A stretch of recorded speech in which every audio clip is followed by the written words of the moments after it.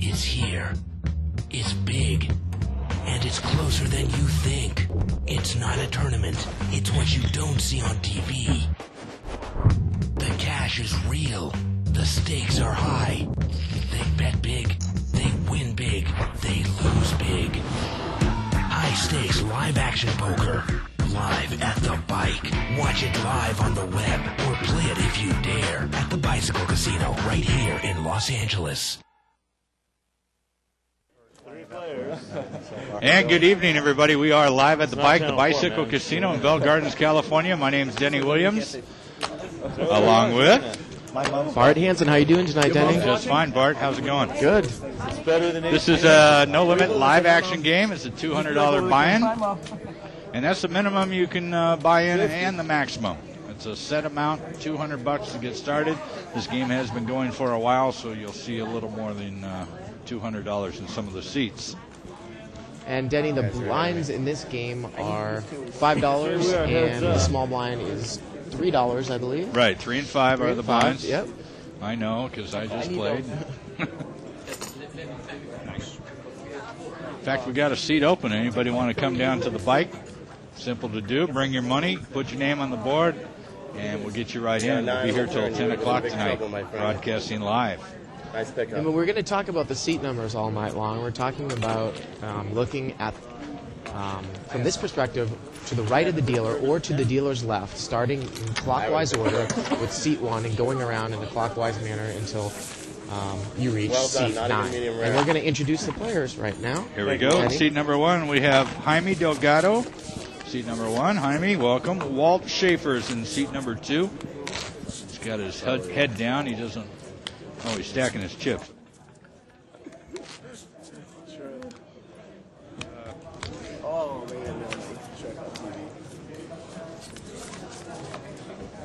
There we go. We got Raymond Fu in seat number 3. Seat number 4 is Carl Frummer. Seat number 5, Dan Jacobs. Seat 6 is vacant, waiting for you. Carlos in seat 7. Albert Mann in seat number 8. And we have Rick in seat number 9. That's your lineup for tonight so far. The chips out there are $5 chips, yellow chips, $5. If you see any purple, they'll be $25 chips. And if you see any light blue, those are $1 chips. And normally in this game, I don't even think that they usually break out any purple. We're just using yellow and blue chips for the most part. And most players stack their chips in stacks of 20 chips. Right. 20 chip stacks, meaning that stacks usually are about $100. So you can tell how much money someone has by the amount of stacks that they have. Really? Awesome. They have 5 stacks. It's usually about $500. Be careful then. I'll behave. Of course, they don't always have to stack it in 20 chip denominations, and we'll let you know if we think it's a smaller or a larger stack. Right.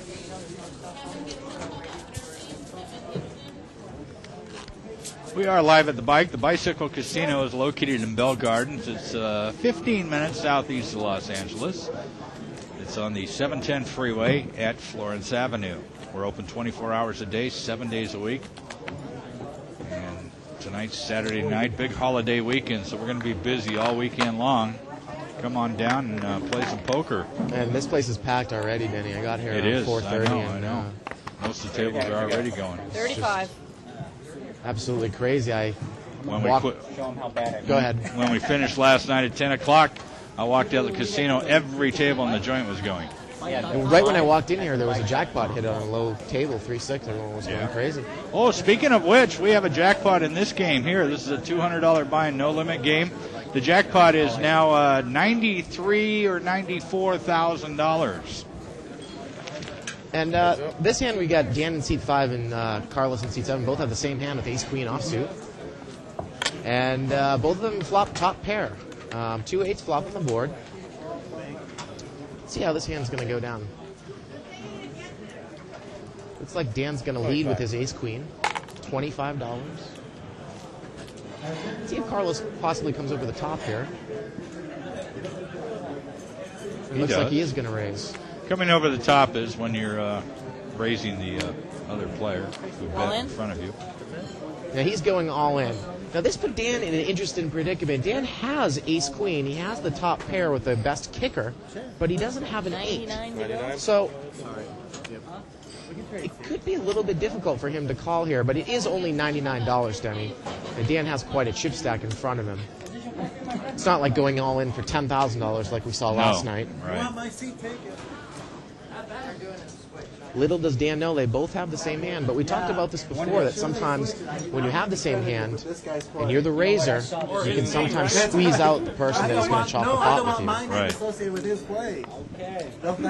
And he's thinking, he's thinking maybe he's on a flush draw. No, he's going to gamble, he's going to call. He's going to gamble, they're going to split this pot. Well, Dan actually has a chance to make a runner spade flush draw. Now that's going to be a chop pot. We saw you on the internet playing crazy last night. Showdown, guys. Or Carlos, excuse me, had a chance to.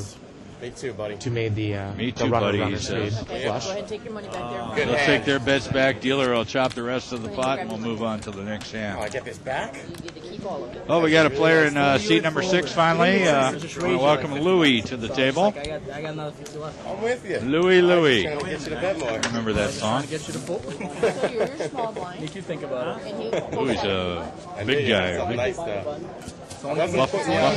Husky fellow. Oh, there you go. Well, No, you didn't. Well, I called you 25. What am I calling on? Ace 8 suited, maybe. That's about it. So only thing I called 25 on. Now, on that hand, there was a pre-flop raise to $25. That's what the players were talking about. So Dan wasn't that concerned that someone held an 8 in his When that hand. king hit, I was like, might be a little trouble. Possibly somebody calls that hand with ace 8 suited. That's a fairly good sized raise in this So I'm game. like, maybe he's going for the draw. For the new player, let me go over Texas Hold'em real quick. This is no limit. The dealer button designates a person, shows the dealer where to start dealing from. Seat 1 is the button here. There's a small blind and a big blind to help create some action. 50. 2 cards are dealt, and then there's a betting round. After which, the dealer will put up 3 community cards called the flop. Another betting round. 4th Street, also known as the turn. There'll be another betting round after that. And then the final 5th card, the river card, and there'll be a betting round after that. And then it's a showdown. So best 5 cards out of 7 wins the pot. And you don't have to use both your whole cards. You can use them both. You can use one of them or none of them. All 5 community cards could play. And of course, in No Limit Hold'em, the whole name of this game is position. That's right. And your best position is to be on the dealer button, which means that you are last to act and you can see the action in front of you. You have a great advantage when you see what the players are going to do in front of you, and you can act accordingly. If someone's going to put in a big bet in front of you, well, you might want to fold. Whereas if it's checked to you, it's a sign of weakness, and you might want to put in a big bet and take the pot down. So the name of this game is position. And you can play a lot more hands when you're closer to the button I'm out. because of your positional advantage. Raise. Make it 15. Looks like seat 1 is bringing this pot in for a raise with ace 10 offsuit for $15. Tim, good job. He's going to get a few callers here. Yeah, it's such a small raise. It's hard to get anybody out. 4-way action. It wasn't being explained. And we can see that no one really got any bit of that pot here. Pair 7, seat number 4, and that's about it. There's a 7 on the Second board. pair. And he came out betting. That's funny, huh? The best hand so far has come out betting. Yeah, right. If you think you get the best hand, why not bet it? You know, a lot of times people are coming in with raises with high cards. Now this game won't have it. And C3 is going to call. He's got a gut shot straight draw, which means he needs an 8 to complete his hand. He also had a couple of overcards. And that's Walt. He's a regular player here. He's more on the tight side. And it But gets look, he picks up the 10 here. checked on the turn, and I'm probably going to check it down on the river, and Jack 10's going to take this hand down.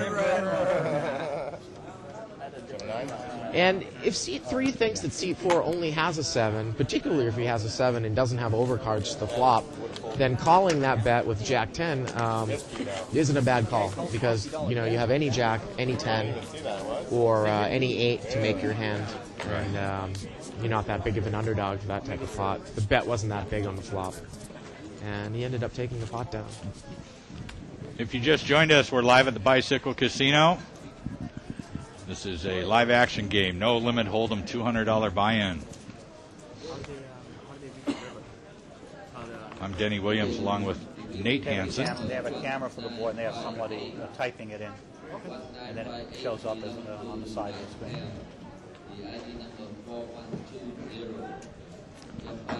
I'm sorry. Where'd I get Nate, Bart? I was just trying to figure out if you were going to catch yourself. You're just. Bart Hansen, I'm sorry. There we go. We can see in our whole card cams right now that there's two players with Ace King here. Seat 7's got Ace King suited, Big Slick suited, and Seat 3's got Ace King offsuit. We got an Ace Jack also in seat number 9. Or 6. All in. And it looks like Seat 3 is going to go all in with his Ace King offsuit. Think about that now. That's Walter. Excuse me, Seat 7 also has Ace King offsuit. I thought they hit a couple of spades. And it's going to be interesting to see if the other Ace King calls here or not. Remember, we're not talking about thousands and thousands of dollars. Ace King, of course, is about 50-50 against any pair that's lower than Ace King, any pair below. The only thing you're really worried about when you have Ace King is if the other person has aces, a pair of aces or a pair of kings. Seat 6 is calling with his Ace Jack. Wow, that's Ace Jack of diamonds. Don't he like has. that call. He's in big trouble. He's in big trouble. Unless the diamonds hit. Now let's see if we're going to get a call from Ace King as well here. We're going to see a lot of these pre-flop all-ins in one of these smaller and no-limit games.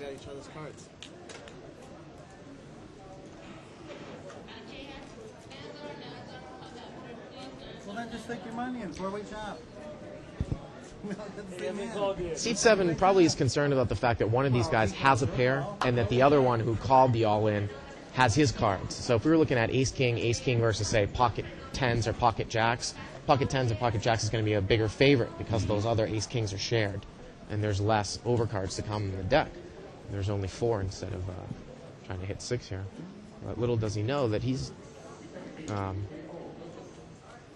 a big favorite over Seat 6 here and would most likely chop the pot with C3. And he's going to lay it down. And he's going to be very dismayed by the fact that... So we're head up here, Ace King against Ace Jack of diamonds. Here's the flop. No, I still lost 35. You had Ace King? But you got the kicker though, Jack right? might have it. No. Straight. Ace King. Wow. Ace King takes it down. Sure does. Unbelievable. And it looked like Ace Jack went all in with about $175. I got to tell you, I don't like someone raising all in with a larger chip stack than me, and me calling with Ace Jack suited. I mean, maybe I can make a move and come over the top of someone, although I wouldn't with Ace Jack. But to call an all in with Ace Jack suited The is... same hand I lost with earlier tonight. Well, there's a big difference, Denny, in No Limit Hold'em between making a bet with a hand and calling with a hand. Yeah. You usually need a much better hand to call with than to make a bet with. So I really don't like that call. Fold with the straight. Hey, what happened? The bet. You don't know they're proving nothing yet. Oh, you still haven't seen it yet? Not yet. So where is it? 15. All right. Looks like seat 8, Albert's picked up Ace Jack offsuit. He's gonna Ace 8 in seat number 1. Ace Jack offsuit's gonna raise to 15. One more time. You didn't want me callers. 4 players. You didn't. What's up? You didn't want callers. See, to me, $15 isn't really even a raise. It's an action, you know? Well, I mean, in this game, the blinds are... He's making it 3 times the big blind. Now, he's swapped top pair with the best kicker here. 25. He's going to lead into the pot with $25. Very straightforward. I like that They were bet. going to fold their hands. C3 has bottom pair. I call you Ace King, right? What did you have? You had Ace? I don't know if he's going to get any action here. Afraid of. The guy with the pair was going to win that. And seat 4 calls. Seat 4 calls with 4-7 off. Calling 25. 3 players. I ain't going to ask you. I don't... If he has 4-7 off suit, I'm a little bit mystified by that call. Well, does. now he's picked up straight draw. Open-ended straight draw. Let's see what Albert's going to do with Ace Jack here. I would lead very, very strongly. I might even go all in with this Denny. There's 2 hearts on the board and there's a straight draw. In this a low no limit game, I might push all in here with Ace Jack. Let's see if what he's going to do. Hey, you had it already. $1 to go schlep that for you. That's Look, I think that's what he's going to do. $100, 110. Yeah, $110 all in. I like that bet. I think it's a smart bet. Anyone's going to draw out on me, I'm going to make him pay for it. I don't even know why Queen 9 has any business being in this pot right now. So new means this schedule is longer than last year, and these are the new events. And seat 4 They both fold. and seat 6 is going to fold. That's good textbook no limit hold'em right there. That's a good bet. The appetite for poker is expanding. Takes the pot down. I don't like any of the calls on the flop with Queen 9 suited or 4-7. 4-7 needs to make a runner flush or runner straight, and to call $25 in order to do that, you know you're going to have to call another big bet on the turn to make your runner. And of Right. course, then when we talk about runner, we mean having to have the turn card and the river card be exactly Help the your cards hand. you need. Help You your need hand. 2 cards in a row Right. to help your hand. So. Maybe in a limit game you might be able to pull that off if the pot is big, because you know you only need to call 2 extra bets. But in a no limit game where they can make you pay on the turn, usually you don't want to go for those types of draws.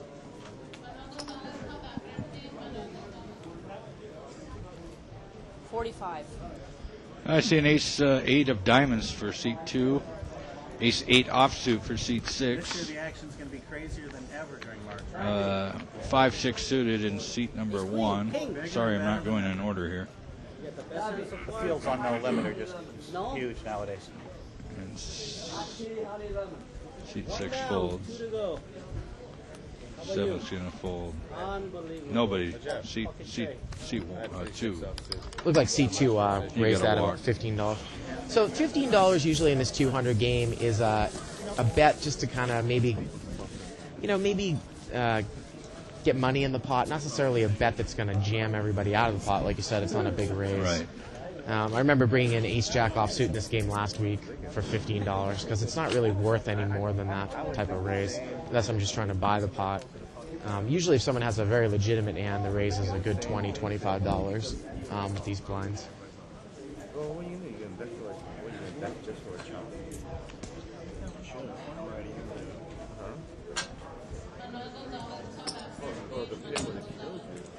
If you have any questions or comments about our broadcast, please write to us at liveatthebike.com, and we'd love to read your emails or any of your feedback about our webcast. That's right.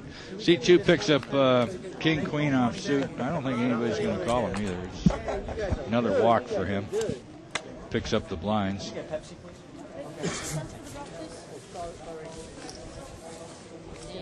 Thank you. I'm actually familiar with a few of these players on the table, Denny. Seat 9, Rake.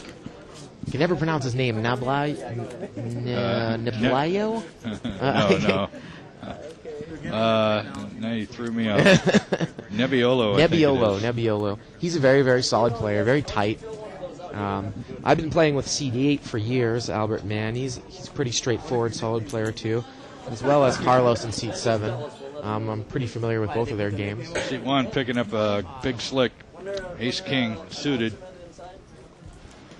Oh, the king's out. All the kings are out.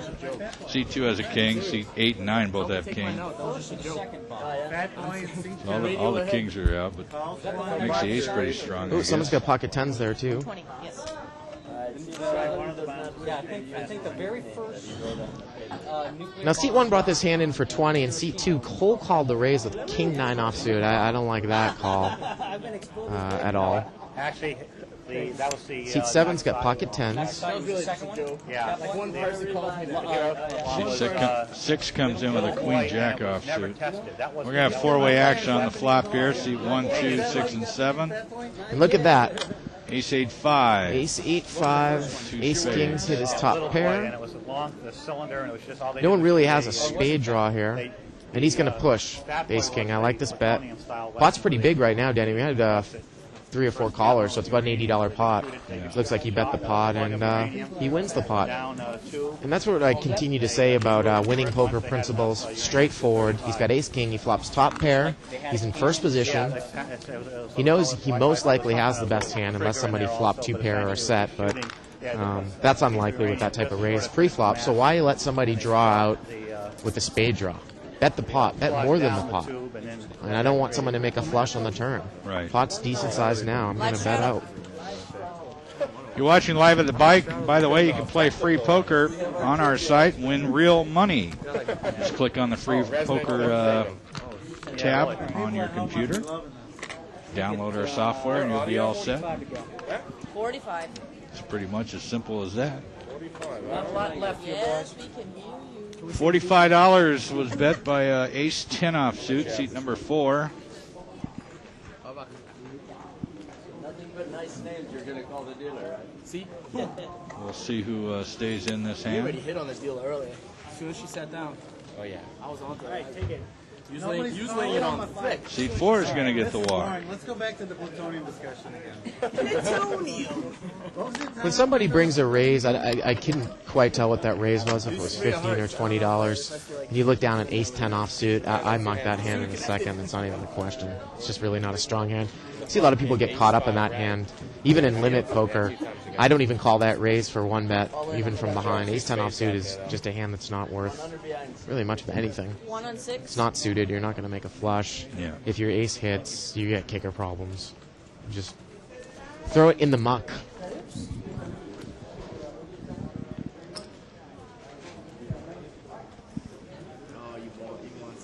And ace 10 off again. Ace 10 off suited again for seat 2. And your big blind. That's about it. it's surprisingly good. Seat 5 may call with a It's surprising. Queen 9 suited. Somebody opened this pot for 30, and it was seat 5. Seat was 5 seat opened the 5, pot okay. for 30. Queen 9 suited. We probably get a little action here between Well, again, if I'm in the big blind, I don't even know if I call that with ace 10 offsuit. You're out of position. Ace 10 offsuit again. It's just. well, he's calling here. Let's see what happens. Oh, and he flops top pair with a good kicker. Now this could be interesting. You know, if seat 5's got a second pair with an overcard and a gut shot straight draw. It's bigger than most of your movies, except for the real high-end movies where they. I believe the flop is 10, 9, 8. What would you say, about a third of So a of jack the, would complete window seat of 5's the- hand. He also has second pair with an overcard kicker. Yeah, 110. something like that. For dollars, okay? Just in case. I only seen it for a little bit. A guy had a laptop here, So 110? so he didn't have. And C2's going to go all in with ace 10. More, my friend. Wow. 60 to go. And I got to say, it's not necessarily a bad bet here, Denny. I mean, seat 5 did raise pre-flop, and he's going to call with his gut shot, straight draw, second pair with an overcard. A jack or a queen is going to help him. That's a king. That's not going to help him. He needs a jack or a queen. Or There's a jack. There's the jack. Jack, Queen high straight, King high straight Queen, now. king, high straight now, yeah. And he takes it down.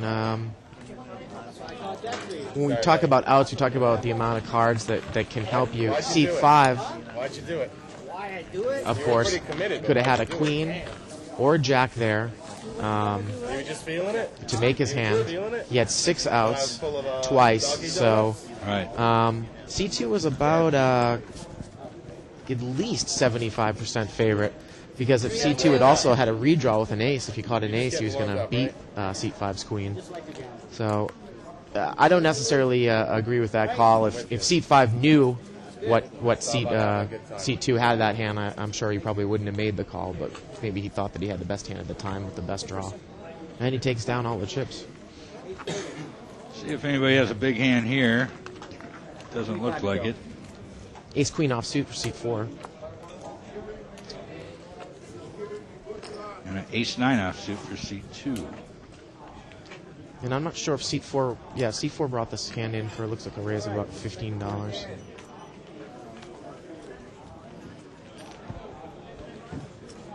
And got one caller, seat 2. Ace 9 versus ace queen off suit. Check my jack. I'll check mine. And seat 4 is flopped the nut straight. Flop the nut straight. And he's going to check behind it. I'll bet my straight. And now seat 2 checks, and seat 4 is going to come up firing. But of course, it's going to be a chop pot seat chop on the board. But Yeah. C2 went all in after seat 4 bet. Turnover pocket nines. I was very lucky for seat 2 to catch that turn card.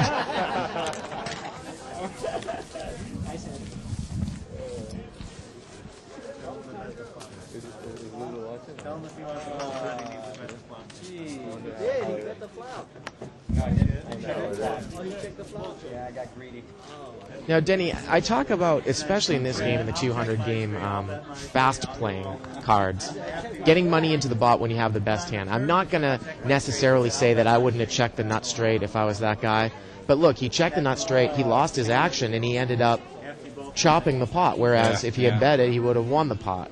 Now, like I said, I don't know if I would have bet the nut straight, but you could have put a small bet in, maybe made the guy in front of you think that you were kind of trying to steal it, maybe a $10 or $15 bet. But of course, the queen kills his hand, and he ends up with, with basically a chopped pot with nothing, with half of his raise back. They basically chop the blinds. C4 picks up Big Slick, Ace King, offsuit. Does everyone at the table get paid or just?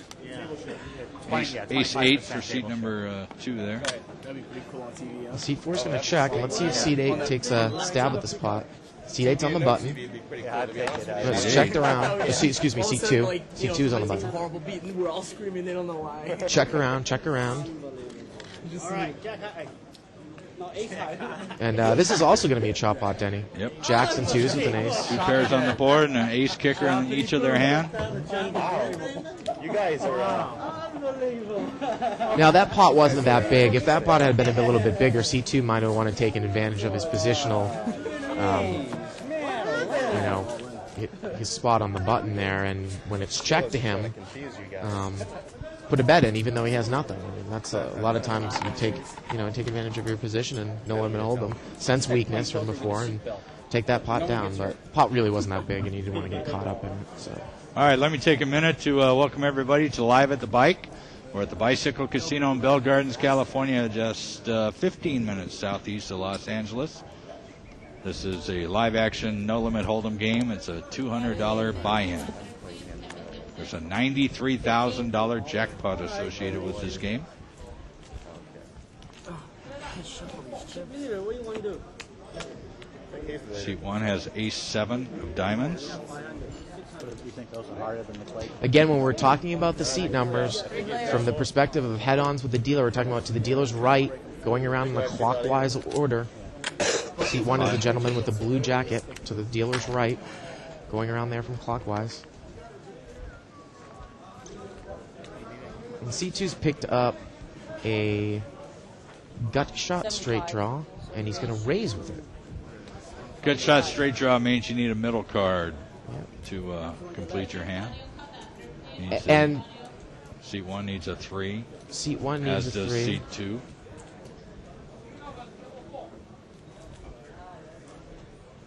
Both have gut shot straight draws. I got you by almost 40. Yep. Of course, if the 3 hits, C2 has the best hand, though, because he has a 6 high straight. Yeah. You got nice. You got nice before. Yours are in stacks on it, right? Yes. And he's going to fold. Mine's a stacks of about that. Nice little semi-bluff, and we talk about that word a lot in No Limit Hold'em. When you don't have the best hand now, but you have the possibility of hitting your draw, and you'd rather just win the hand now with a big bet, but if you are called, you still have the possibility of making the best hand. It's a powerful tool used by many good No Limit Hold'em players. I'd like to remind you beginners out there, if you want some poker lessons, we give them for free here at the Bicycle Casino. We actually have a poker college. The Dean of Poker is Sharon Silvis, and she'd be more than happy to give you a free lesson. You can call her, make an appointment with her at area code 562-806-4646. Oh, American Airlines, and a couple of ladies, too, Denny. We can see some fireworks pre-flop here. Seat 1 got pocket aces, pocket queens in seat 2. $25 bet. Look at this. C2 just flat calls. So if we see a ragged flop here, I think we might see an all-in situation from both of these players. They're heads up. Let's hope for a couple rags on the flop here. Let's hope for an ace and queen. Well, that would do, too. Now, that might slow seat 2 down a little bit here. 30? He's going to call it, though, $30. 40 minutes ago. Well, if you I don't necessarily agree with that call. I would either raise or fold. If I don't think the guy's got a king in seat 1, I would raise. 60? I don't know what the point of calling on the flop there is, Denny. That's a lot of problems that some amateur players have. Seat 2 moved He on. moves all in with pocket queens. Seat 1. Now, why? If you didn't think he had a king, why wouldn't you do that on the flop? Oh, yeah, That's- you got an ace on the river, too. Yeah, makes 3 aces. Little twisting of the knife on the river. Of course, seat 1, raise pre-flop, usually with a couple of high cards. Take advantage of your position. See if he's got a king. Pop him on the flop.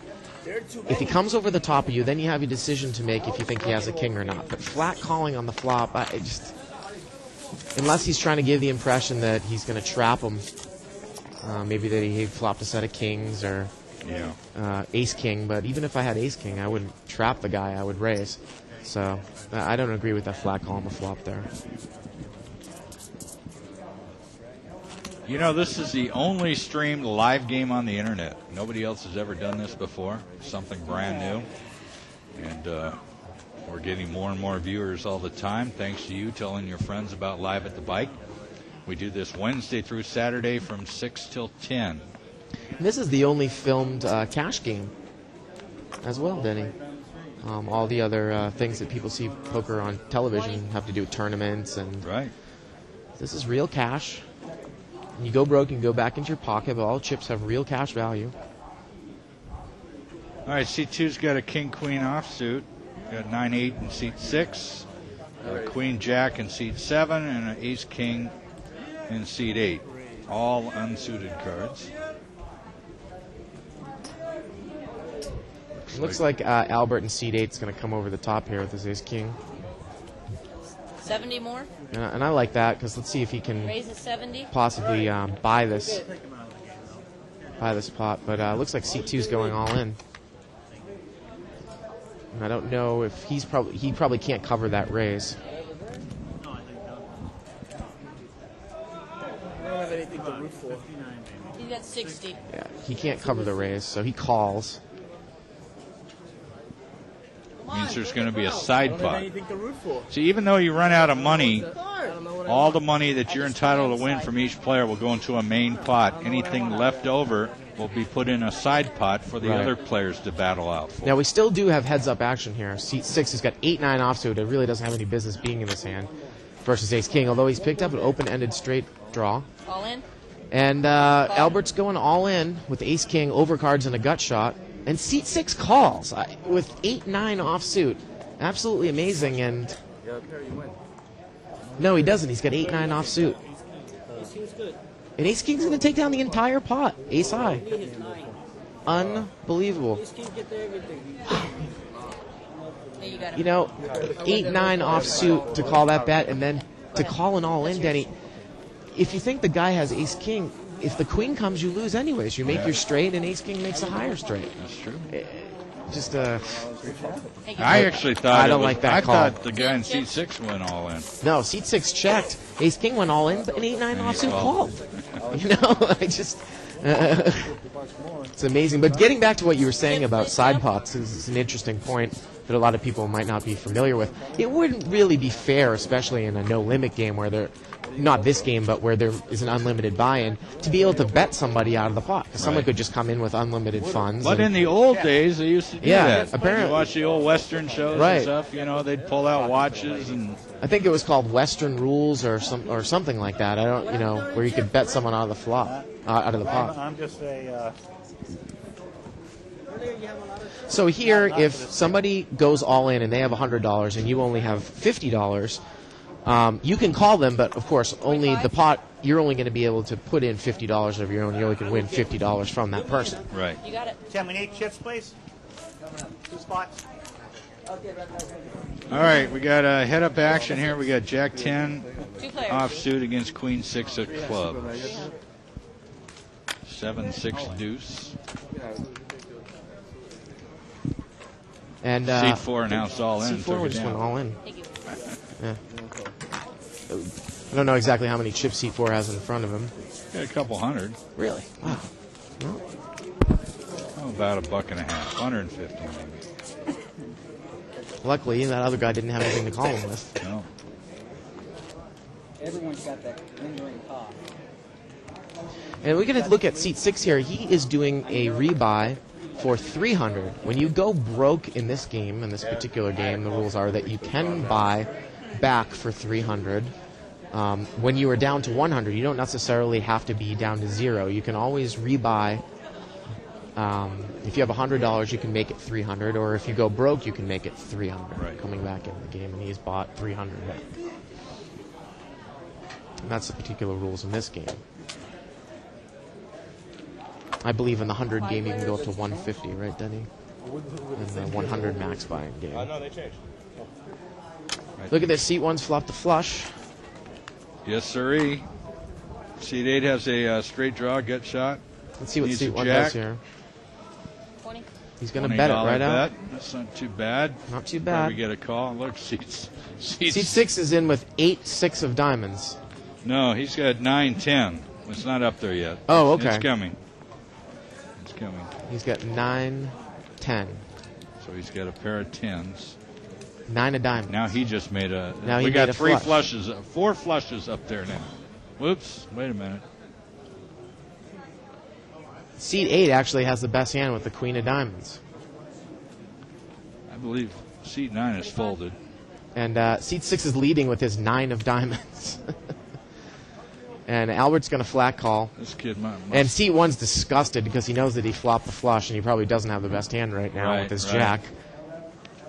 You know, if you took the 9, the jack, and the queen that these 3 guys have, you Yeah. get a straight flush out there. Right. And let's see what Albert does here in seat 8. 50. He checks. Button bets with a 9 of diamonds. And let's see if Albert's going to call here. And he is. Yeah, he's going to call. He's got gonna the call. queen.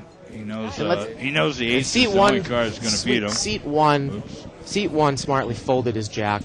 I mean, he's disgusted with the fact that he flopped the flush and the diamond really ruined his hand. But at least, you know, he had the. I don't know. He could stay with the game and figure that at least one of these guys has got the queen or the ace. I don't know to beat what his seat hand. 6 has been thinking, but you love to have a guy like that in the game. Yes, you do. He's stuck 300 already. 140.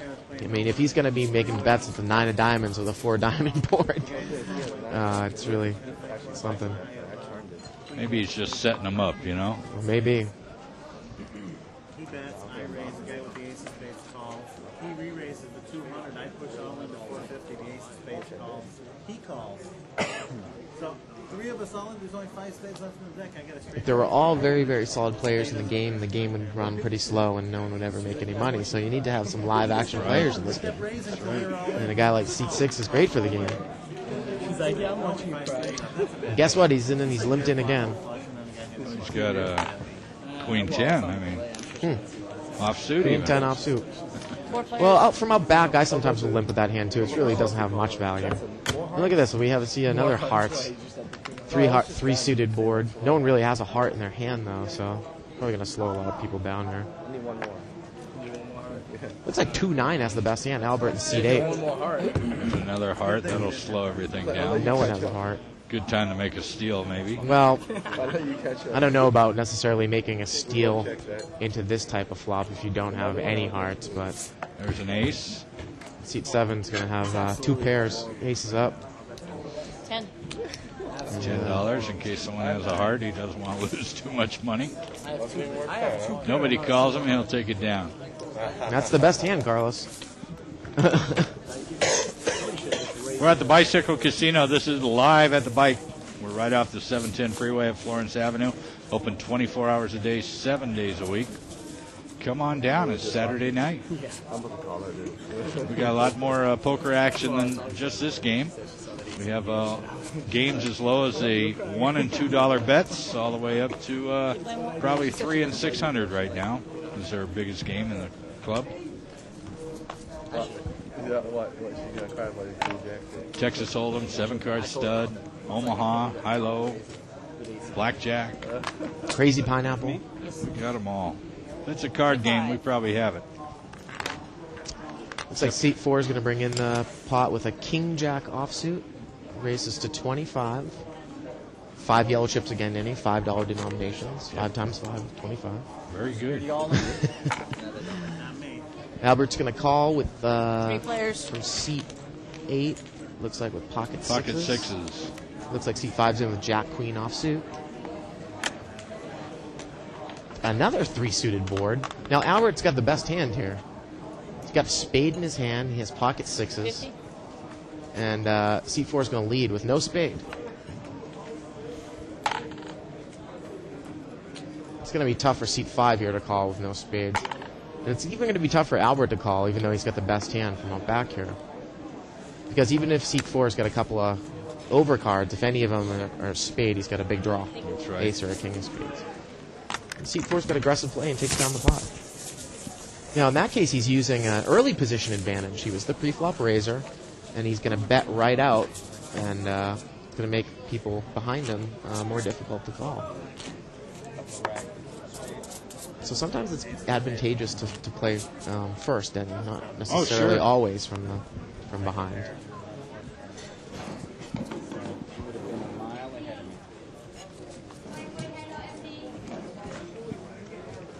Let's see as they place their cards. See, seat 6 has an ace-9 offsuit.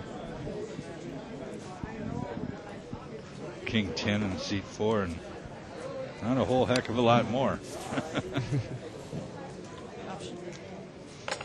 Seat 3 came in with a 7-8 offsuit.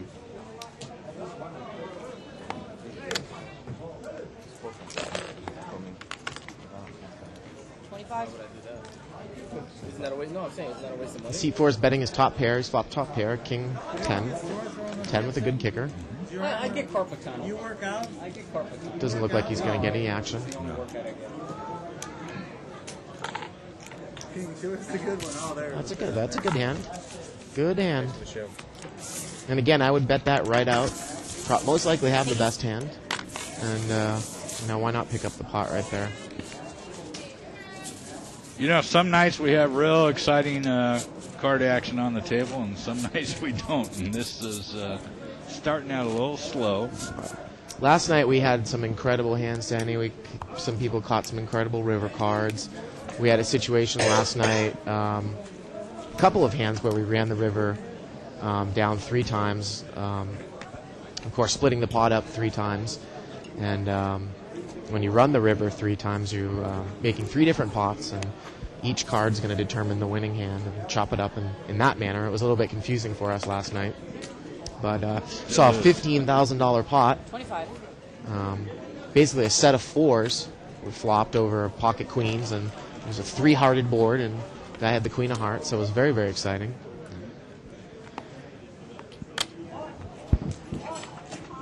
Seat 5 picks up a pair. Got top pair here. 35. Seat 6 will call. You watch. He's going to call. Seat 6 With pocket deuces, you think so, Danny? No. I thought for sure he would call the way he's been playing tonight. I bet $20 he would have called. And seat 4 is He's got 9-10. check raising. 70 total. Check raising, and he doesn't even have a draw here. This is a pure bluff. Pure bluff. Now, C5 is going to be worried about his kicker. He might be worried about 2 pair here, too. Seat 4 is in the small blind, so he could have any cards. He could have queen 6, queen 5, 6-5. 6-5. I don't remember if the pot was raised up. I think it was limped around.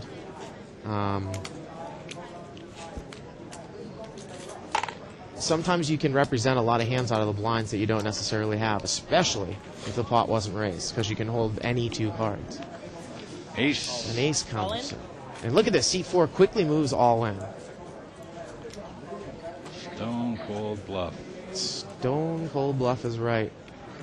Now, what seat 5's got to be thinking is the ace didn't slow seat 4 down 1 bit.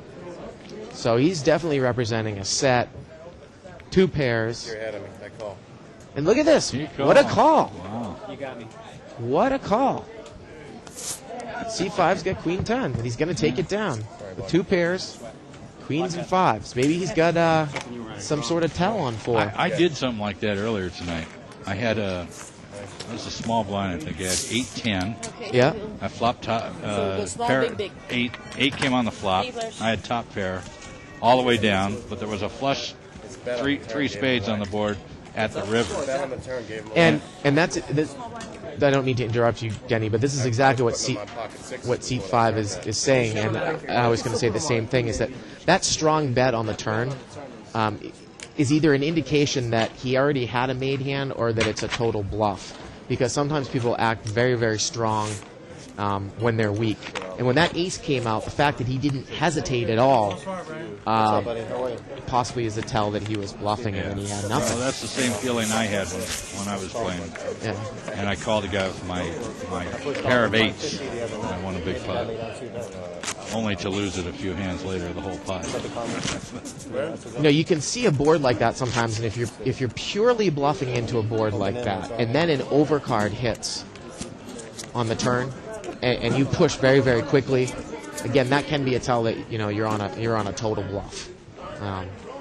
Or it could be a tell that you had a made hand. But if you had a made hand like a set, and an ace came, an overcard came, you might want to check on the turn and maybe trap the guy with a check raise, right?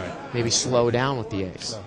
But just the indication of strength. Here, we got some hands demonstrated here. Weakness in that hand. Ace-6 in seat 1, pocket kings in seat 5, pocket 3s in seat 7, and pocket 8s in seat number 8. 80 to go. Make it 80. And look at this. He's Seat going to 5 re-raise makes to it 80.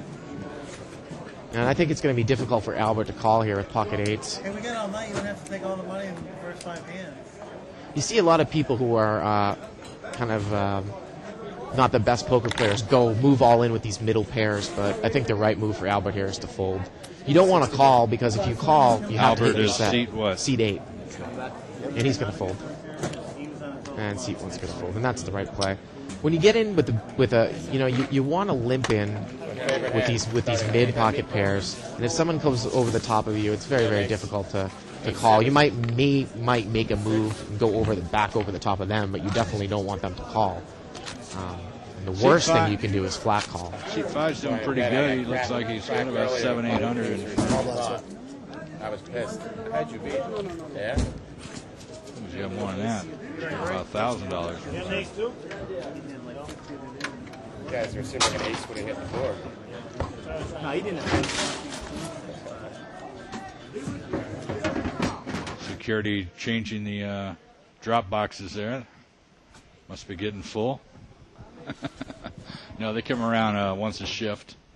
This is swing shift they're putting in, taking out day shift boxes. And those two drops would be, one would be the rake box, and the other would be the jackpot drop. That's right. He said lock it. And look at this. Seat 7's picked up pocket kings. Carlos on the button with the Cowboys. Raises it to 30. Maybe he's trying to get one caller here. That's what he's not. It's actually a pretty good size raise. And let's see if seat 6 calls with ace-8 offsuit, Denny. He might go over the top. I think that's what he's thinking about. Well, seat 7 doesn't have too much money left anyway. And he calls, and like I said, that's going to be the worst move to do. You'd either go over the top of, seat 7, or you would fold. Oh, now he's there for good. He's got an 8. He's got an 8. He's got a pair. He might come out betting. Let's see if he goes all in here, Denny. No, he checked, and Carlos is going to put in the remaining amount of his money.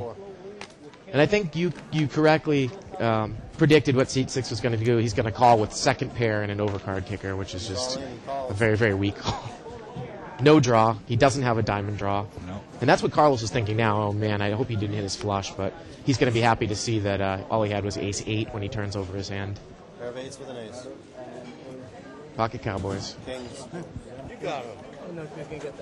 See? He was worried about the flush on the turn. Yeah. Skipping one person each time, so you're getting them this time. Yeah, I'm good with that. The question is, how much money does seat 6 have? I if don't he know. goes down broke again, can he rebuy for 300 more? He's in 500. Yeah. How funny would it be if He's got about 60 or 70 left out of that 500. All the chips that seat 8 and seat 7 have come directly from him. Yeah. I'm sure all these players would love to continue to have him at the table. What's that? You are a big hand already. They're probably showing him where all the ATMs are in the Yeah. casino. I had two back-to-back. If you need a little more money here. Earlier tonight, two back-to-back ace kings got cracked on the. Want to let you folks know we have quite a few tournaments here at the bike. In fact, we are the tournament capital of the world, and that's no lie. We have tournaments just about every day of the year. Some days we have 2 tournaments a day. Buy-ins as low as $10 up to our WPT event, which is in the Legends of Poker. That's a $5,000 buy-in. And look at this. C3 had limped in with pocket tens from early position, something I like to do, and flopped a set. And he's going to come out betting, and I love this bet. Even though we've talked about this situation a lot, Denny, even though you flopped a set, there's a couple of draws out here. Anyone with a 7, anyone with a 9, a couple of clubs. And he makes a bet, and even though he didn't get any action, I like that bet. Why check it, give C8 a free card, spike a 7 on the turn, and lose the hand to a gut shot straight draw? Right. You know? You don't want to slow play these hands when there are draws out there. I got all the money in. Yeah, And he looks a little bit upset with himself because he didn't get action, but he played it the correct way. So it was my last hand. I was getting up. Even worse. I was getting up, and I had to start another game and help out elsewhere. Ace queen's like my bad luck hand. I always get cracked. Last time we had a huge pot, at least $800. Aces versus queens versus kings versus Jack 8. Jack 8 makes a straight. Doyle checking Queen out. is strips. Ace Yeah. and the king makes a straight. Ace 3 in seat 1 offsuit. King Jack of Hearts in seat 8. He'll probably play. 20. And that's about it. Nobody's going to play with them. Pick up the blinds, $8. We haven't seen a live straddle yet here, Denny, because we were seeing a couple live straddles last night on the big game, the big no limit 500 min game, and the blinds in that game were 5 and 10. Somebody brings in a live straddle in first position, which is a forced raise for 20. Now you make a steal bet from out back with the raise and the button, you're stealing $35. It's not bad. That's right. Of course you're going to bring the hand in Live for a raise. straddle in this game would be $10. Right. Live straddle, again, is a blind raise from first position. If you're right after the blind, you raise without looking at your cards, and you have the option when it comes back around to you Correct. to either re-raise or check. Create some action to a game. Cowboys, Again, huh? Seen pocket kings about 5 times tonight. seat 7. Carlos is going to bring in the hand for 25. He picked up pocket kings about 3 hands ago, too. I don't know if he's going to see any action, though. And look at this. You got ace. He's got ace 8. Ace 8 offsuits calling again, just like seat 6 did with ace 8 offsuit against his kings. See what happens here with the hand. And another 8 flops, Yeah. and let's see if seat 2 can get away from this hand where seat 6 couldn't. Oh, I don't know. And there's a heart draw. 125. And remember, seat 6 called with ace 8. And I think seat 2 is coming out and betting. And Carlos is going to go right over the top. He's not buying it. And he's going to call with the second pair with an overcard. No heart draw. I don't understand how these guys can make this bet with no heart draw here. Carlos, you have nothing to worry about. You're not up against the heart draw again. Your kings are going to take it down. Again, same ones. Ace 8. You're on fire. You say you're a musician. I mean, you can make that. I mean, you make that bet with second pair with an overcard, almost as a semi bluff again. And if the guy goes over the top of you and you don't have hearts, Denny, I just don't see how you can call. Right. You know, you have no flush draw. So even if the guy has a couple of overcards with the flush draw, you know, you're almost an underdog because if he hits any of his overcards, he's got your 8 beat. If he hits his flush, he's got you beat. And if he's got an overpair, he's got you beat. And that's what happens. He's got an overpair. So a couple of hands we see seat 7 take down with kings versus ace 8 and 8 flopping, and people with ace 8 can't get away from the hands. Well, that's what happened when you get amateur players, Yeah. recreational players, you know. Isn't everything on the tray your money anyway? Oh, you keep the tray. Yeah, they keep Yeah, the tray. Trey goes with the dealer. Okay. That's the only place I've seen that happen. Out there, they drop it. I want to say hello to all our recent viewers across the globe. We've received some emails from all the way over in Australia, Canada, Holland. Yeah, the ace. Thanks for tuning in to Live at the Bike. We both had the one over. Raise it to 30. Once again, we are on the air Wednesday through Saturday, 6 p.m. to 10 p.m. Bart Hansen, I'm Denny Williams. And let's see here. We got pocket 4s in seat 9, ace 7 suited in seat 5. That's a good play if I don't have it. There's 2 players. Boy, there really haven't been quality hands. If people just listen to the atmosphere, Mike, Carlos said that was a good play, betting in with ace 8 if he doesn't have an overpair, and I agree. But once you go back over the top of the guy, I think he's got to let it go. Now we've got top pair flopped here.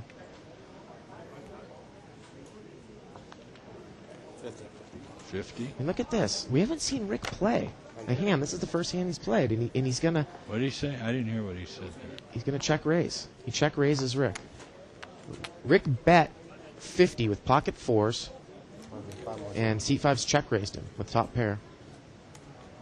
And I think it's going to be difficult for Rick to call here. He's a solid player.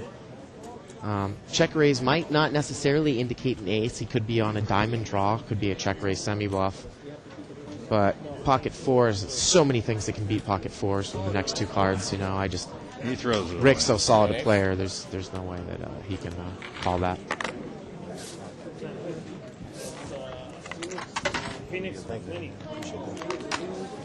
For a lot of people that don't realize, if you have a lower pair and you don't have a flush draw and someone has a couple of overcards with a flush draw, even with two cards to come, Danny, you're an underdog to win the hand. There's just so many cards that can beat you. You're not favored to win the hand. So why put your chips in when you're an underdog? We got an ace king and ace queen, seat 7 and 8. Ace jack in seat 4. Big slick unsuited versus ace queen suited versus ace jack. Got a queen 10 in seat 3, suited. Let's see what the action's going to dictate here. Probably get 3 or 4 people involved here. Now, I'm very familiar with Albert's play here. It wouldn't surprise me if he goes over the top of Carlos in seat 7 with ace king here. Let's see if he's going to flat. It looks like he just flat calls. Got position. Seat 4 probably be there. Seat 4 is probably going to call. Got Ace jack suited. And seat 3 is probably going to call with queen 10 suited here on the button. Seat 3.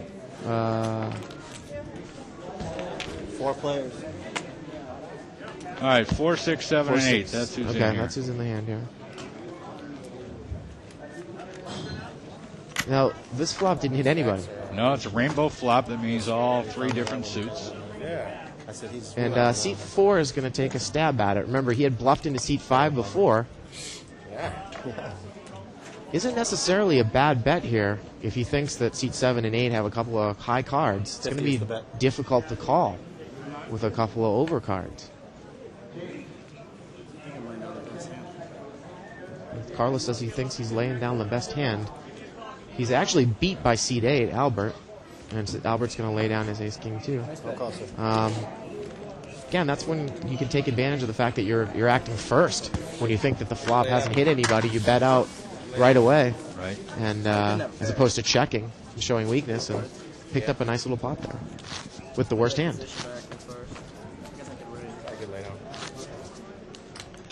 If you just joined us, we're live at the Bicycle Casino in Bell Gardens, California, just outside of Los Angeles. Watching a live action cash game, no limit hold'em. It's a $200 minimum, also the maximum buy-in to get in this game.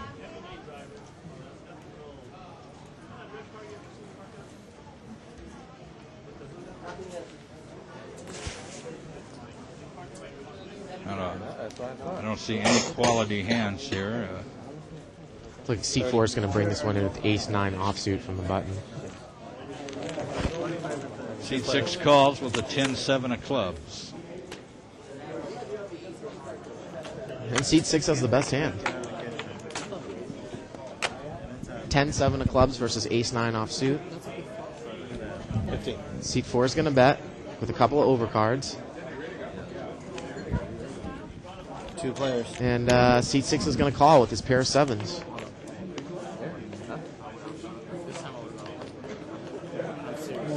All in. Seat 6 checks. And 6 is going to call with the best hand.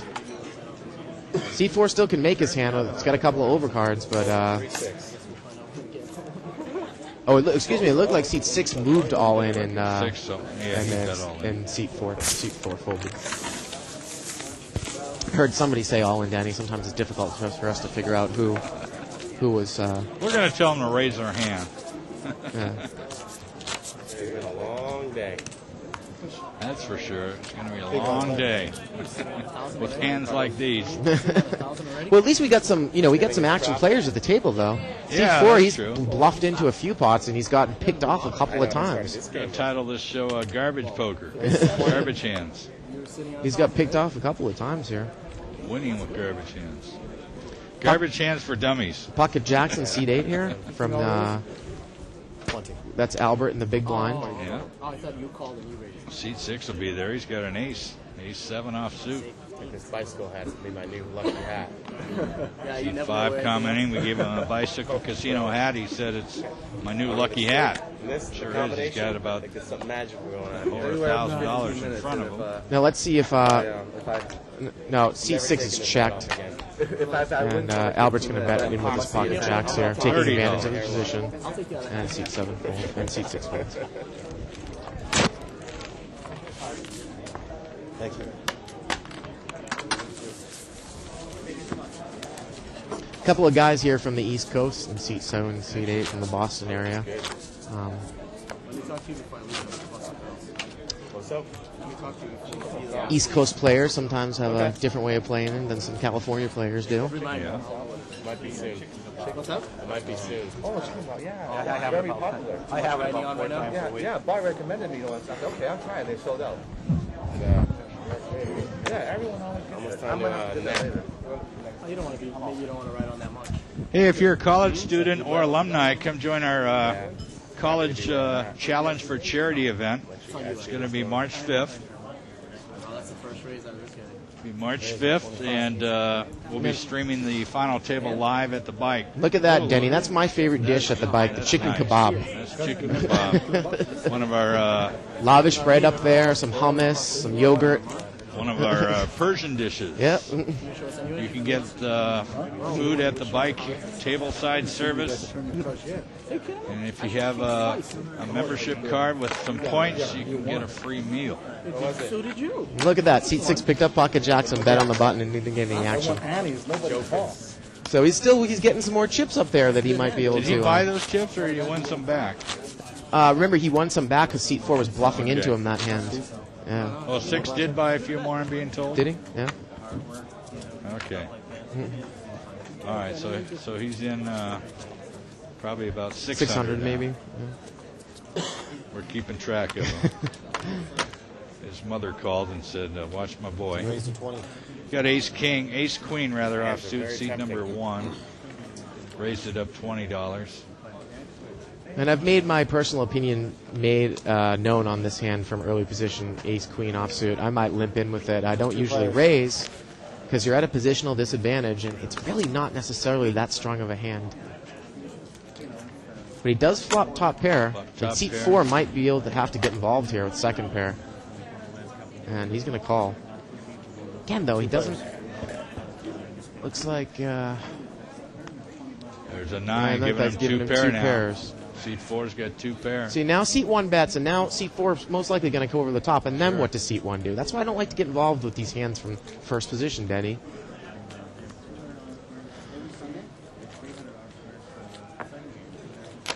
And it's kind of seat 1. I don't know if he's going to be able to get away from this hand if seat 4 goes over the top of him. There's a couple straight draws out there. There's a flush draw. Could easily have 2 pair with Jack Queen or Jack 9.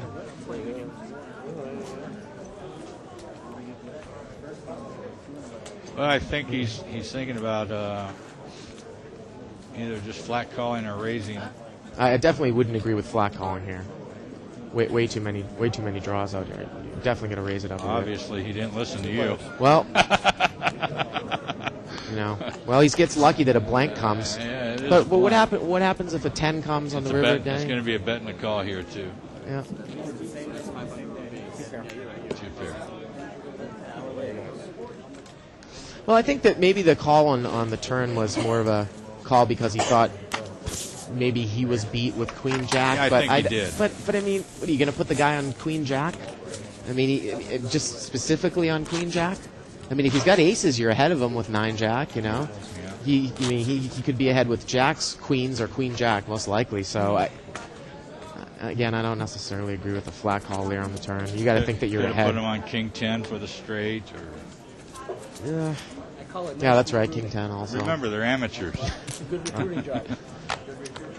They don't think like you Well, do. I You mean- play for a living. Well, I mean, but the thing about this no limit game is you need to make moves to figure out what hands people have. I mean, you're never going to win any money by flat calling and hoping that you have the best hand, especially when you have position on a guy. Pocket aces. One of my least favorite hands. That's your least favorite hand? One of them. Yeah, they're hard to play. I'll play it any time, but yeah, crack my pot with them. Very risky. You have no outs. You know? You gotta hope no pairs. Seat 9 threw away. I thought he had an ace 9 suited. Ace 10. Oh, wow. Against Wayne. Almost actually virtually. Well, remember, seat 9, when talking about Rick, right, being a pretty solid player, ace 10 offsuit really isn't worth much of anything. I couldn't tell if He's in the small blind position even. was there a raise. There was a raise, though, most likely, right? And I think it was a raise to a 25. I mucked that hand in a second for small blind. Ace 10 offsuit. Nails in your confidence. Rick might even muck ace jack offsuit in that case, too. Bet them appropriately. I never slow plan. And I usually win that way. If I slow plan, I get cracked. Yeah, 20. Looks like Albert from seat 8 is bringing in the hand with, looks like ace 4 suited, ace 4 clubs. 3 players. And we've got three-way action here. Flop comes queen 8 jack, giving seat 2 top pair. Also got a gut shot straight draw. 9 would make a straight. No, it was. He's going to check, and Albert's going to check right behind. Didn't get anything. Not going to try to pick up the pot here. Figures maybe someone's got part of this flop. And it's still going to be checked around. 6 on the river. C2's still has the best hand. And if he's checked, he's going to check around again. And actually, he's going to put a bet in here on the river. And he's going to take down the pot. Sometimes they'll do things like pan in on the That's the worst thing ever.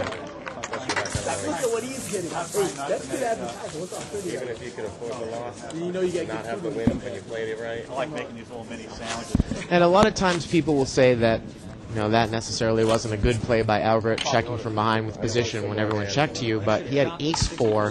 Flop was queen jack 8. There were 3 people in the hand. Someone's got to get a bit of that flop, and I would rather just kind of give up on the hand. You don't have a strong hand. Albert again is the Seat 8. player in seat 8. Yeah. You don't have a strong hand. And he definitely would have got a call from queen 10, and he lost as little as possible on that hand. Next person folds. But of course, Doyle Brunson probably wouldn't agree with me. He says if he checks to you on the button, you're betting, regardless of what you have. Boy, I looked at his book in the gift shop. That sucker sure is thick. Are you talking about the first one or the Both of them. second one that Both came out of now? Yeah. Yeah, it definitely is. I forgot what I got. Looks like if seat 4 is in the hand here, he's got 8-9 suited. Oh, 8-9 offsuit. Excuse me. And flop is Saturday night started most of the games here. looks like 7-8 jack. So he's A got little a bit pair of of interaction on eights the internet. with a gutter shot straight draw. Seat 7 has the same hand with 9. Seat 7 actually is in the hand. Seat 7's folded, so seat 4 is in the This lead. game has generated the live at Bike has generated a lot of discussion. And some of the 6 should be a king jack. 6 has a king jack. especially the big game tonight. There it is. Okay, so seat 6 is has the best hand with king jack here. 25. Too many energy drinks, I think. And look at this. Seat 4 is going to lead out again. Go ahead. You still think you might have the best hand with their second pair. I'd like to see seat 4 and seat 6 in a match play ahead Well, of. well, now let's see what seat 4 going to do here. Seat 6 has got to think he's got the best hand drop most likely now. He's got king jack. What are you going to do? He's all in. I don't really like that bet. And I'll tell you why here in a second, Denny.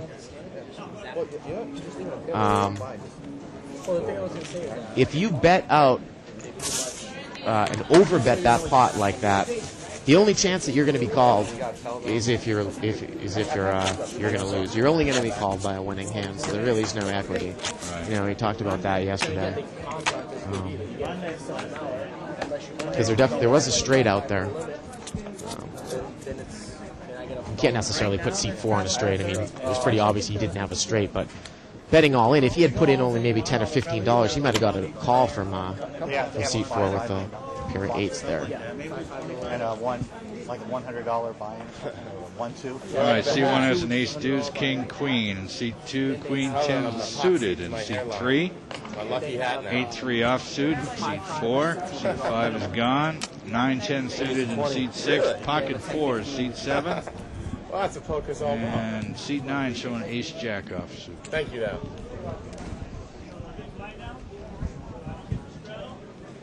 What are we looking at? A $20 bet here? We have 4-way action.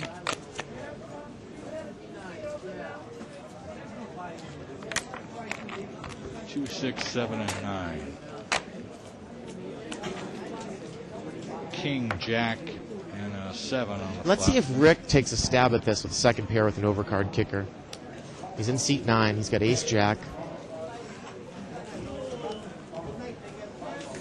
He doesn't know that the guy on the button has him beat with king queen.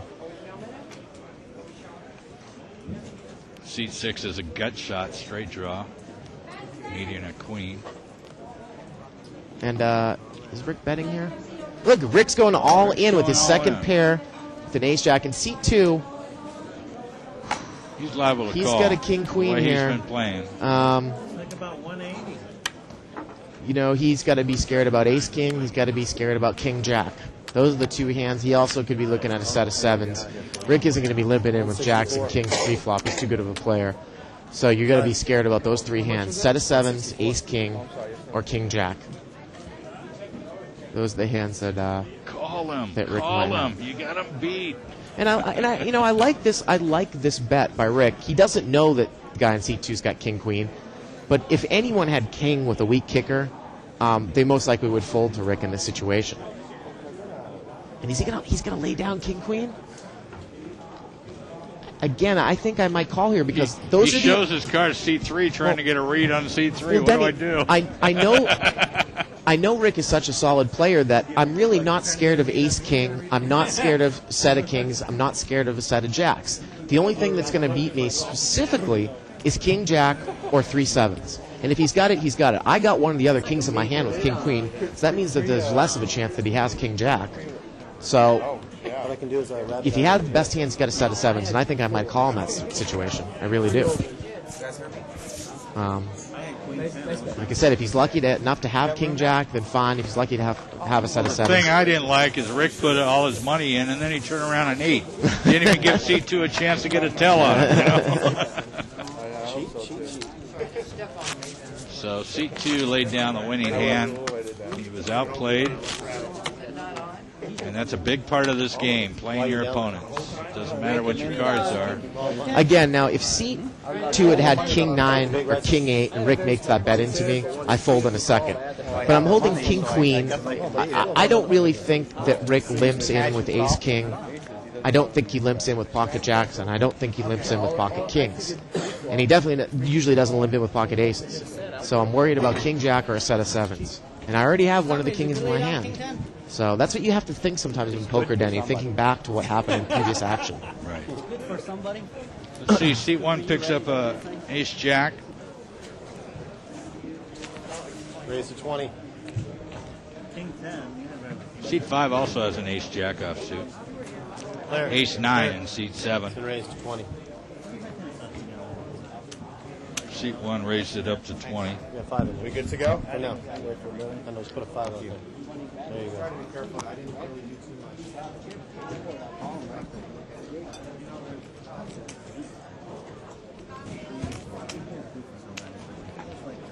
75 more, so 80 total. 80 total. You want to call 75 more? Who raised it up? What happened? It looked like one of the ace jacks raised it up here. That'd be seat 5. 1 and 5 are the ones with ace jack.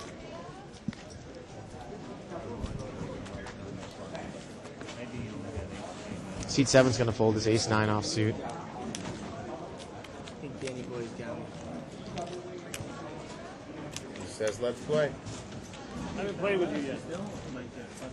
So we're seeing the same hand, and let's see how position is position dictates this hand. Both players have exactly the same hand. Now this guy's going to play from first position very strongly. He was the raiser. There's 2 hearts on the board. He does have the ace of hearts. And he raised out of the big blind, remember. And it's very, very difficult. Same hand, he says. Same hand. But it's very difficult for C1 to make that call. I mean, raising out of the big blind is usually representing a pretty big hand because you're out of position. A king comes on the flop. You only have the jack of hearts in your hand, and someone bets into you. It's just very, very difficult to make that call. He threw him over a $5 chip, 5-1. Not supposed to do that, but that's pretty good aggressive play by seat 5. Yeah. I mean, I wouldn't raise out of the big blind with ace jack off suit, but you change the play up, you know. You gotta be aggressive, be tight in some spots. Yeah, pocket ace is seat number 4. And this is the guy that's been picked off a few times with his bluffs. Yeah. So if I were him in this spot and I've been picked off a few times, why not act strongly again with these aces and hope that someone tries to pick me off? But Well, a lot of times... C2 raised right here. Now it's up to C4, who's on the button. But a lot of times these players will just, you know, try to slow play. But if he's been aggressive, why not? Okay, he's going over the top. He's going to raise it. Not much, but $30 more. Senor. 55 more. And seat 7 has a king 10 suited. Carlos has got a decision. His hand is okay. I can't see him calling $60 the king 10 suited though. And yeah, he's gonna mug. So. All right, so we got 7s against aces. Of course, it's no good. Actually, Sevens hasn't called yet. So. C2 has not called yet. Well, it hasn't stopped you yet. I'd rather you don't. And like I said, I can't see. I think I don't like the call there. I might call just to see the flop. Yeah, but just to see the flop, Denny. But the chances that you hit your set, you're only about 12% to hit your set. So if you're going to say you're going to fold if you don't hit your set, then I wouldn't call. I might go over the top. Well, maybe if you don't think he's got it. He's got 7, still has an overpair here though. So this could be some fireworks here. So now the question is. So he doesn't have enough money to go over the top anyway. Well, he can't bluff him out. If he only has about $80, he might just put all in right here anyways, and that's what he's going to do. He's going to hope that C4 has just got a couple of high cards. Hope he has like ace king or something. Yeah. Again, this is a different game than what we saw last night, Danny, because we're dealing with lots of all-ins and lots of short stacks. Right. Not $10,000 in front of you. He goes, I got an ace. He's got 2 of them. He said I got an ace. Look at all them pairs on the board, too. Aces win. Seat open. Seat open. He's going to finish his food and hit the road. Take care, Captain. Again, this game is kind of a different nature than the $500 min game because you're going to see a lot more pre-flop all-ins. You're going to see people who aren't scared to go all-in because they might only have an additional $80, $85, $90 in front of them. Right. A lot different than, I'm sure Pocket Sevens isn't going to call a $600 re-raise if he's got $5,000 in front of him with that type of board in a huge game. So, you can see some people take some chances in this game.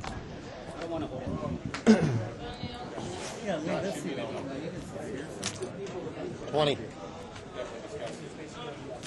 Got Queen Jack in seat 4. Player. Jack 7 offsuit, seat 6. Ace Jack offsuit, seat 9. So Rick brought in the pot for 20. Ace Jack offsuit. And seat 7 is a 3-6 offsuit. Yes. Seat 5 is showing Ace 6 offsuit. Now he got a call from it looked like seat 4 with Queen Jack suited. You got 3 jacks out. Queen Jack offsuit. Tempting, very, very tempting. Queen Jack offsuit. It's going to be Ace Jack versus Queen Jack offsuit. And Carlos in the blind is looking down at 3-6. I can't see how he's going to call this. Again, I'm familiar with Carlos and Albert in seat 6, seat 7, and seat 8. Is he coming back? Flop comes 2-5-9 rags. Right there. Now Rick is first to act. He was the original raiser. Let's see if he takes advantage of the fact that he was the original raiser here and bets right into this. Only has a couple of overcards. He has seat 4 dominated though. That's right. You never put him on a hit. And seat 4 folds. Rick takes the pot down. Thank you, Rick. So even though, Denny, you see these tight, solid players who don't play many hands, it doesn't necessarily mean that they don't know how to play hands. Right. When they're in the pot, Rick is a solid, aggressive player, tight, solid, and that's usually the best way to play poker. If you're going to be in a pot, you don't play many hands, but when you do, you're going to be aggressive with them. How about Walt in seat 3? How do you compare him and Rick? Because Walt's kind of tight himself. I'll pass. You know, I think that would be a good late. I actually haven't played with Walt all that. Have you played with Walt a bit? No, in the I've just 200 watched game? him. He's Yeah. been on the show numerous times. Oh, yeah. I haven't seen him play many hands at all yet, so I can't really put a good tell on him. I mean, the worst type of player is what they call tight, weak, or weak type, where you're not playing many hands, and then when you are playing hands, if you don't hit your hand, you show no strength, and you can be bet out of the pot easily. There's nothing wrong with playing tight as long as when you play well. No, he's here. And that's what Rick does here in seat 9. What's the rule? You got to do it now, though. You can't walk away. He asked before. I didn't see the player come. Anybody sitting down? Now, those 3 hands, I kind of like seat 1. Well, seat 1's got 4 overcards, though, so he wasn't a favorite. And you're saying seat 1's hand. I thought you meant seat 9's hand, excuse me. He did flop 2 pair, yeah. He's going to bet him. And I like that bet because look at the draws that are out there. Right. Clubs, straights. You want to play, you're going to have to pay. You got it. You have a choice. You can go to 200 or you can bring all the chips in. Can I bring all the chips in? Yeah. And I wonder if a guy like seat 6 would have called that bet if he had ace-8 offsuit with that board. You know? Yeah. Whatever you want. Hey, I want to remind you, you're watching Live at the Bike. We're at the Bicycle Casino, about 15 minutes southeast of Los Angeles in Bell Gardens, on the 710 freeway of Florence Avenue. And we invite you to come down here and play some live action poker tonight. It's a holiday weekend, President's Day coming up. We got plenty of poker action here. What he's thinking is when he hits for We have games as low as a $1 and $2 limit, all the way up. You're watching a live cash game, no limit hold'em, $200 buy-in. Translation, no cojones. Got a new player in seat number 2. His name is Derek. I've been there. Derek in seat 2. There he is. Maybe I should have kept my chips. Oh, wait a minute. I'm sorry, Derek's in 6. Oh, so we lost the other guy in seat 6. No, he moved to seat six 2. moved to seat Okay, 2, so he's still in the game. That's good for the We game. still have our action player. All right. And look, Derek picks up pocket queens in seat 6. Welcome to the game, Derek. Welcome to the game. He's not going to get any action on it because nobody else had anything. But we're going to have a dealer change here. Thank you, player. Thanks for nothing. Maybe they'll get that on TV. I'll look like a genius. Yes, and I get it. Yeah. Still funding. Do you have any idea? It wasn't a shot. Which one? 5 or 6? 6. Look at that seat 5. He's got 2, 4, 6, 8, 10, $1,100 in front of him. What a win, huh? That's a pretty good win for this game. And we saw that he made a great call against seat 4. You know, possibly picking up that tell that he was acting way too strong, and when that ace hit on the turn in that hand, didn't really hesitate at all and put him on a bluff and made the call, and it was the correct call to make. Folks, we enjoy getting email from you with your comments, suggestions. You can email us. The address is live@thebike.com.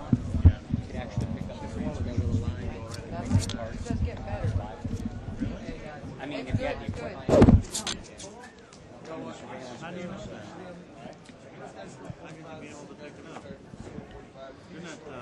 Yeah, I'm here. All right, we got an ace-deuce suited in seat number 1, Jack 10 offsuit in seat 2, I'm seeing. Then we're going to jump all the way to seat 6. It's showing a queen 4 of hearts.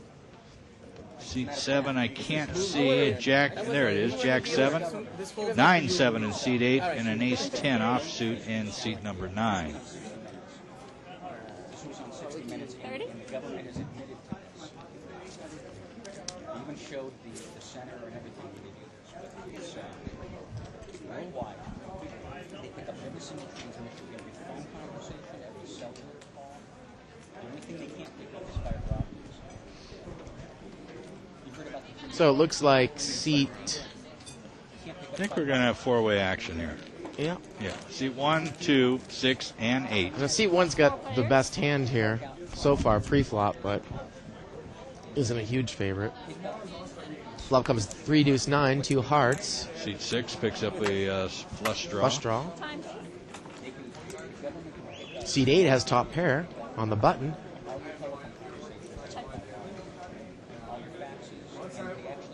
And Denny, do you remember if was the pot raised before the flop here? I don't recall. Don't recall. I think it was a small raise. It was. By looking at the chips in the pot there. And look at that. Look at Albert. He's betting right out on his 9. He's got the top pair. Doesn't have a great kicker, but figures that he has the best hand right here. And if someone's on a flush draw, he's going to make him pay. That's right. And that's going to be seat number 6. And if it was checked around to me, I think I might make a similar bet like this too. The only problem, though, is that Albert has a lot of chips in front of him. And look at this. He's going to call with the flush draw, seat 6. Even if seat 6 makes his flush, he's got to worry if Albert has an ace or king of hearts. Unless they should produce themselves on the board here.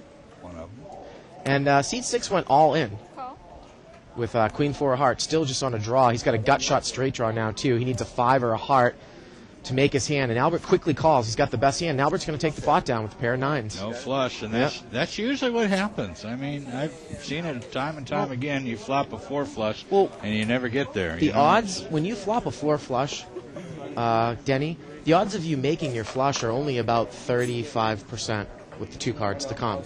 And if you don't hit it on the turn, your odds go down to about 9 outs out of about 45 remaining cards, only about 20%. So you go 35% with 2 cards left, and then 1 card left, 20%. So you don't want to put all your chips in on a draw, especially if it's not the nut draw. Right. And there's other people in the pot, because you could still lose if you make your hand. What they do is I make a mistake. I should have pushed in front. That's what I say. You got an ace. You call.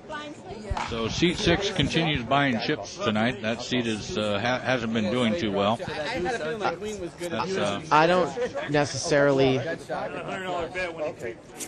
don't necessarily like that call on the draw.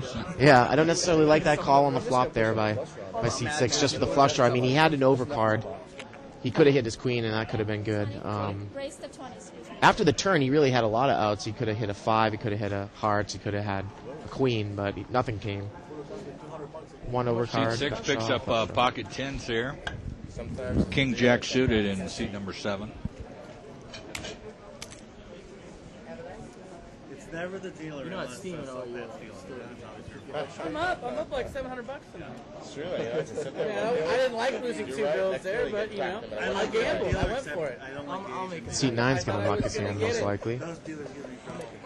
Look at that, some tight play by Carlos in seat 7. Raise was $20, and he mucked King Jack suited. Put yourself in that position. I don't necessarily know if I would have. I think I might have flat called that hand if I had position on the razor here. Pocket 10s was a slight favorite over King Jack suited, but only about maybe 53, 54%. I wasn't going to call, but they both called. I'm like, all right, I'll go for it. Well, on the turn, you have 50. Well, once I called the flop, I'm in.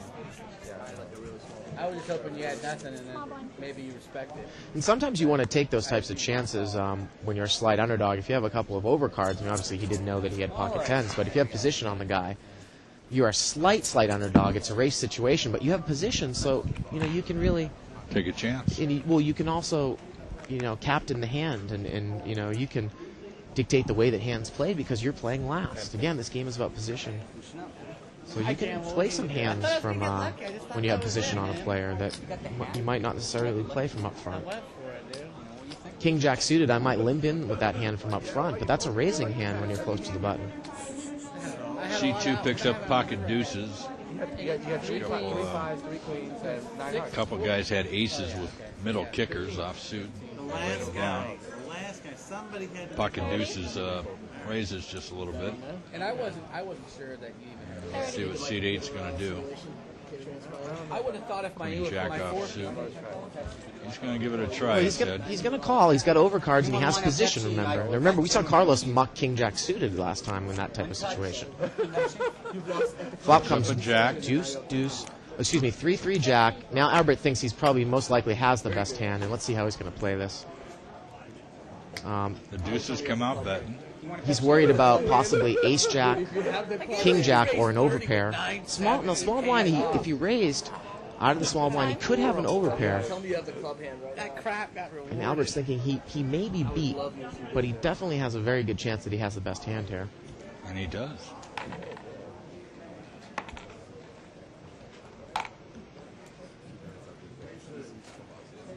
You can't think that the guy has a 3. I wouldn't be worried about that if he came raising pre-flop out of the blind. Well, and he lays it down. He lays it down. I don't know if I could have got away from that. I don't know if I would have played it in that manner, Denny, because... Oh, don't show it.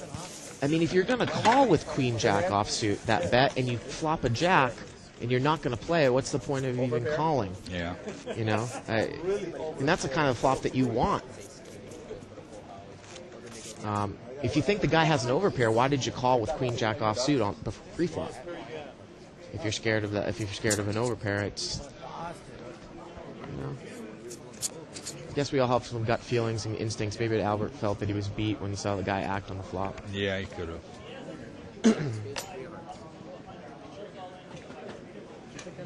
Let's see, pocket 9, seat 6.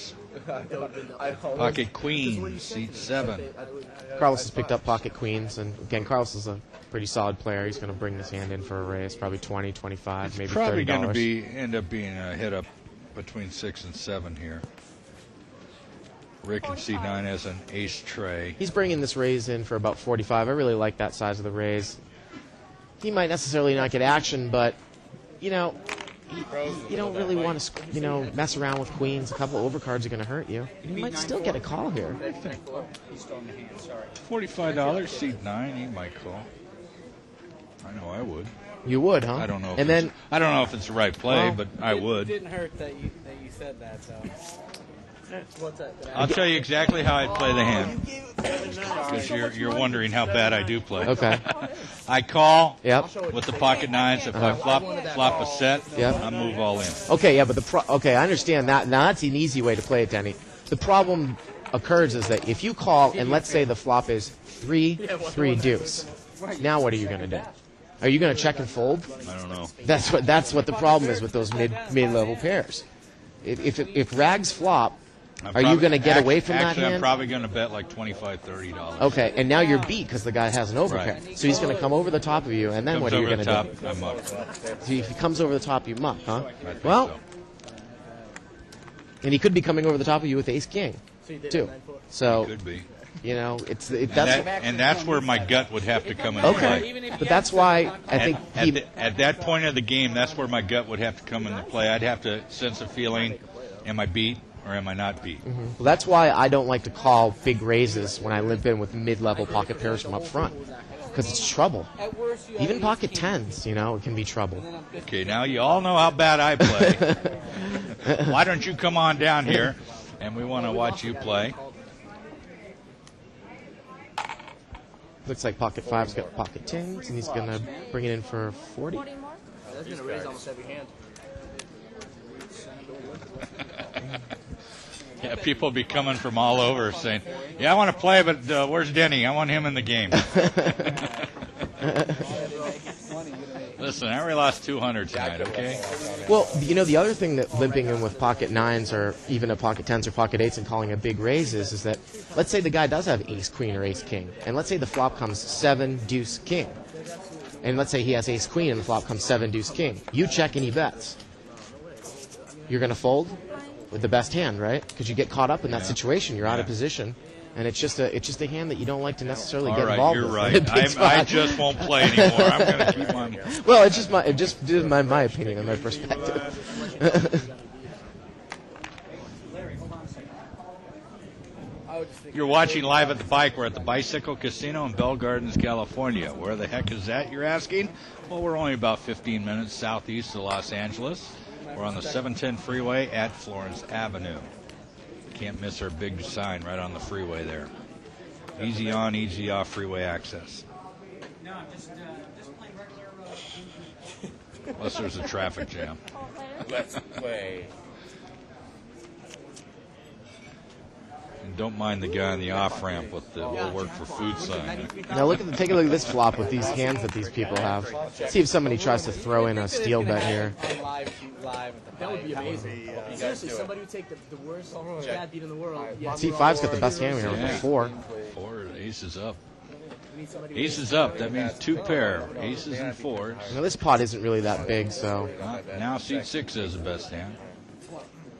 Yep. Throws a $20 bill out there. Well, actually, seat 6 and seat 2 would chop this pot here.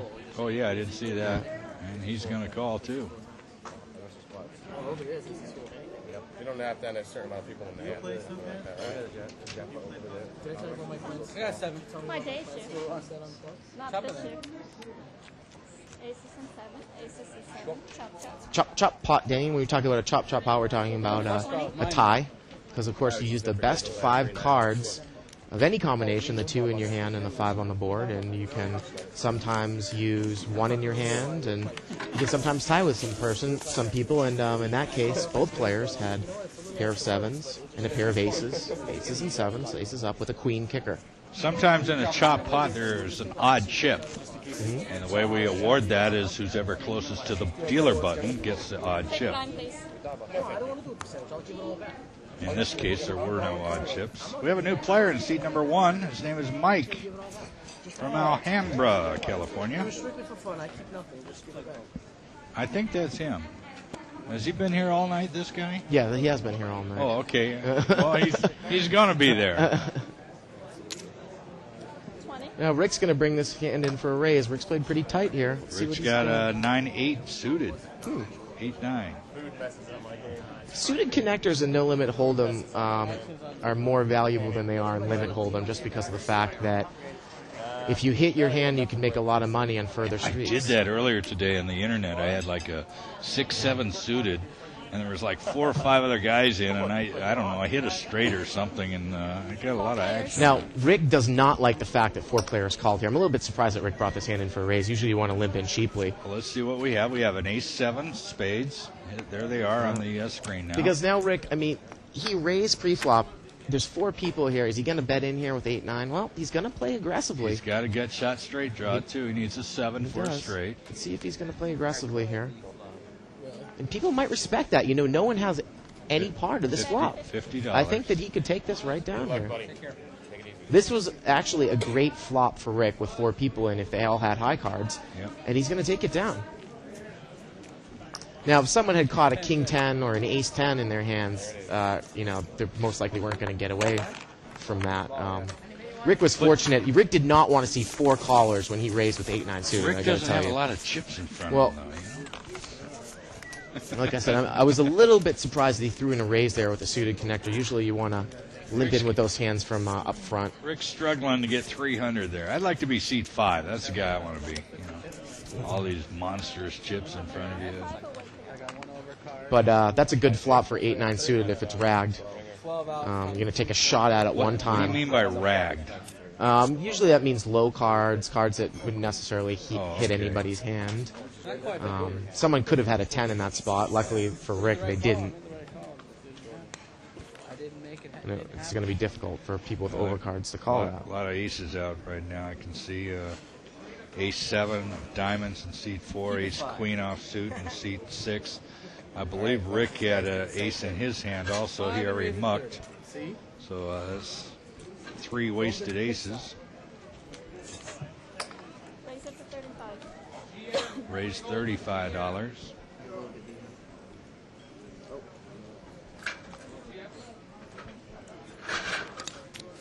He does not play nice. That's why you can't have good things. It's going to be a walk here, I think. Oh, let's see, seat 5. He didn't have his cards over the camera.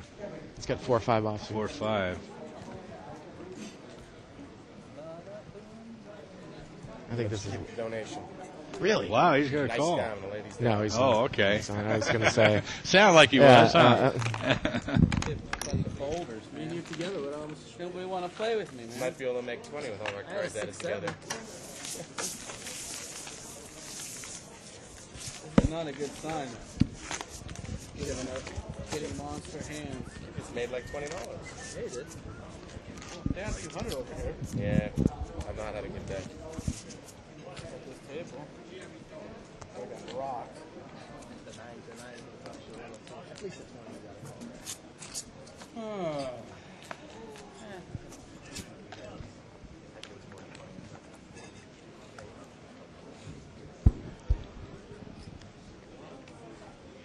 All right, let's see what's going to happen here. 3 folds, 4 limps in. Don't donate you guys anymore.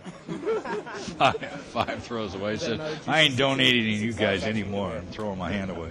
Well, 6 is going to be there. He's got an ace jack. When you limp in like with a hand like 5-4 offsuit like you did last hand, if anybody raises, you're out. So that's what he's talking about donating. $25 now. Seat 6 puts in. And C6 has ace jack. 8-9 suited. Seat 7. He's thinking about it. Again, suited connectors in this 6 players. in this game. 6-way action. Auto check. Auto check. I guess they all limped in. I thought he had raised, but he must have thrown dollar chips out there. Seat 2 has got the gut shot straight draw. Before comes, he's got the nut hand 2, 3, 4, 5, 6, 7. And he's going to bet right into it. Gut shot straight draw. Boy, if that happens, seat 2 will have a 7-high straight, seat 6 will have the wheel, and seat 8 will have a 6-high straight. We'd see some action there. Come on, 4. Sound like I'm at a horse race. And he's going to call. Seat 6 is going to call with the ace jack with the overcards and the gut shot. 8 threw his hand away, so we got head-up action here. Ace jack versus 6-7. There it is. Now, you got to think that seat 6 is going to be a good enough player to possibly know that he's beat here. Although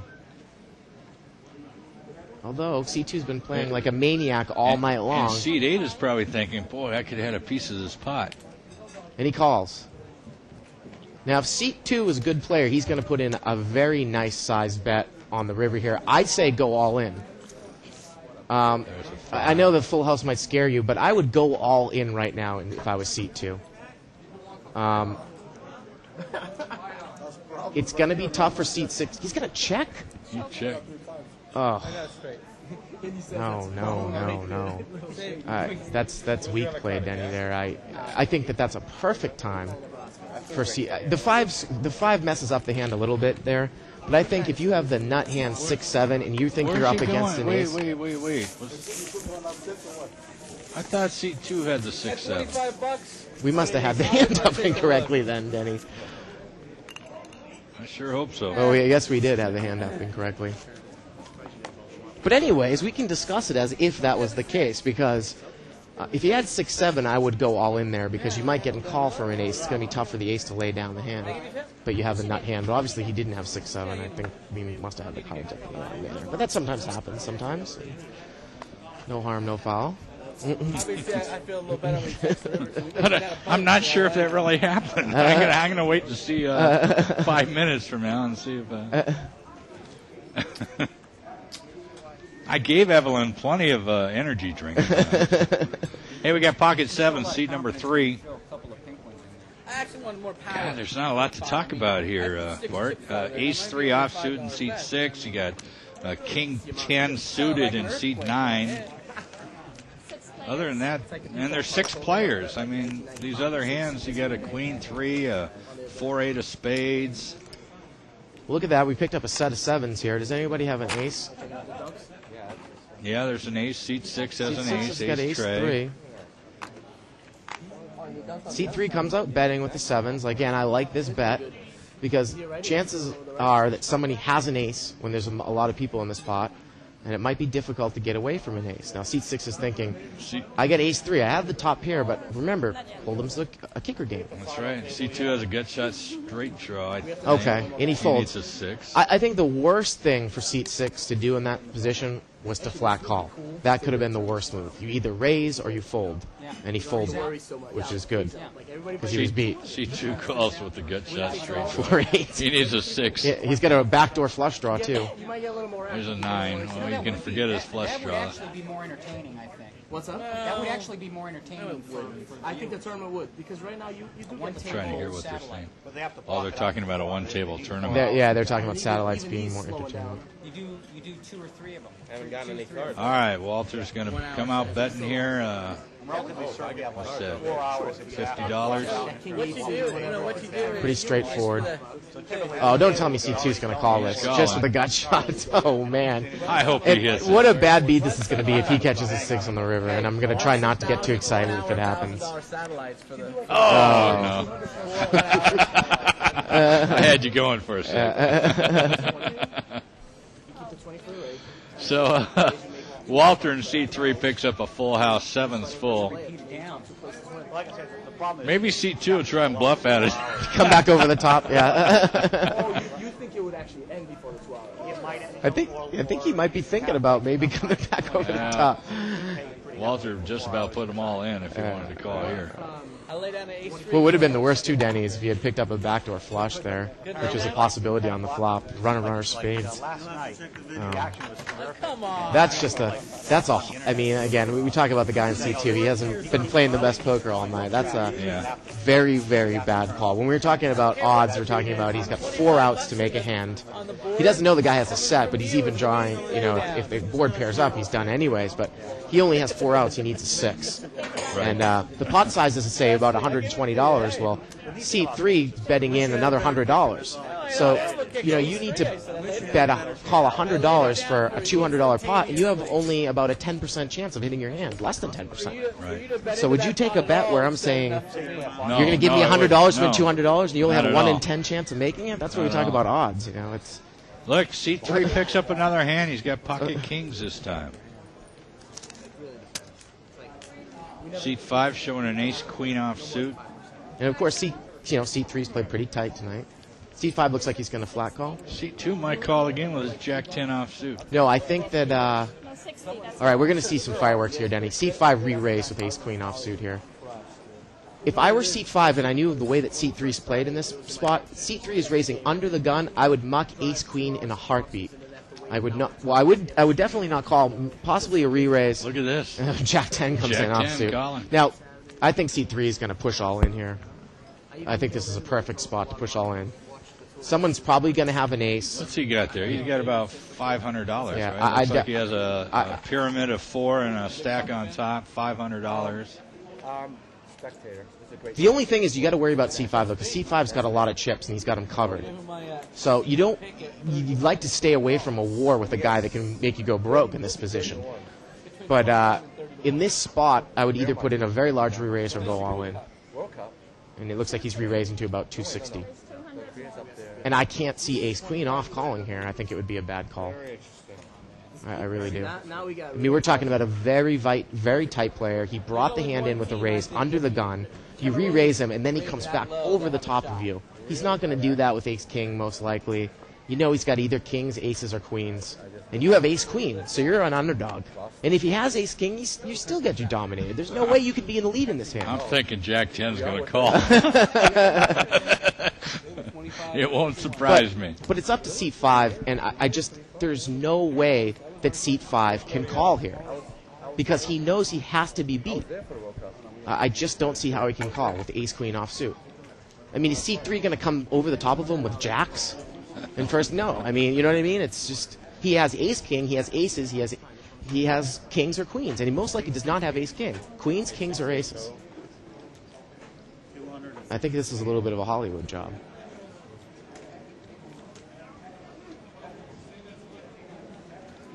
Under the gun raiser, remember, very strong, and then a re-raise.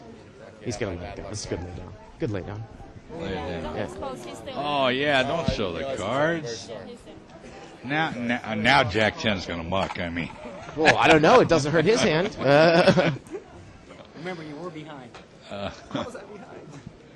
Pocket 9s against queen. Of course he's going to call. All right, Jack-10 offsuit. there you go. Okay, so pocket kings, we're looking at about an 89 to 90% favorite. He's got an overpair. C2's my hero. Jack-10, his best chances of making a hand are 2 pair. Look at that. There's a jack. He's got to catch a jack or a 10 now. Another one now. There's a queen. Here it comes. No. Like I said, kings were. I think it's about a 92% favorite there in that hand.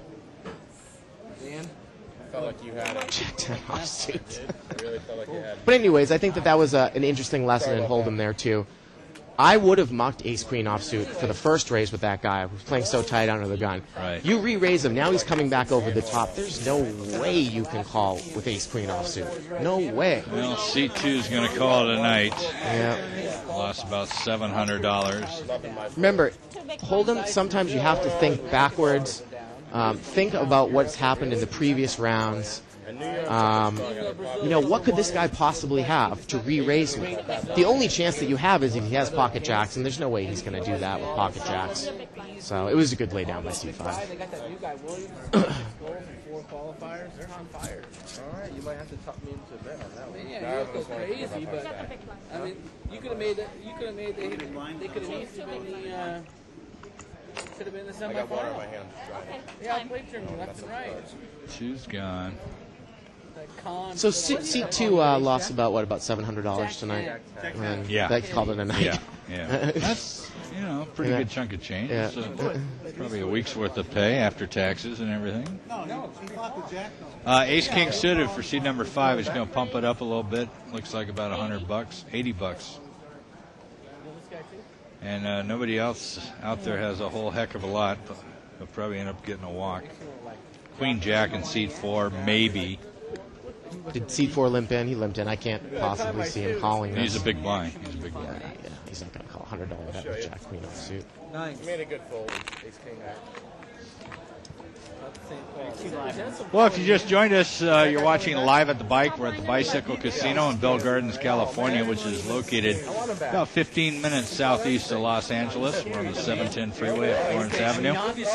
We're open 24 hours a day, 7 days a week. Come on down and play some live action poker if you're not doing anything this Saturday night.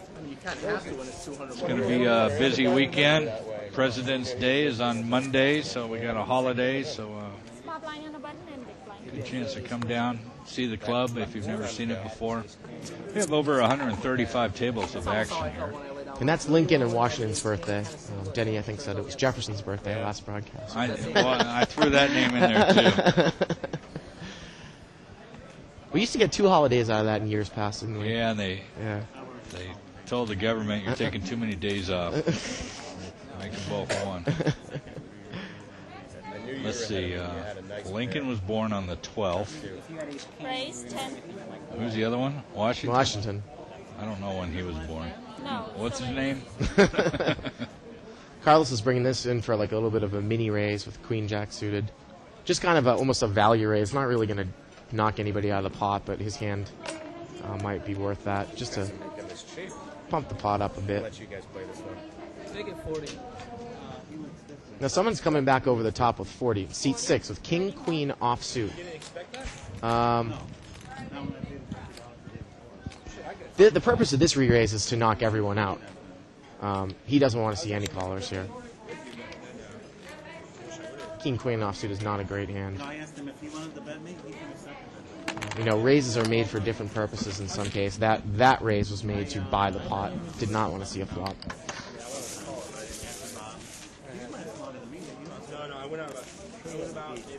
I had a normal raising hand that was under the gun, and his hand was a little crazy. Now, Denny, we can see the gentleman right there reading Card Player magazine in seat 1. If you take a look in the back of the magazine, you see an advertisement for Live at the Bike. That's right. The back of Card Player magazine. There is a Live at the Bike Imagine a match of good raising. Advertisement.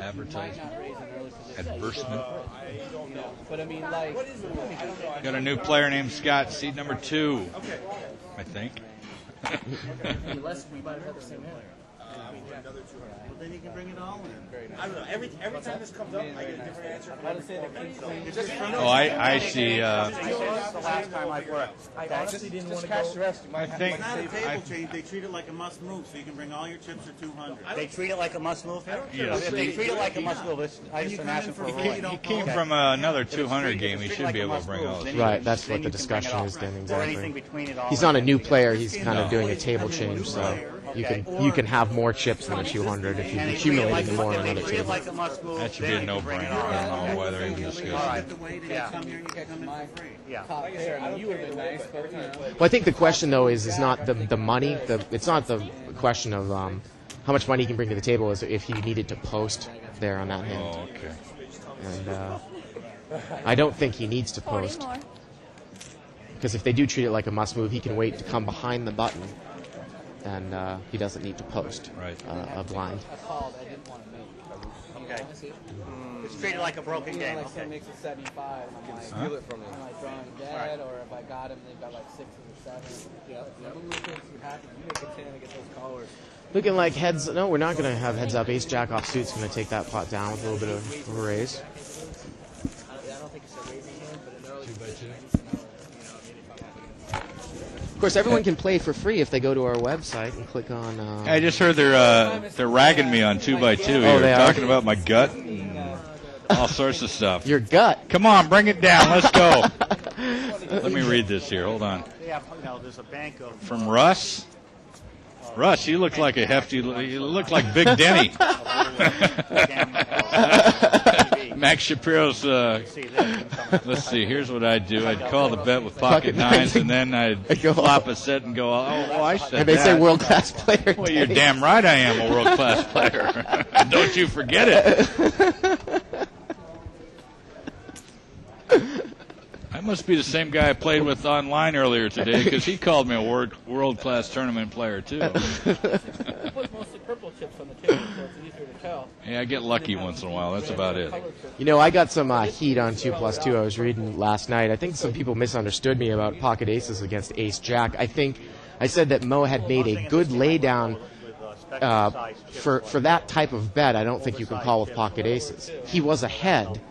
Didn't necessarily, if he had seen ace jack, was going to lay pocket aces down, which is I think what people interpreted. I'd said I would have laid that hand down if I was in his situation as well for that type of bet, because it has to do with chip stack and the amount of money that was bet on that type of flop. Hey, I do want to thank the viewers who are also chatting on 2+2 and RGP. Hey, I welcome your comments. I don't care if you want to and I try to read dog me or not. It doesn't matter, but it's all in fun. I welcome constructive criticism too, and I try to read those comments every night after the broadcast.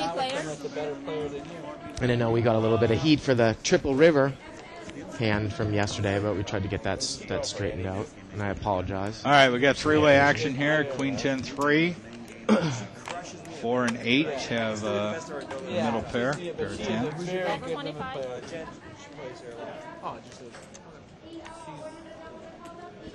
Very good limit player.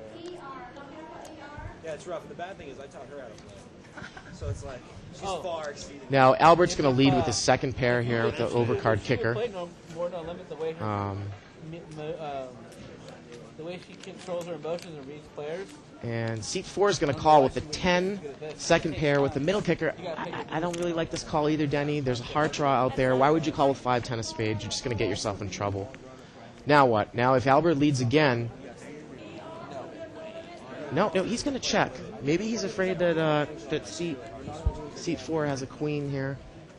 And seat 4 is going to take advantage of his position and bet. And now Albert's got a tough decision to make here. If he had a queen, why wouldn't seat 4 call? And look at the advertisement at the bottom of the screen there for Live at the Bike. Hey, seat 1. Hey, turn that page back. And Albert calls. And a king comes on the river, which is a scare card for Albert. He's going to check it down, and Albert's going to take this hand. Great read by Albert for calling that turn bet. That was a very interesting hand there. I don't like the call on the flop, but if it's checked to you on the turn, you got to make a stab at it if you're going to call with 5-10. Right. And Albert made a call, and ended up winning the pot. If I was seat 6 in that situation and a king came and it was checked to me again, I think I might bet again with another overcard, thinking that Albert maybe had bet the 10, and that second overcard is going to scare him even more. Because you're not going to win the hand by checking it down, that's for sure. Right. I'd like to remind everybody we have a major tournament coming up March 3rd through the 28th. It's our 16th annual Winning of the Green. These will be buy-ins from $100 all the way up to a $2,500 championship. We have a 50,000 added best all-around points playoff at the end.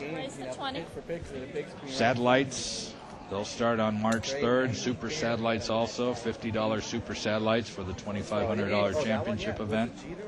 So make plans to spend March at the Bicycle Casino. Where's he now? Where'd he go? Want to come down February 2? That's fine also. I'll probably put sooner, but he'll play. Got April, May, June. Ace 9 offsuit in seat 4, 4-5 suited in seat number 6, and 9-10 of diamonds in now, seat number 8. Seat 4 and seat 8 both have 9s. Seat 8 has the best hand, but he quickly folds. He had bottom pair with a straight draw, and seat 4 just had a straight draw with a 9 and an overcard. Again, seat 7 and seat 8 I'm very familiar with. Albert and Carlos, very tight players.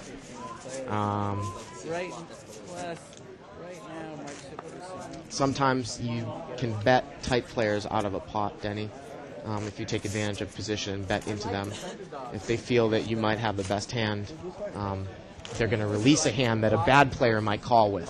So sometimes you can make moves on tight players, and sometimes you make moves on good players, and if you try to make a move on a bad player, you sometimes get caught because they don't even know the value of their hand, and they might call you with a bad hand, and you might have been bluffing. So you don't really necessarily want to bluff a bad player. Yeah.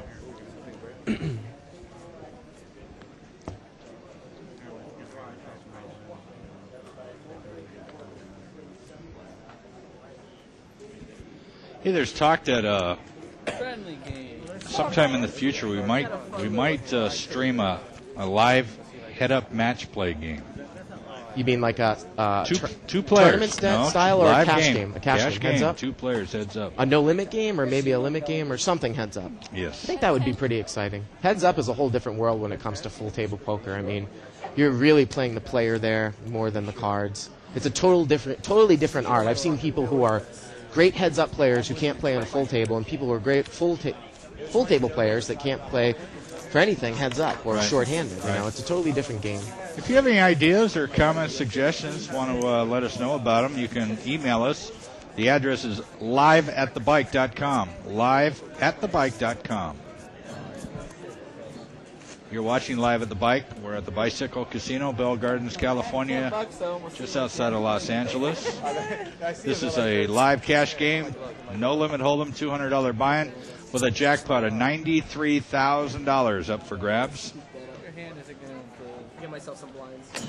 The way you hit the jackpot, aces full of 10s or better, beaten by 4 of a kind or better. If that's you, the losing hand will get half the jackpot, 50%, 25% to the winning hand, and all the players that were dealt in that hand will share the other 25%. And what's that no-limit jackpot up to? 93,000, I think, or 94 maybe now. Whew. Come down and play a little bit of a $100 max buy-in, no-limit hold'em, and go out about $50,000 richer, right? All right, we got three-way action. C2 flops 2 pair. 2 pairs. 4. Up and down. Top and bottom pair. Let's see. He's in the blind. Okay, he was the big blind, so I'll give him a break on that one. Break on playing King 4 offsuit. And he's going to bet right into it. He's a new player, remember. And Carlos has got ace-queen. He's got a couple of overcards and a gut shot straight draw. But he really makes the right lay down there because the pot isn't that big, and the pot was only about, I think there were a couple limpers. Pot might have been $15 or $20. Right. You don't call a $15 bet into that pot with ace-queen. You either fold or raise. That's what a lot of amateur players don't realize is that flat calling really isn't going to get you anywhere in this game. If you want to take that pot down, if you want to gamble it up and take a chance, maybe get a free card you raise with the overcards and a gut shot. Right. He didn't know that he was behind with 2 pairs. Thought maybe he had a king and a weak kicker, but he actually only had 1 over. It was ace-queen, so that even more of a reason to fold there. I think it was a good lay down by Carlos. But if you see a lot of weak players flat calling, and it's just not a great play unless you're planning on trapping someone. Now, seat 9 just said, I'll come in, I'll buy the button. Can you explain that to the new players? When you're in this position, which is normally what the small blind position is, when you are 1 to the left of the button, and you have missed your big blind. Rick was up, maybe going to the bathroom, get a drink of water or something. You can come in this position, exactly this position, one to the left of the button, and buy what's called buy the button. And you post the small and the big blind, and the small blind that you post is dead money in the pot. It's called posting. It's money that's in the pot. And the next hand, you actually have the position of the button. Now, for some people that were to have left the table and missed their blind, if they come in any other position, they have to call what's called posting dead. They have to post the big blind, and they have to post the small blind dead in the middle. So it's the same situation, but you get your button. I don't see the blinds out there at all, though. No, there are no blinds when you buy the button, Denny. Okay. Yeah. So he's taking care of both Exactly. When you buy the button, there are no small and big blinds. You are buying the button. So you have a big blind, and your small blind is dead in the middle. So next hand, he'll be the button, and seat button. 1 will be the small blind. Exactly. Seat 2 will be, okay. Exactly. Thank you very much for the clarification there. And a lot of people get confused. For the 2 plus 2 guys, I actually knew that. We're trying to explain it to the newbies. They told me I could have brought all my chips if I wanted to. Well, And it actually varies from state to state, because I think that some card rooms in some states don't allow that type of button buying as well. But that's how it works here, specifically in California. Well, that's all I brought. Nice hat. I did. We started this. Remind me of Gilligan's Island. About 5 o'clock. Yeah. The 5 seed and you. You're the only two.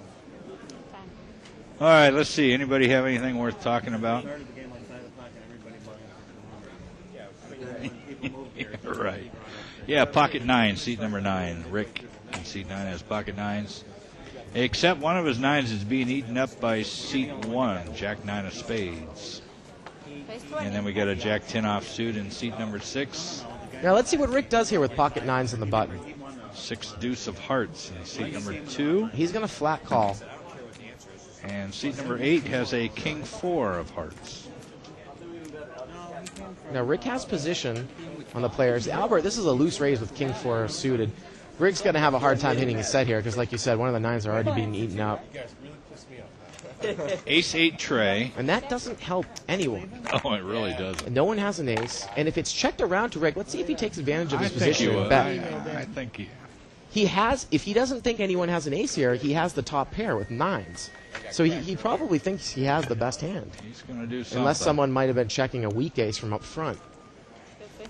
$50. Again, we talk about Rick being a solid player. Just because he doesn't play many hands doesn't mean that he's a weak player. When he plays hands, he plays them strongly. He's the best style of poker, which is tight, aggressive, solid aggressive. And we've seen him win a few pops. Sounds like you're talking about a mutual fund. Well, looks like seat 5's calling it a night. I can't say I blame him. Buying for $200, cash out for $1,100, $900 net profit. It's a good night. Big blind. Over the blinds. It depends who comes. Sometimes we do it $57, sometimes $1. Hey, for you blackjack players out there, we do have blackjack available at the Bicycle Casino from as low as a $2 bet on up. And I believe they have a jackpot you can win in blackjack. So come on down. Let's play some blackjack. Omaha, I tell you, especially pot limit high. That's my specialty online. It's so easy to beat. It's easier to beat than no limit. Albert's going to bring this hand in for a raise. Looks like he's got pocket 9s. It's amazing how bad, hand selection pre-flop is what, pot limit Omaha or any Omaha game is all about. But you just sit there and you wait. Thank you. And you take these And someone's talking about Omaha on the table, my favorite game, and hand selection in that game with 4 cards. It's my favorite game. Yeah. What's the worst starting four to go with? That's what I was listening. In general, it depends. If it's shorthanded, I'll loosen up a lot. But I just like any 4 connected cards. Oh yeah. I mean, it just comes down to that. I mean, you play high low. No, I don't play high low. Just high. But I guarantee you, if you have you know, if you're halfway decent, no limit, a disciplined no limit player, spend about an hour reading strategy online. You're going to see a limp with the ace deuce of clubs from seat 6. Rick's going to fold his hand. Hey, good luck, guys. That's all you need. Hey, thanks for playing. Later, buddy. A couple of limpers here. Let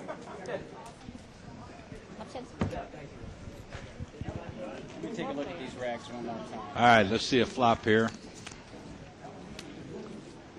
10-6 deuce, 2 clubs. Yeah. Seat 6 picks up a net flush draw 20. and comes out betting it $20. Nobody's going to call him. Legitimate bet. Here with 4 clubs. Hey, if you're interested in playing some small tournaments, we have them just about every day. They're called Nooners and Nooner Nights. Our Nooners start at 12:15 Monday through Friday. I don't mind if the 10 calls. For the most part, $10 buy-ins. We have a couple that are $20 and one $50 buy-in. And then the Nooner Nights, they start at 7 o'clock Sunday through Friday night. And we have the same buy-ins there, too. So check out our website for the schedule. Or you can call the Welcome Center here at the Bicycle Casino. That number is 562-806-4646. And that Wednesday night tournament with the $50 buy-in and 1 optional rebuy gets pretty big, doesn't it? Yeah. We had a huge tournament last night. We had a Headhunter, which is a bounty, no limit hold'em, and we had 201 players last night. What's the buy-in for that? That's 35? Yes. 35? Yes. Pocket aces in seat number 2. Yeah, it's going to slow down your game, dude. I wouldn't get into that. You got pocket aces. You guys do that at John's. It's going to get some action from the small blind with seat 4 with ace 3 out. Ace 3. Pocket aces, again, is going to be about a 91, 92% favorite against ace 3. The only hope that ace 3 has is making a wheel straight here on the low end. And he picked up a 3. A pair of 3s, but again, a good player is going to be able to get away from this hand. You got a backdoor flush draw. Look at this. He's going to call with ace 3 with the ace of clubs. Maybe he's taking account the flush draw. Now he's got a gut. No, he doesn't have a gut shot. 5 of diamond. So I can't understand that call. I don't like the call. I don't like the call on the flop, Denny. No, he lays it down. What are you trying to do? I mean, maybe some of these guys are calling to maybe try to scare the guy who raised beforehand that they have a part of the flop. Yeah. And then hope that it's checked around on 4th Street. But when you have a flop of King 10, I mean, the raiser's liable to have some part of that. I know he plays a lot online. He plays with Fox. And if he doesn't have some part of it, if he has pocket 8s or pocket 9s and he checks behind on 4th Street, if you make a bet into him on the river, it's going to smell funny and he might make a call anyway. So I don't like the call on the flop with ace 3. My boy. We are live at the bike. This is a live action, no limit hold'em game, $200 buy-in. You're more than welcome to come down, put your name on the board, and get in this game. We'll be broadcasting live till 10 o'clock tonight. You're going to send the Asian off after that. Nobody has much of anything here. 4 players. We got 4 players, though. We got a Jack 5, an Ace 5, a Jack 8, and a 6-8. All off suit. I'm sorry, the Jack 8's picked up a flush draw here. Seat 7. 6 picks up top pair. Going to get checked around. Now, that 7 doesn't help anyone. Seat 8 has the best hand here. But seat 6 is going to bet in. Pretty much a call. He has the top pair with the ace. He's got the best hand. Carlos is going to call him with the flush draw.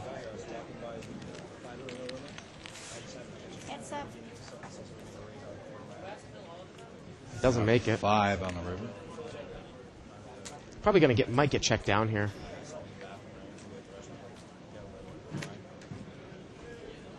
Oh, actually, he's made aces and 5s. He's not going to get checked down. He made 2 pair on the river here. But he's a new player, so the other guys don't really know how he's playing yet. Well, so. there's no way Carlos can call this. No, he can't. But if the river was some other card, seat 6 might have checked that down. Again, we talk about equity betting on the river, and we talk about when you bet if you're going to be called, the chances of you winning. Because if you put a bet in, the losing, if someone's on a busted flush draw like that, he's just going to fold. But if somebody calls you, they have something. If you think the guy has a queen, you might want to put a bet in because you think if he's going to call you with a queen, you have the best hand. But sometimes, you don't want to necessarily bet on the river because the only chance of someone calling you is if they have you beaten, and you don't want to let that happen. Right. So. Maybe had my ace out kicked and then I hit a 5 on the piece. Myself, I had me on the pair. Pair on the turn, 6-7. But, you missed a big bet on the turn. Waiting for the players to get their cards, put them in the window for the camera. Seat 1 picks up an ace-queen off suit. Seat 2 has 8-3 of diamonds. King 6 of spades, seat 3. Queen 4 of diamonds, seat 4. 5 is I can't see. He doesn't have any cards, that's why I couldn't see him. King 5 on the button for seat 6. Seat 7 has 3-5 off suit. Seat 8, 8 deuce off suit. And seat 9 has no cards. Again, we see an early position player. We got 6. 99% I'm going to fold. Early position player limping in with ace queen off suit. 6-way action. Seat 2 folded. Trying to figure out who's got the best hand here. I don't see a Jack, jack. deuce. I don't see a jack here. And let's give. Maybe I should bet. There's a 10. I think that pair of deuces is the best hand here. Yeah, Am I right? So far. Yeah. Seat 8. I'll check the worst hand. I can bet. Mine's worse than yours. Seat 6 is going to bet with absolutely nothing. See if he can steal this pot. Weakness. Position bet. Yeah, position bet. There's weakness all around. It's been checked twice on the flop and on the turn. And everybody's talking about how bad their hand is, so why not take a stab at it? And it works. It works. I don't think that Rick was in that hand with 2-4 suited. He normally wouldn't have played that. I think he folded pre-flop. I had a king.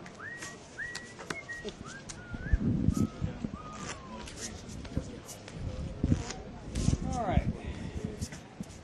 Time to get left.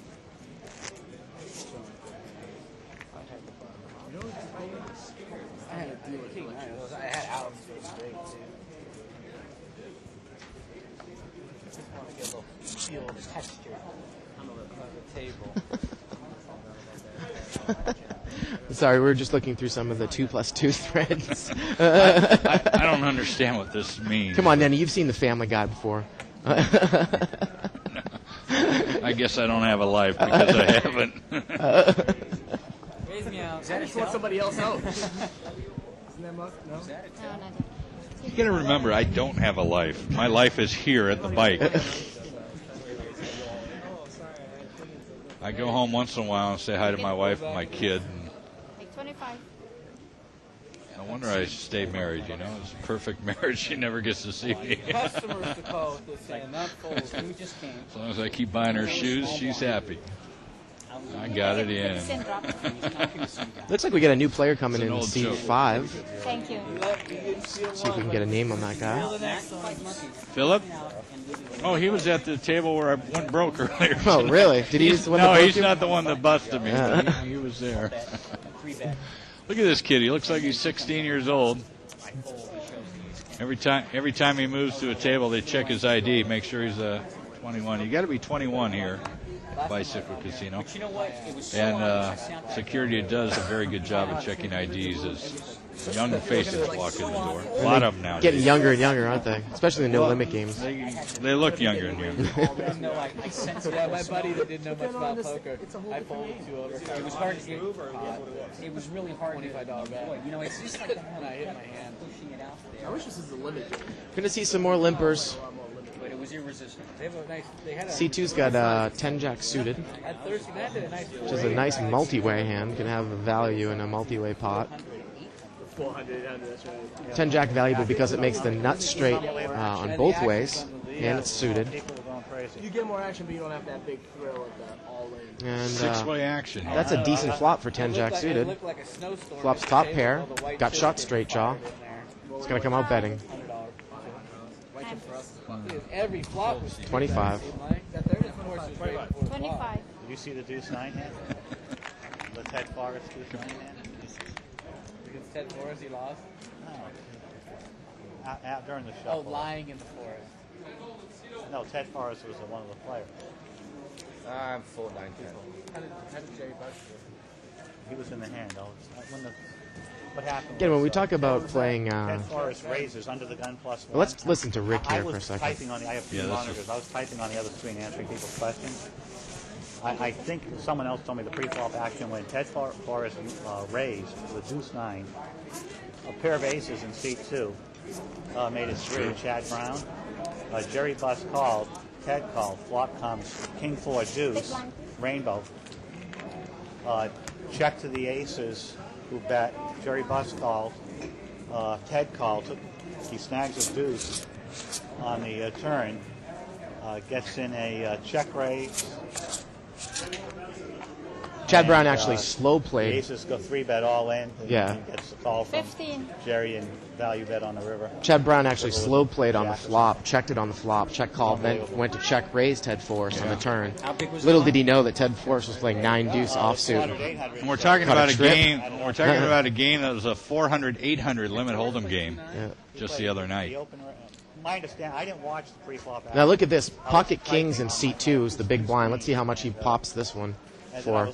Seat 4 opened the pot with a raise with 6-7 suited. If he doesn't pop it too much, you might get a call out of seat 7, maybe even seat 4. Well, But you know what it though? I looks mean, like, you get 4-way action with $15, so there's $60 in the pot right there. I'm not unhappy to win $60 if there's 4-way people. I don't want to see 4 people on the flop with pocket kings. No way. I might want to buy this pot right here. I'm happy winning the $60. I think Carlos gets rid of this hand too. Like I said, I know Carlos. He's a solid player. Ace-Jack offsuit is not a great hand, and to get raised out of the blind that much is representing a pretty big hand unless he thinks that the guy's trying to buy the pot here. He does have position, though. Again, though, you can get really, really caught up with ace-jack suited, though.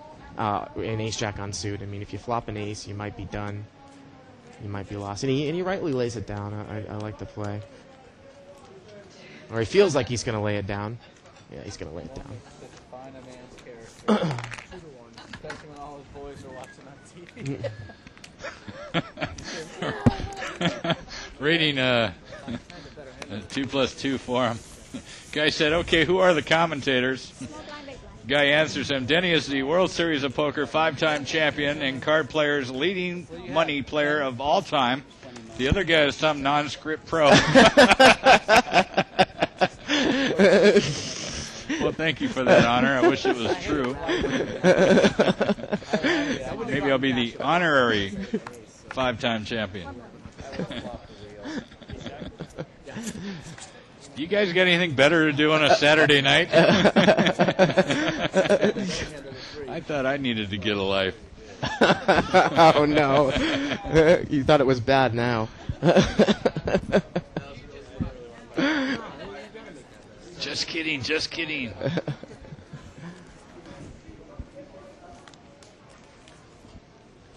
Any of you guys want to come down at 10 o'clock? We'll get a game going.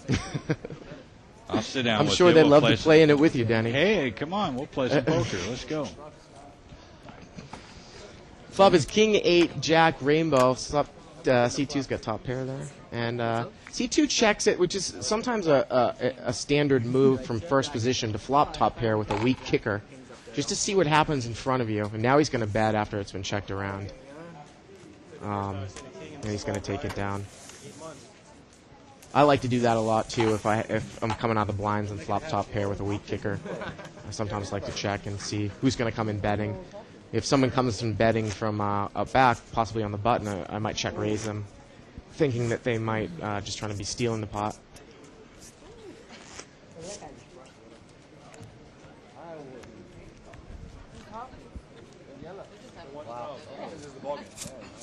I'm being picked on here.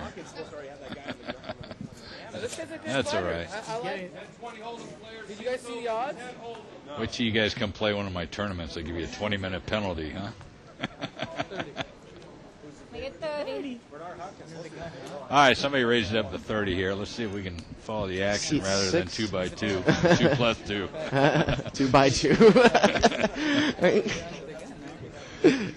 an unusual style, I guess. Seat 6 bumped it up with ace king suited, big slick. Late now. I mean, do what you got to do. Pocket 7, seat number 8, he calls. And seat 5, what's he got? Ace 6 of diamonds. I don't think he's called yet, has he? He's thinking about it. Nah, he's gonna muck. He's gonna muck it. So we got we're gonna have a head-up action here, seat 6 and 8. Okay, this is the position we were talking about with nines, Denny. Nines against 2 big overs. I see an ace. Well, okay. So, ace king has flopped his. He's flopped ace king. I mean, he's flopped his top pair. Excuse me. And Albert's got pocket 7s. And Albert's gonna call. You see, you get kind of caught up with this hand because the guy could have king queen. He might not have an ace. Let's see what happens here. This is why I don't like to call raises with middle pairs after I limp in with them. And you want to tear off the turn and see if you get your trip. Well, now not he'll probably bet. necessarily, And Denny. he'll throw the ace of Well, bet. I don't like I'm to. just telling you, I see. That's how I see amateurs play. Okay, I don't like to tear off a turn card trying to make my set. I'm going to try to see if he's going to bet strong into me if I'm going to take another card. Remember, if you're trying to make your set on the turn, you're drawing to 2 outs if you think you're already beat. All right, what do you guys at 2 plus 2 think? Huh? What would you do here? And now the question, Albert, is does he think he has the best hand here? You know, see, he's now put the guy on a stone cold bluff if he doesn't think he's got an ace. I mean, he's got 7s. He doesn't even have second. He can't even beat second pair. I don't think he's going to call. I don't even like to call on the flop, honestly. I don't know what he's waiting for. I would have mucked it a long time. Again, if you don't think the guy has an ace, I think I'd pop it with 7s if you think he's bluffing and then see what happens. But, you know, if you flat call on the flop like that, maybe you see if he checks to you. But even if he checks to you and he has the 9, he still's got you beat. If he checks to you on the turn, what are you going to do? Are you going to put a bet in with 7s with a 3-3 ace-9 board? It's just, like I said, if you limp in with those middle pairs and then you call a raise, it can be trouble sometimes. They're talking about Rick in seat number 9, how he looks cool and flick. One guy says he kind of has that devilfish look to him. The hair, the glasses, etc. What's the 500? Yeah, exactly. I'm hoping he's on ace. You're watching live at the bike. We're at the Bicycle Casino in Bell Gardens, California, just 15 minutes southeast of Los Angeles. This is a live action game, no limit hold'em, $200 buy-in. There's a jackpot, $93,000 jackpot. All you got to do is get aces full of 10s or better, beaten by 4 of a kind or better. Piece of cake, right? Oh, that's such a piece of cake. I played in a game today where it almost got hit. Guy had pocket aces, other guy had pocket 10s, made 4 10s. All we needed is 1 ace on the board. Again, though, that guy with the ace would have to have the other card in his hand beat the board card, too, for it to No, play. he had pocket aces. Oh, he had pocket He aces. needed 1 ace on the board. Oh, for 4 aces, okay. No, for aces full of 10s. 20. 2 10s on the board, 2 10s in the guy's hand, 2 aces in the other hand. I got you now. All right, let's move on. I got you now. Usually I'm always thinking a jackpot is normally hit when a flop comes ace, ace, ace. Somebody has the 4th ace in their hand and someone has a pocket pair of 10 or above in their hand, making 4 aces, beating aces full of 10 or better. Yeah. Can't put you on a 3. If you are, you're getting all my chips anyway, so nothing I can do about it. Short stack, so I've seen enough. Big blind, please. Yeah, heads up, it gets pretty hairy. You like a camp shot So much rely on your hand selection. Give big blind. Same way. But I guess that's Hey, besides poker action here at the bike, we have other amenities. You can get tableside food service. We got a complete menu, so you can get a complete meal, eat it while you're playing poker. We have a massage service that's available at the table. Get a massage, cocktail service, of course. We have a barber shop on property and 3 restaurants. So there's something to do here. Video game room. It hit the little metal right here. And those massages, I've been getting them more and more, usually about 2 or 3 times a week when I'm at the table. They're nice. When you're in a 12-hour session, man, it definitely can relax you. Look at this. We got Pocket Cowboys in seat 6. Oh, we're going to see some action here, I think. Ace-Jack suited in seat 7. Ace-10 offsuit in seat 2. A lot of times, Now, I don't know if seat 6 was... Seat 6 on the... Seat 6... Now, seat 6 is in the small blind. So, again, we see these big hands coming up on the blinds. And Carlos, in seat 7, he folded ace-jack offsuit the last time this happened, when somebody raised him with kings. And let's see if he plays consistently, he does it again. This time it's even worse because he's out of position with people to act behind him. So I got to think he's going to muck this too if he mucked it in the last time, when he had position on the guy with the pocket kings from the blind. But he's getting very, very frustrated.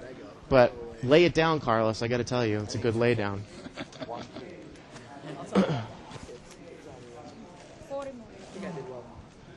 Now we're looking at ace-10 offsuit, and Denny, I've already made my feelings on this hand very clear. Really not worth much of anything. He's going to lay it down, yeah. so. What do you have this one? Kings, and look at Carlos, he's grinning. He had ace-jack again, ace-jack offsuit, ace-jack offsuit against kings. Well, I just had ace-jack now again. I had 2 rounds. Oh, you had ace-jack too? No, he had ace-10, but... Twice, ace-jack against kings, if you really had kings, which I think that would be for sure. Knock on the wall. I'll knock back 3 times. I did. I'm not gonna make that raise without him. Why would I? With no position? I thought I was completely...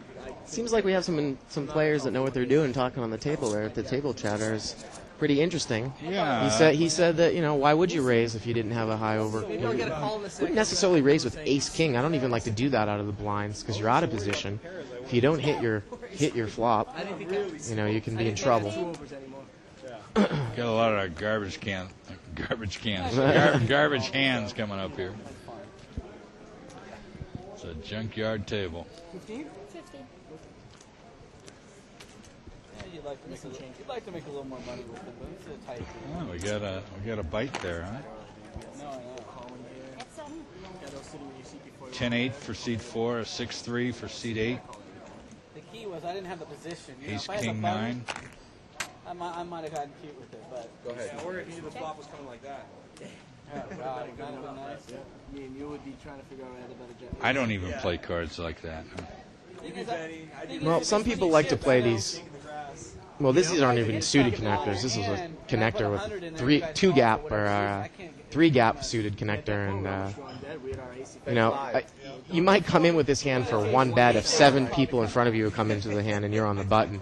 Just because of the implied odds that a hand like that brings, and when we talk about implied odds, we're talking about the fact that if you are to hit your hand, if you hit your flush, if you hit your straight, if you hit 2 pair, if you hit trips, because it's no limit hold'em, you can win a lot of money.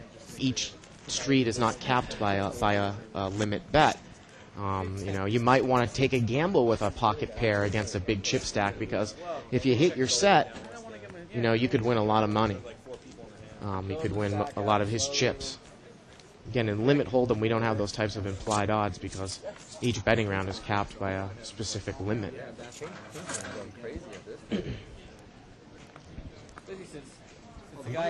Since the guy next to you is proven that he'll call, you know, he can limp in with Jack Deuce and boom, flop Jack Deuce. All right, we got a king jack offsuit on seat 1. And the next hand I see is seat 6, ace 3 offsuit. 8-6 offsuit, seat 8, and a queen 6 for seat 9. And who brought this hand in for a raise here? It was seat... Small blind did. Seat 8. Albert loosening up, bringing him 8-6 offsuit. Maybe he thinks he can take control of this pot. 1, 6, and 8 are the players here. Look at this. 3 6, 7, spades. 9, 3 spades. Albert has the best hand right now with a pair of 6s. He raised pre-flop, and he checks. And it's going to get checked around. Turn card is a deuce, and if I was Albert, I'd take a shot right here. He's got a pair of 6s. No one's showing any strength. He misses a bet, though. And he's still got the best hand, and if it gets checked down, he's going to take it down. But there's a little bit of some weak play here by Albert, especially when he reads pre-flop. Now he's going to throw in a bet. Now he's going to throw in a bet. I mean, he's going to pray that someone else doesn't have a 7, because if someone had a 7, they'd pick off trips on him. I think I would have thrown that bet in on the turn. I think he missed a bet there. Again, I don't know exactly what he's doing, raising out of the small blind with ace-6 offsuit, but I think seat 6 is contemplating whether his ace high you is think good. ace high might be good. Actually, pair of 7s ace high. Pair of 7s, well, yeah, 7s with the ace high. Because, Albert, he didn't put a bet in on the turn. So what, pay him off. Because what could the 7 do? And I understand that thinking. I really do. So you lay down $2,000 or you play. I mean, I understand the thinking. I mean, you raise from the small blind, and then the flop comes 9, 6, 7, and you check, indicating that you don't have anything of that, and you don't necessarily have a high spade. Turn comes deuce, and you check and then the river pairs up the 7. Now, if you had a 7, you might have betted on the flop. So, I think that the guy in seat 6 might have thought that Albert was stealing that pot and thought that his ace might be good. And I don't think it's necessarily a bad call. The pot size, I think, might have warranted that call. And, The chips you see on the table, those yellow Albert took it chips, down. they're $5 chips there. Most players stack the chips in stacks of 20, so that'd be $100 a stack. There's 300 there. And Tyson's a little different because he's so actually, it mean. looks like that was a little bit of a short stack. But you see seat 3 and seat 8, they both have a lot of chips over there. But And that last hand is a textbook example of why you don't want to raise out of the blinds when you don't have a good hand, because you're in a very, very bad position. And that's what Albert was in. He had a pair, but he was in a horrible position. He didn't know if anyone was going to come over the top of him if you put a bet in on the flop. He didn't know if someone was freeloading with a flush, maybe flopped a flush or a high spade draw. And he got caught up in the hand. He got lucky that he won the hand, but that's why you don't want to make those types of raises in a bad position like that. It's a great example. we got 5-way action here. Seat 6 just flopped a set of deuces. Yes, and let's see if he's... Well, no one's got a king or a jack. Jack well, and seat 9. Well, no Rick's good enough to... And seat 6 checks the set, trying to slow play. And Denny, I've made my thoughts on that clear, and Rick's going to try to make a little bit of a steal bet here. Actually, he thinks his jack might be good. Let's see how seat 6... see if he flat calls or... If he flat calls, Rick is going to check it down on the river. And if he raises, Rick is most likely going to fold. So Rick's in a tough spot here, although seat 7's picked up the nut flush draw. Now what's Carlos going to do? He's got the nut flush draw. I'd love to see See if the... I don't think there's enough money in the pot to make that type of call. And Rick's got to be thinking, what does this guy got? What did that 8 do for him? Jack's up? Jack 8 maybe? The guy most likely would have bet a king. I don't think the pot odds dictate a call here from Carlos in seat 7. Just not big enough. Remember, we're talking about 20% to catch that hard on the river. Right. He does have an ace, though. That might be good if it comes. But now Rick's got a decision here. So it got checked around. Got checked around on the flop. The guy in seat 6 checked. Would he check a king? Most likely not. What about my jack? I got a weak kicker. So I got to think that my jack might not necessarily be good. I think I'd lay this down if I were Rick. Because if you make a call here... He does. And you check on the river, are you going to call an additional $100 that the guy could bet? Mm-hmm. That's the problem with calling on the turn. You could have to face a huge call on the river. And that's a good lay down by Rick. It's fine. In the 5 minutes, I'll make a phone call. Don't tell me what it was. Again, I don't agree with slow playing with set of twos because I hope that someone has a king or a jack and it's going to give me some action, and I don't want to. It is a rainbow flop. I understand that, but there is a little bit of a straight jar out there. I just like to fast play these hands, especially at this particular table, which is the $200 max buy-in table, because a lot of people are going to pay you off. We've seen that all night with second pair. So why slow play and let somebody draw out if people are going to pay you off all night with second pair, with garbage draws, with gut shot straight draws? Why not make them pay? I hate that, though. There's no money in the pot, but you still got to raise it, protect it. Well, there was some money. I think it was 7. Or what? I mean, it was something. He's last to add, but everyone's looking at Daniel. I came close to gambling. Hey, I want to plug my upcoming tournament again. Win Another Green, 16th annual tournament. It's March 3rd through the 28th here at the Bike. These would be buy-ins from as low as $100 all the way up to a $2,500 championship event. There's a 50,000 best all-around points playoff. And there's also a 10,000 best all-around super satellite points playoff. C5 has flopped aces up here. And he checked it. And Albert put in a bet. Probably like a steal bet, and he's going to check raise. And I think Albert's probably going to release this hand. Because at that point, there's no money in there, and I'm not. And then if you can get to the bet, make a small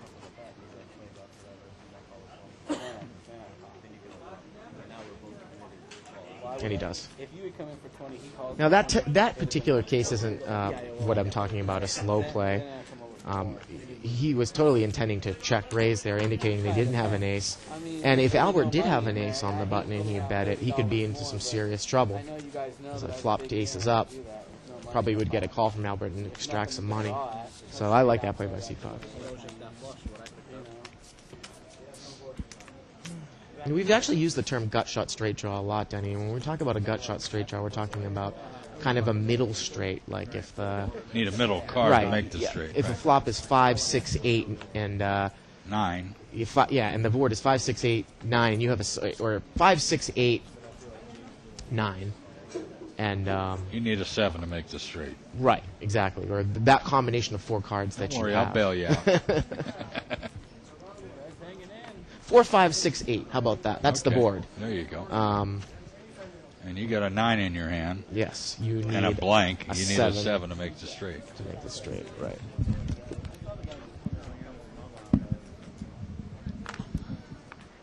Two 7s in a tray on this flop. I just don't get some of the hands these guys play. See, the King 6 I don't play, the 6-3 I don't play, and the Ace 5 I don't play. Ace 10 depends where I'm sitting, what position. Well, I think the King 6 was in the big blind, and I don't think that was raised, so I think everyone got a free ride on that one. Sometimes I will call King little card suited from the button for 1 bet, just because of its flush possibilities. But again, it's dangerous for players that aren't that good and that don't have that much experience to play those cards because they don't know how to properly work the hand if they flop top pair. If you have King 3 suited and you flop a king, and there's 4 or 5 people in the hand and someone bets at you, a lot of players that don't have a lot of experience don't know how to release that hand, don't know how to work that hand, and could lose a lot of money in that hand. No, it's at Staples. No,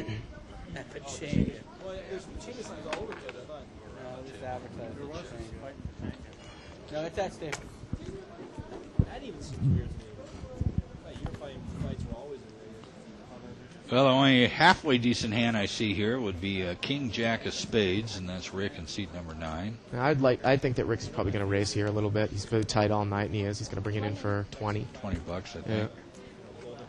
I don't think he's going to get any callers. Now, let's see what the limper in seat 6 had here. 4-5 offsuit. No, I don't think he's going to get a call. I'm not going to play this type of hand heads up. It's not going to do it. I don't think you should be playing that type of hand multi-way either, buddy. I said, I don't want to play this head up, you know. All right, let's take a look around the table and see what kind of money we got out there.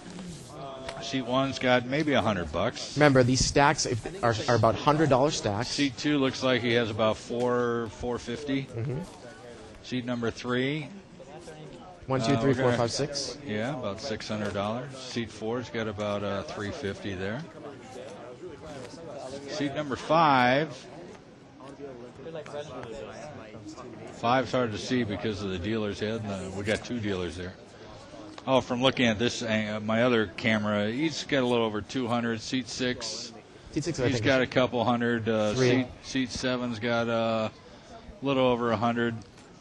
Seat 8 looks like he has about 600 or 700, and seat 9 has about a little over $300. So there you have it. Those yellow chips, they're $5. So the blue and white ones are $1 chips. So we can easily see in a big pot here at a table like this, Danny, well over $1,000 pot.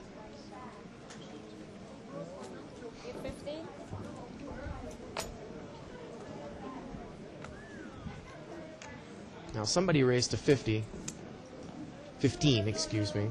And I think it was seat 3 with Jack 10 suited on the button. Best hand win. 5-way action here. Flop is ace, 7, king. 2 diamonds. 2 diamonds. Seat Seat 7 has got top pair. 9. Seat 9 picks up a flush draw. And seat 7's going to bet out Carlos, and I like this bet. Definitely do not screw around with this flop. You most likely have the best hand. You would think you're not going to put somebody on ace king, and if they do, they do, just because of the pre-flop action.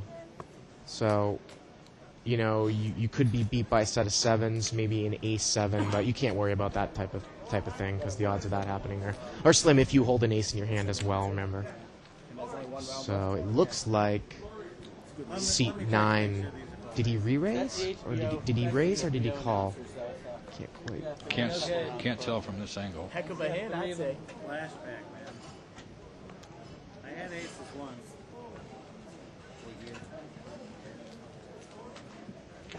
No, he called. He called. He's got the flush draw.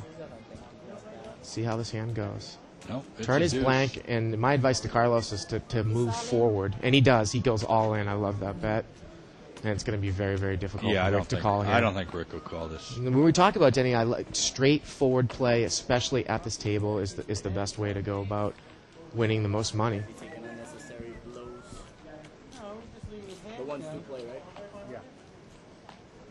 One, And I think Rick's doing a little bit of a Hollywood job here because I don't think that that bet dictates a call, especially when Rick isn't even drawing to a nut flush. Carlos could have a higher flush, and definitely could have an ace or a king that beats his 9 or 10. Me?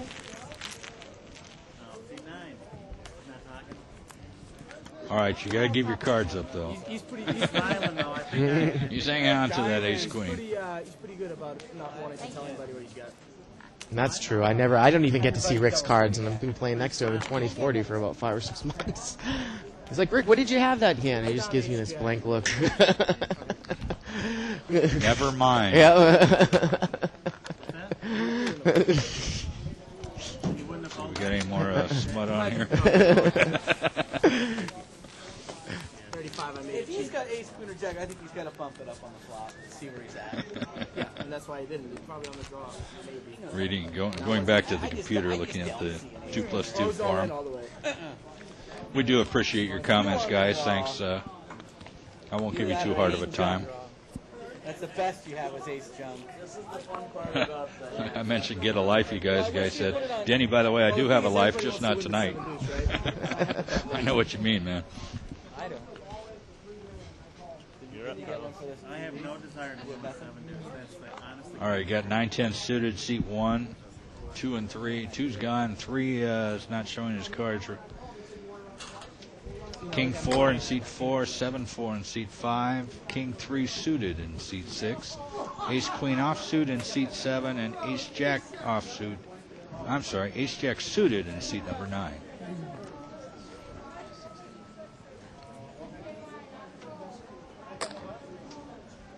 What's Rick got here? Ace Jack suited? Yeah, he's got the Ace Jack. Carlos is limping in with Ace Queen again. Ace Queen offsuit. No, is there a raise here? I couldn't quite follow the... First 6 rounds, the HBO, that guy had it 3-3. What happened here? Okay, maybe... I think Rick raised it to 15. And seat 1 called. And Carlos just thinking, no. And we've seen Carlos release these hands... And I think it's the right move. I think people might say they're crazy, but I limp in with Ace Queen offsuit. You're crazy. I limp in with Ace Queen offsuit, and if someone like Rick raises me, I'm out. I'm off that hand. Rick's got position on me. Ace Queen offsuit is just not. It's not a strong hand. I mean, he did have the best hand. Carlos did have the best hand, but especially with another caller in between too, it's difficult. Rick bets. C1 folds. Yeah, that's the name of that tune. I mean, what ends up happening, depending on the way that you play that hand, is if Carlos were to call that raise, and I don't know if it was to 15 or if it was more to 25. It's a ragged flop, of course, which means nothing really big hit on the flop. Most likely would have checked to Rick. Rick would have bet, and it would have been tough for Carlos to call with no draw there. My memory is Big blind, Carlos? You know all I got to do is a phone call? 30 seconds. got like 20 of his buddies playing back in Boston. All I gotta do is call. Here's a Carlos is jesting at Rick about what he has, and he says, all I got to do is make a phone call to find out what you had. here's a question we got on an email. Who's a better player, the men or women? Come on. Do I really have to answer that?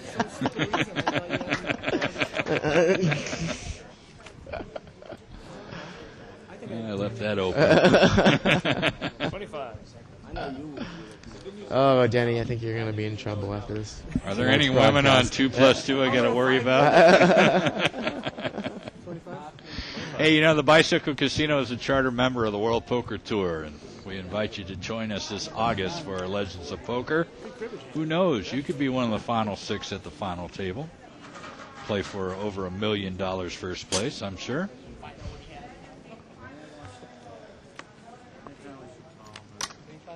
See, the game's gotten so slow, we have to start talking about other things just to fill time, I like this interaction, though. I Sometimes really do. that happens. The game slows down, and there's a little bit of lull in the action, and other times superior hands start popping up, and we get dictates the commentary. Boy, Hey, if we have the technology to get live feedback like we do on internet forums and IM, why not use them? Especially if they're making fun of you, Danny. They're We'll hear about it though if you get ace jack. I was asked to mention that we are on Pacific Standard Time. It's 8:45 p.m. here on the West Coast. Seat 1 picks up ace-king offsuit. Got an ace-8 of diamonds in seat 3, ace-jack in seat 4 offsuit. So what are you telling us? So we got quite a few aces out there. One of you in, not all of you. That's where the kickers come into play. Absolutely. Hold'em is a kicker game. If they hit that case ace, which case meaning the last ace, the ace-king would be in the lead because his second card is higher than the other 2 players with the ace. Everybody had called. I have a cracking hand. Yeah, see, I needed to have the value. Want me to? Of course I do. Okay, I don't. You're watching a live action game, live at the bike. There's only a 5-minute delay on this game. Also, that's all we got to do. Remember that for next time. So it looks like we are three-way. Three-way action. No, it looks like seat 3's folding. Remember, seat 3's pretty tight. He's not going to call a big raise out of position with ace-8 suited. All right, we're head up. Seat 1 and 4. Seat 1 is all in, and seat 4 calls with ace-jack offsuit. And seat 1 is a huge favorite here, about 73%. 7, 7, 8. Seat 4 is going to need to get a jack. Show your game off. Or runner, yeah, and seat 1 also has the spade, too, the higher spade. So seat 4 is going to need to catch a jack here. Or runner straight. He needs a 10 to make a straight here. Nope. Doesn't get it. Ace-king will take it down. And seat 3 actually has the winning hand with ace-8, but he's not going to call that from out of position. I liked how I was talking about WPT, and the dealer took those cards and positioned them like we would for the WPT shoot. For those of you who have watched, he can't even hear us. For those of you who watched the Legends tournaments from this year and last year on television, Denny, you were the tournament director calling all the live action play on the floor. Isn't that correct? I'm sorry. I was reading something. What did you say? I said you were the tournament director on television at the Legends final table, yes, calling all the action on the floor. Yeah. People want to get a look at you and a picture of you in their head. That's me. Yeah. Myself and Linda Johnson. Yeah. She's the one with the dress.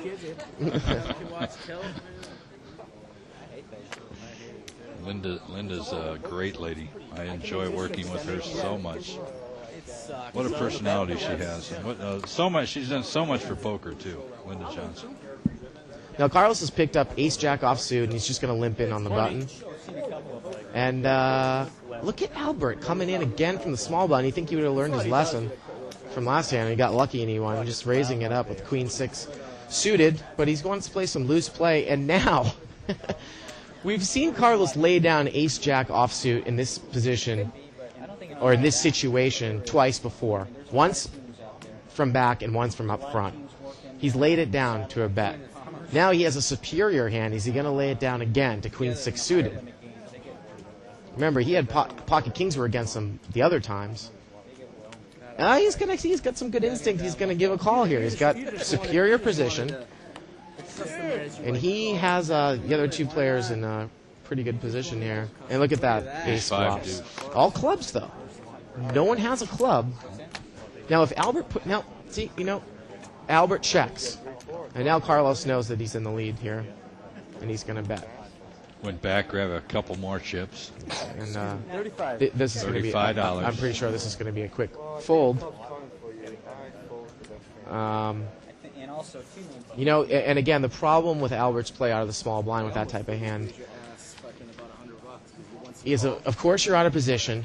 With that type of flop, you might want to take a shot and then release your hand, because if you take a shot and you're dealing with a tight player like Carlos doesn't have clubs. And the flop is ace, deuce, 5 of clubs. He was even reluctant to call the raise with ace, jack offsuit. So you bet into the ace. And now what does Carlos do? He's stuck. Is his kicker good? Are you betting into a flush draw? You might even be able to get him to lay down the hand. You know, it's just you're just at such a positional disadvantage when you raise out of the small blind with inferior hand. And there's a couple of cases, a couple of perfect examples of why you don't want to do it. Pot's been raised to 20. But because I know he likes to go back off. And we got pocket aces in seat 2 here. Wow. 60. And someone's re-raising to 60, and I don't think it's seat 2. That's what I said. No, but you see what he said earlier? Seat 2 and the big blind's got pocket aces, and the pot has been re-raised by seat 5. Seat 4 brought the hand in with 9 deuce diamonds, and seat 5 is re-raised with pocket 3s. Denny, I think we're going to see some fireworks on this end. What do you think? Let's see how pocket aces plays. First time I see you raise. And look at Carlos picking up another hand with pocket 7s. But if he's going to lay down ace jack offsuit for these types of bets, remember we're talking about not making these types of calls with these mid-level pairs. I think he's going to lay this hand down. Anytime you see a re-raise in there, you know, usually it's not going to be much of a good hand with a middle pair, even though he does have position. But he's going to be very pleased when he knows that the big blind is sitting there with pocket aces, which no one knows right now. Now, Denny, is he going to smooth call here? Is he going to pump it up a bit? I don't know. Now we have a raise of 20 and a re-raise to 60. I would probably raise this back over the top, maybe to 125. Pot's been re-raised to 120. Ooh, look at that. See, I called it. Yeah. Look at that. 9-10 quickly releases his hand, and I can't see pocket 3s calling here either. Big trouble if pocket 3s calls here. Big trouble. I really... 9-10 is folded. Pocket 3, it's aces against pocket 3s. Pocket 3s is trying to figure out what he's going to do here against a re-raise out of the big blind. And he's going to lay it down, and that's the right move to make.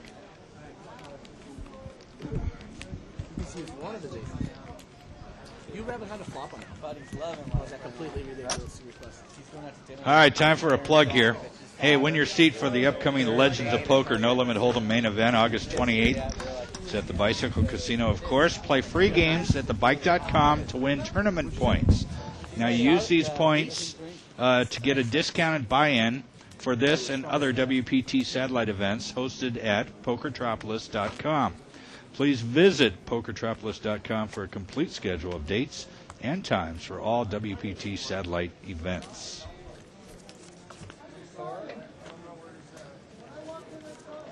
You're watching Live at the Bike here. Live action game, No Limit Hold'em, $200 buy-in. Seat 2 picks up a ace-jack suited. Ace-10 offsuit for seat 7. King-10 offsuit for seat 8.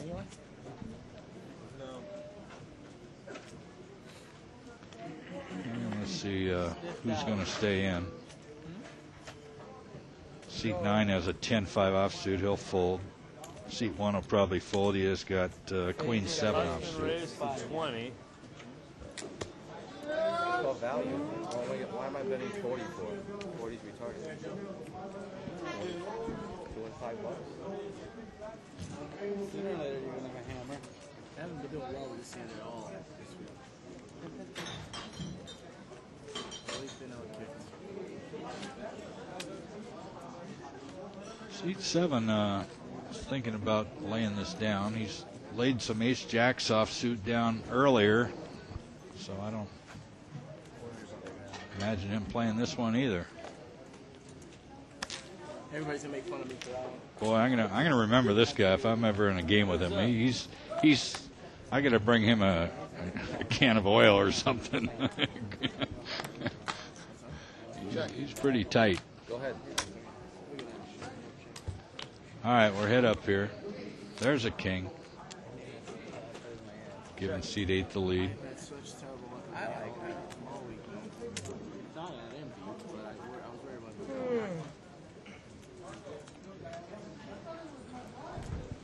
it. And I'm back. I stepped out of the room for a second. Did I miss anything, Danny? No, not really. No. Oh, there we go. There's an ace on the river. Spiked. Kings. Ace. Ace is Oh, good. let me see the rest. Ace what? Ace Yes. what? Seat 7 say yes, because he laid down the right hand. Ace 10. I thought he had me beat. That's why I did this thing to him. I didn't care about him. I was worried about him. Let's call. On the turn. You just joined us. We're live at the bike. My name's Denny Williams, the tournament director here, along with Bart Hansen, who is a professional poker player. He does this for a living, and turning out to be quite a good commentator. Oh, thank you, Danny. And we just got an email from someone wanting me to kind of introduce myself. I am a prop player here at the bike, a yellow chip prop player, and I've won a few tournaments, and I'm a big time. I got into poker by playing internet poker, and I've been playing poker pretty much full time for about 2.5 years. I've placed in some tournaments if you want to look me up online, and I've been playing the game since I was about 16, so I've been playing it for about 9 years. Yeah, I want to shout out to my escargot buddy, Russ Fox.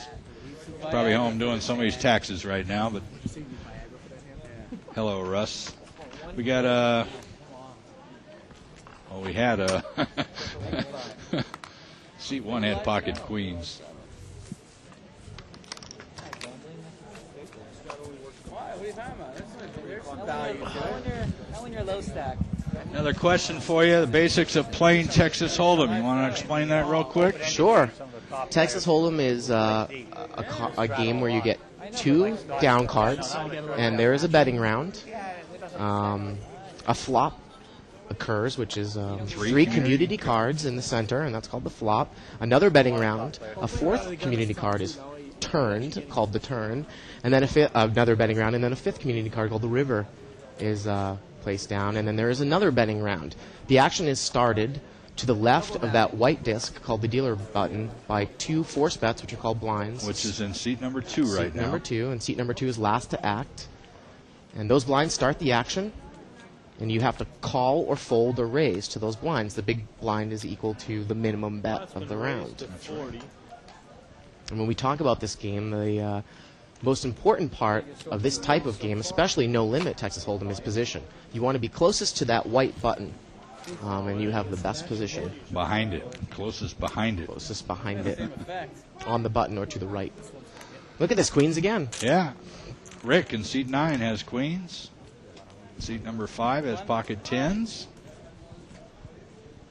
The 10s bet, and here comes Rick.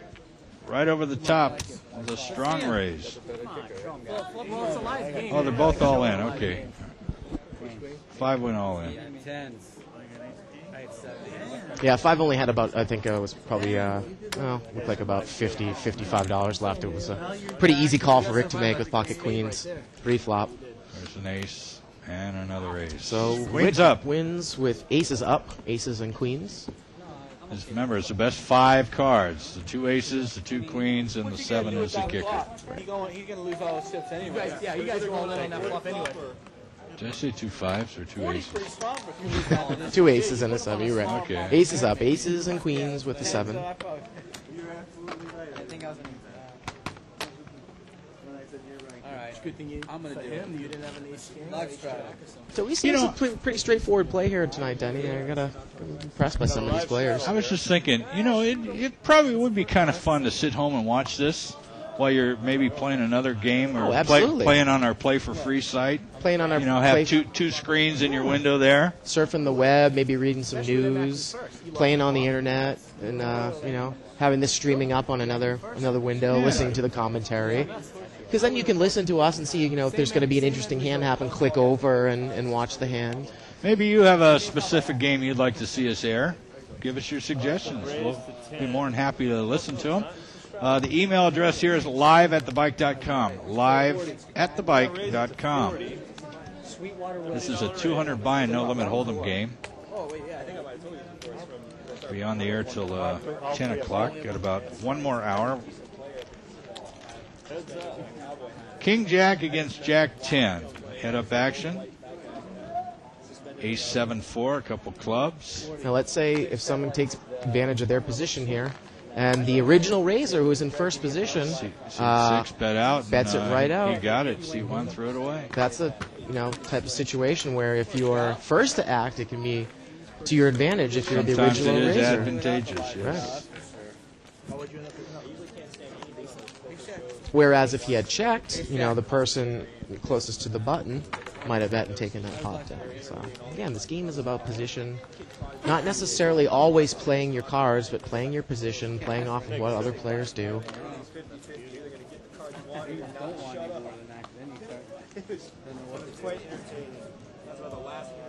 I was playing in the morning one time here, and I did a live trial at 7 in the morning. I got aces. I make it 50. So Rick's made a little bit of a comeback. He was almost, he was down to about, 150 or so. Yeah, and then he's got about 450 in front of him now. Yeah. Those yellow chips are $5 chips. The blue and white are dollar chips. Most of the players stack their chips in 20-chip stacks, meaning that each stack represents $100. So you can take a look at that chip stack and get 1, 2, 3, 4, 5 and a half, $550 right there. It's a good example of how to figure out how much money someone has in front of them. Oh, we got 6-way action here.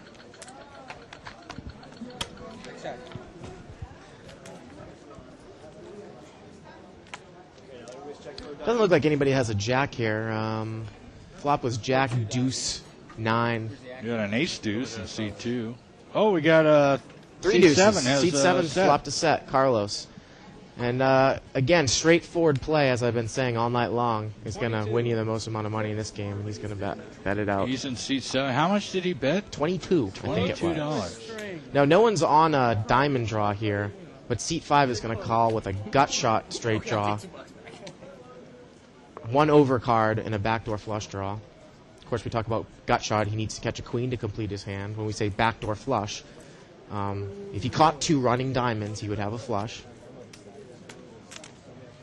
And look at this. Seat 6 is going to call with 10-7. He also has a gut shot straight draw, and 8 would complete his hand. So Carlos does not want to see a queen or an 8. There's a 4. And there, another diamond. Both of these players had backdoor flush draws, and they've picked up their flush draws on the turn here. Seat 1 laid down pocket 4s. Yeah, he must be kicking him. Ooh, and Carlos checks around. I'm surprised at that. Another Giving it a free diamond. card. There it is. And I gotta, I have to criticize Carlos a bit for that. Carlos has that a flush. Yeah, a flush. I don't know why you would check a set. You would push forward with that on the turn. He totally missed a bet there. I think you gotta, whenever you make a set, you gotta bet it strong on the flop. Absolutely. He's let a disaster happen here. Wherever you make your set, that's where you gotta bet it strong. And let's see if he's disciplined enough to let this hand down. I can't believe that he let running diamonds beat him. First of all, I would have bet more with my set of 2s. 20. I can't see how much seat 5 bet. Yeah, Greg, our dealer's head is in the way. Carlos made a mistake there, and it's going to cost him about 100, 150. I don't remember how much the pot was, but it cost him he got 3 callers on a $20 bet, so the pot was at least $100 before that. I don't know what he was thinking checking the turn there. Looks like he bet $30 or $20 or $30 there. He's going to lay it down. What are you waiting for? Denny, I think he might have been afraid that someone made their flush on the turn, but you can't play scared poker like that. I mean, you're never going to win if you play scared. You're right. That's weak poker, and it's scared poker. And I make that mistake sometimes. It was a big sometimes. mistake there. And you're absolutely right. Big mistake. He had to move forward on the turn. He totally missed a bet there. And he's kicking himself. He's like, what did I check on the turn for? Why did I check on the turn? The pair up, even on the turn, I'm thinking I'm already beat. See, he thinks he's playing scared. He thinks he's beat on the turn. He thinks somebody's on a flush draw. Might have already had it on the turn. But you gotta bet there. You have to. So I have to check that. Call. If you're not behind me, I do, I think. $27 And a 10 of diamonds. Big one, Carlos? Huh? If you're not behind Yeah, me, I think it would have bet that a lot stronger on the flop. Me too. I can't call you if you're behind me. I'd like to invite you to play free poker and win real money on our website, thebike.com. If you look to your left, you'll see a tab saying play for free. Click on it. If you haven't already downloaded our software, you need to do that. And then it's just a couple clicks away. You'll be playing live, or not live, but free poker on the internet. And you can win some of our tournaments. You can win actual cash money. It doesn't cost you anything. Who am I kidding? I can't get it. Look like pocket nines. Brought the hand in for. 5 yards, repeat this down. You got a peach? Brought the hand in for a raise and You got a peach? took down the pot with pocket nines. I need the blue one Seat first. 6. There you go. Carlos, you gonna play your Go ahead. small? Thank you. I think Carlos is walking around trying to cool down and realize what kind of mistake he just made on that last hand. I mean, if you're a tight player like a Rick or like a guy in seat 7 or Carlos or like a guy in seat 3, you're only playing a few hands, and if you misplay those hands, the chances of you winning money are very slim. What's that? Oh, you know I Spanish, can't. Portuguese. You should have me with the bread. I thought you were Spanish. I had you on the turn. No. You had the turn. Huh? I lived out there until I was about 14. Then I came here. I had you. I can't call it. Not Lady walking around the table is scanning the players' Bicycle Casino Classic Club cards, giving them 1 point every hour. They get a point. You getting zapped again? And these yellow chip games, 1 point will get you a complete dinner. You can order a meal, offer menu. They'll bring it right to your table. 1 point is only 1 hour of table Yeah, play. that's all. Yeah. And in fact, in the lower limit games, 3 points will get you a free meal. Which is 3 hours of table play, down at 1-2 or even at 6-12 or whatever. We also turn your points into cash. We pay you to play at the bike. And you can check the website or call the Welcome Center for information on exactly how much you can make here for playing at the Bicycle Casino. You know, Denny, when I first started coming here about 8 or 9 months ago, I consistently played 20-40 Hold'em every day. And, we give you what's called a Rake rebate on your card. And the first 25 hours, you get $25. And after that, they actually pay you $5 an hour for that level. In this game, it's $3 an hour. But at 2040, it's $5 an hour. And I ended up 1 month getting about $900 back at the end of the month for my card. Isn't that incredible? That is. I'm going to have to hack in the system and steal your points.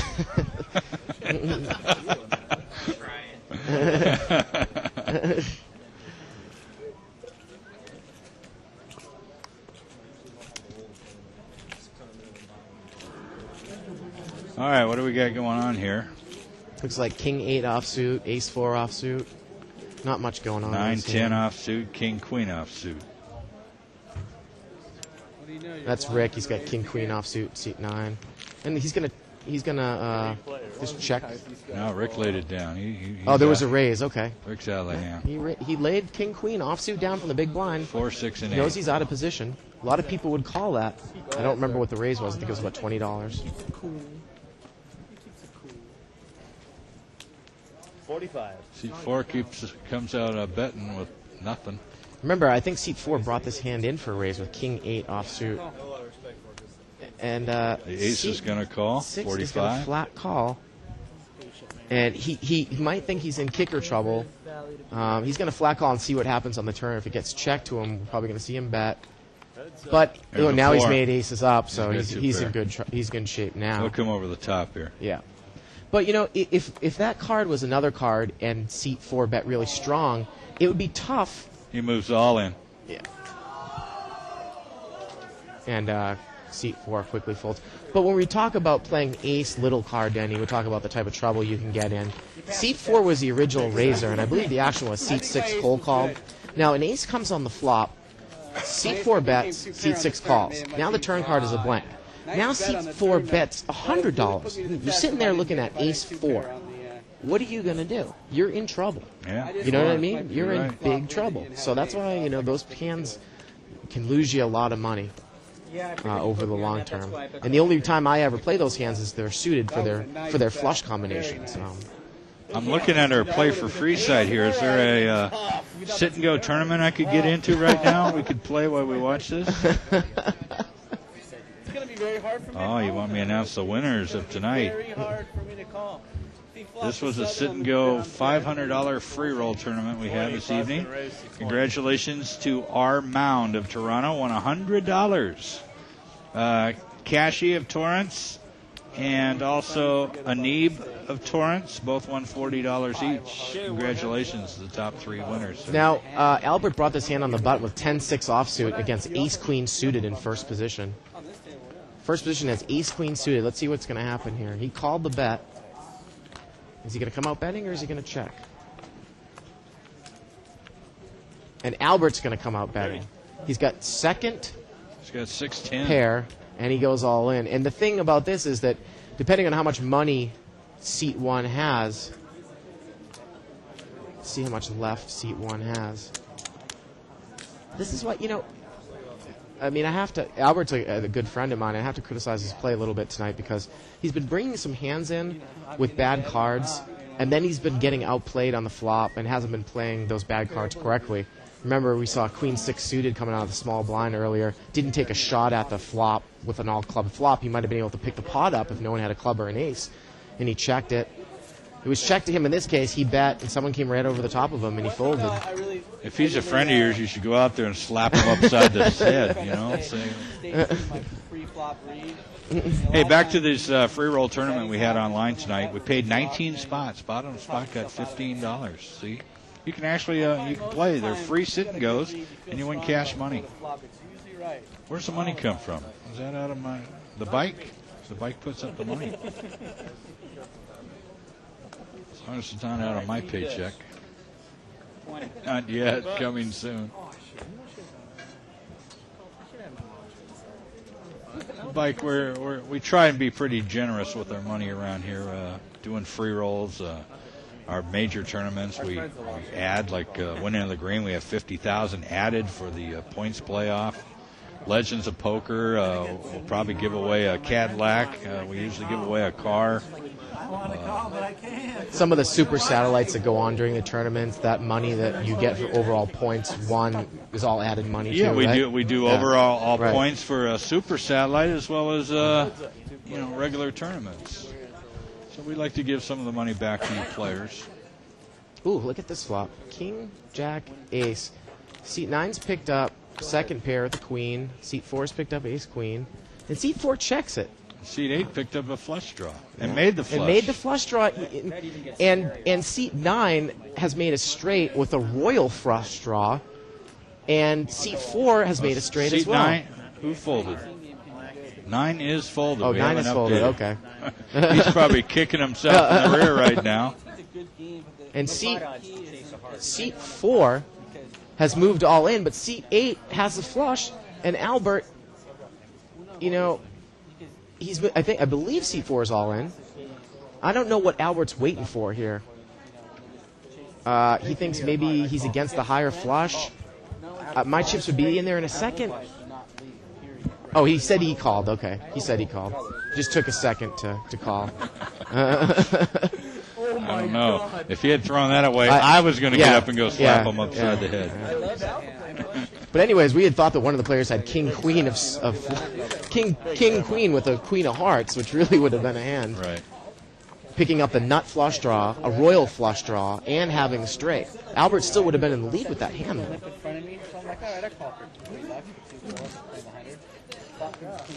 And if we take a look back at that hand, Denny, the last hand, we were looking at 3-5 of hearts versus Ace Queen suited. The flop was King Jack of hearts, or excuse me, Ace King Jack with 2 hearts. The person with Ace Queen checked and let Albert take a free card and catch his flush. And that's what we're talking about. That's overall losing strategy. Why would you check that hand? It just doesn't make sense. You're going to let people draw out on you all the time. Yeah, let's follow the action here. Seat 5 just bet with an Ace Queen suited. 6 is folding.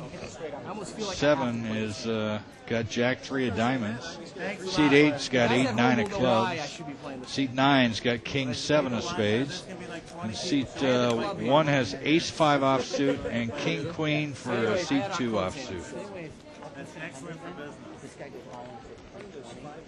I'm like involved. I like pause for a minute. Like, everyone on the table's like, does he have 2-4 again? So what do we have? 2-way action, head up?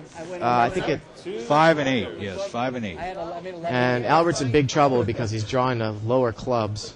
And they all got clubs here, but clubs aren't hidden. So. Okay. Now C5's going to bet his top pair, which I like. Why not? Yeah, it is. Can I borrow your hat? Good bluff.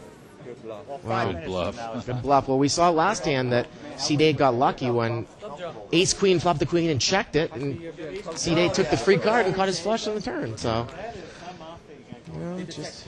Oh my God, they're watching you.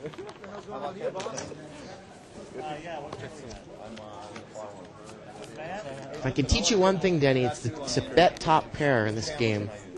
Bet top pair, yes. In any bet position? it strongly. The rabbit cam. Oh, well, it depends on your kicker. Depends on your kicker, That yeah. was my next question. Yeah. But if you're going to flop a queen with ace queen and there are 2 hearts out there, you better believe you should bet it.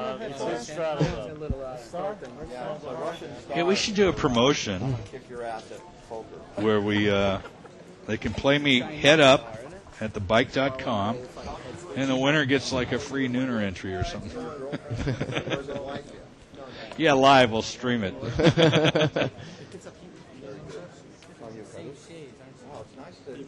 Top pair with a good kicker is a strong hand in this game. That's what a lot of players have to learn. You want to try it? It might match your shirt better than mine. When I got the tattoo, everything started breaking. My skin started breaking. Pot's been raised. King 2's bringing this up with 15 with King 7 suited, trying to probably pick up the blinds here. But he is going to get a call with Jack 9. Or C5 actually has Ace 8 offsuit. So we're looking at Ace 8 offsuit against King 7 suited. And look at this. C5 has top pair with a top kicker and bets it right out. And King 7's going to raise. To 60. Really? C5's going to call. C5. He called, no hesitation. C5, he's got to be scared that maybe the button has an overpair. There's a 10. He's going to check. C2's going to continue to bet. And he calls. Wow. I don't think I would even done Well, you got to think about the play, and you got to think about what the button might have here. And now, well, that heart's going to slow him down a bit, though. No, it didn't. No, it didn't. He pushed right in. Pushed right out.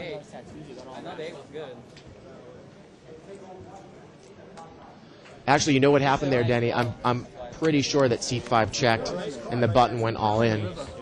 And no, the button did not go all in. He folded. Well, why is he giving those chips? That was the last bet. Okay. Fair enough. Sometimes it's hard to follow the action here when we're looking at the screen there. Lucky river, huh? Now I can straddle it.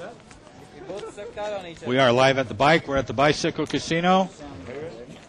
My name's Denny Williams. Bart Hansen's also here with us, and we're watching a live action cash game, no limit hold'em, $200 bind. We do this Wednesday through Saturday from 6 p.m. till 10 p.m. Pacific time. Pacific. For all those people. Pacific Standard Time for all those people around the world watching us. I can't wait for Pacific Daylight Time to start. Still too dark at 6 o'clock at night.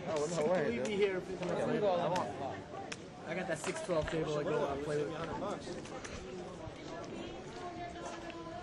Seat 3 is showing Ace Jack. 3-4 in seat 4.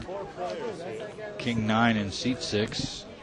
And I'm missing, not sure who I'm missing here.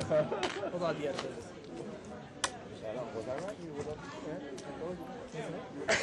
oh, this is great. Oh, we got 2-3 in seat 5.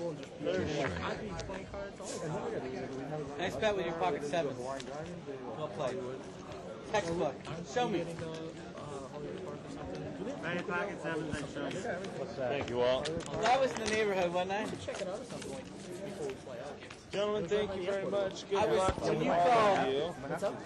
that's what I put you on, something like that.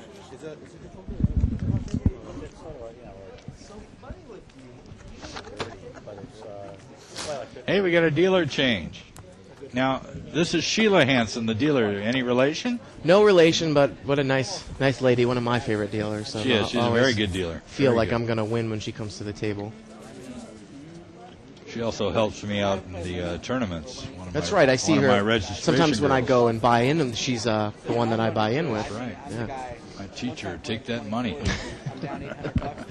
Lucky seat card she gives me sometimes. By the way, folks, if you're planning on playing any of the Winning of the Green tournaments, you can sign up online on the website and use your credit card.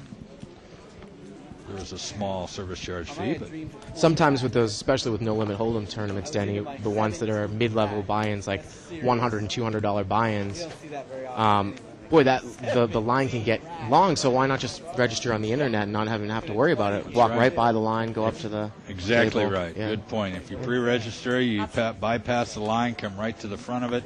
We get you your seat assignment, get you in the door, get you seated, and hopefully you'll do well. Nothing was happening for me. I won a hand with about 150. 9-6-5. We got some gut shot straight draws out there. Seat 5 is the best hand with a pair of sixes right now. 20. And he's going to bet, thinking his sixes are good. We have a few sevens. Seat 3 has seat Jack 7, seat 2 has King 7, so they need an 8 to make their hand. Seat 6 needs a 4. Make a wheel. All these possibilities. Where's the button? Seat 4?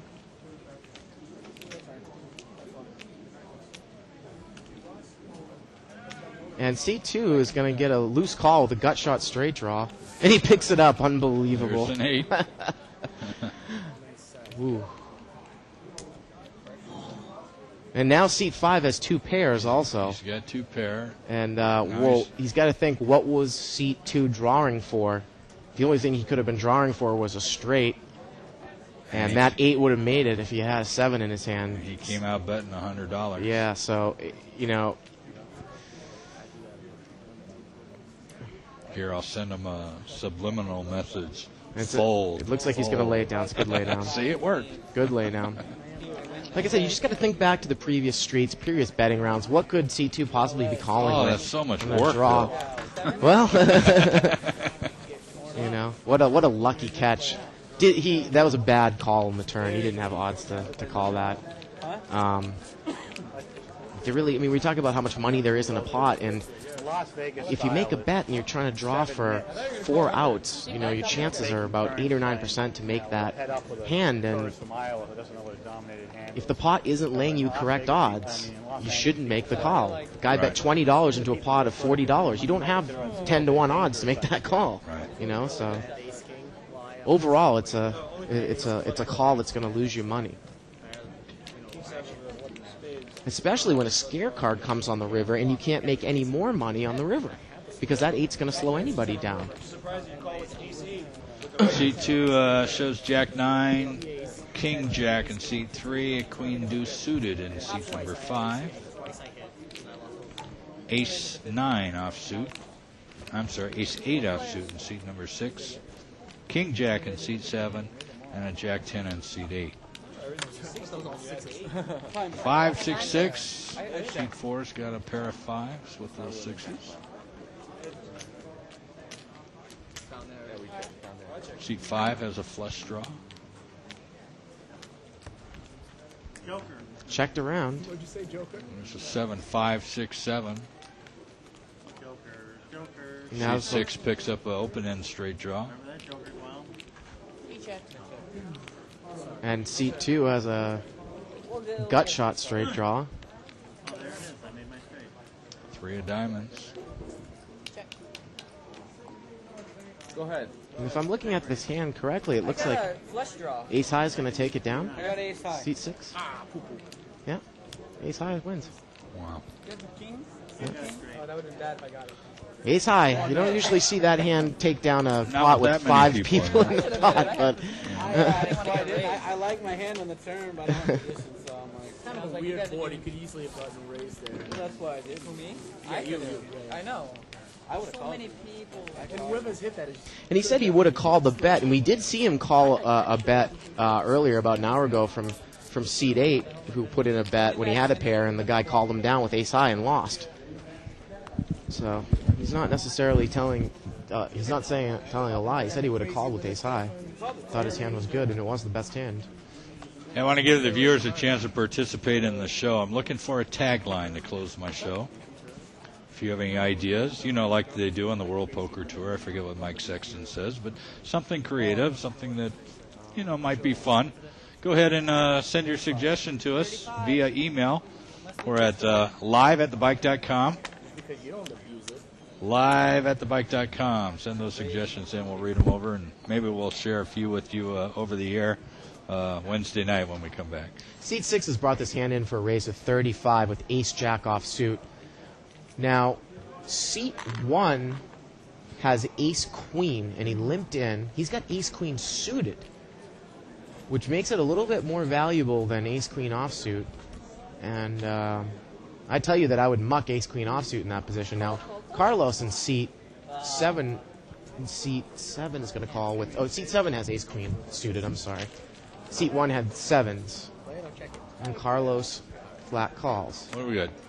Ace-queen suited versus ace-jack offsuit. 6 and 7 are in the pot. Yep. Now Carlos picks up the nut flush draw and 2 overcards. And he's way, way ahead in this hand versus ace-jack offsuit. And he's going to bet right in. And he's played pretty tight solid, so... And it looks like ace-jack is going to muck this hand. Well...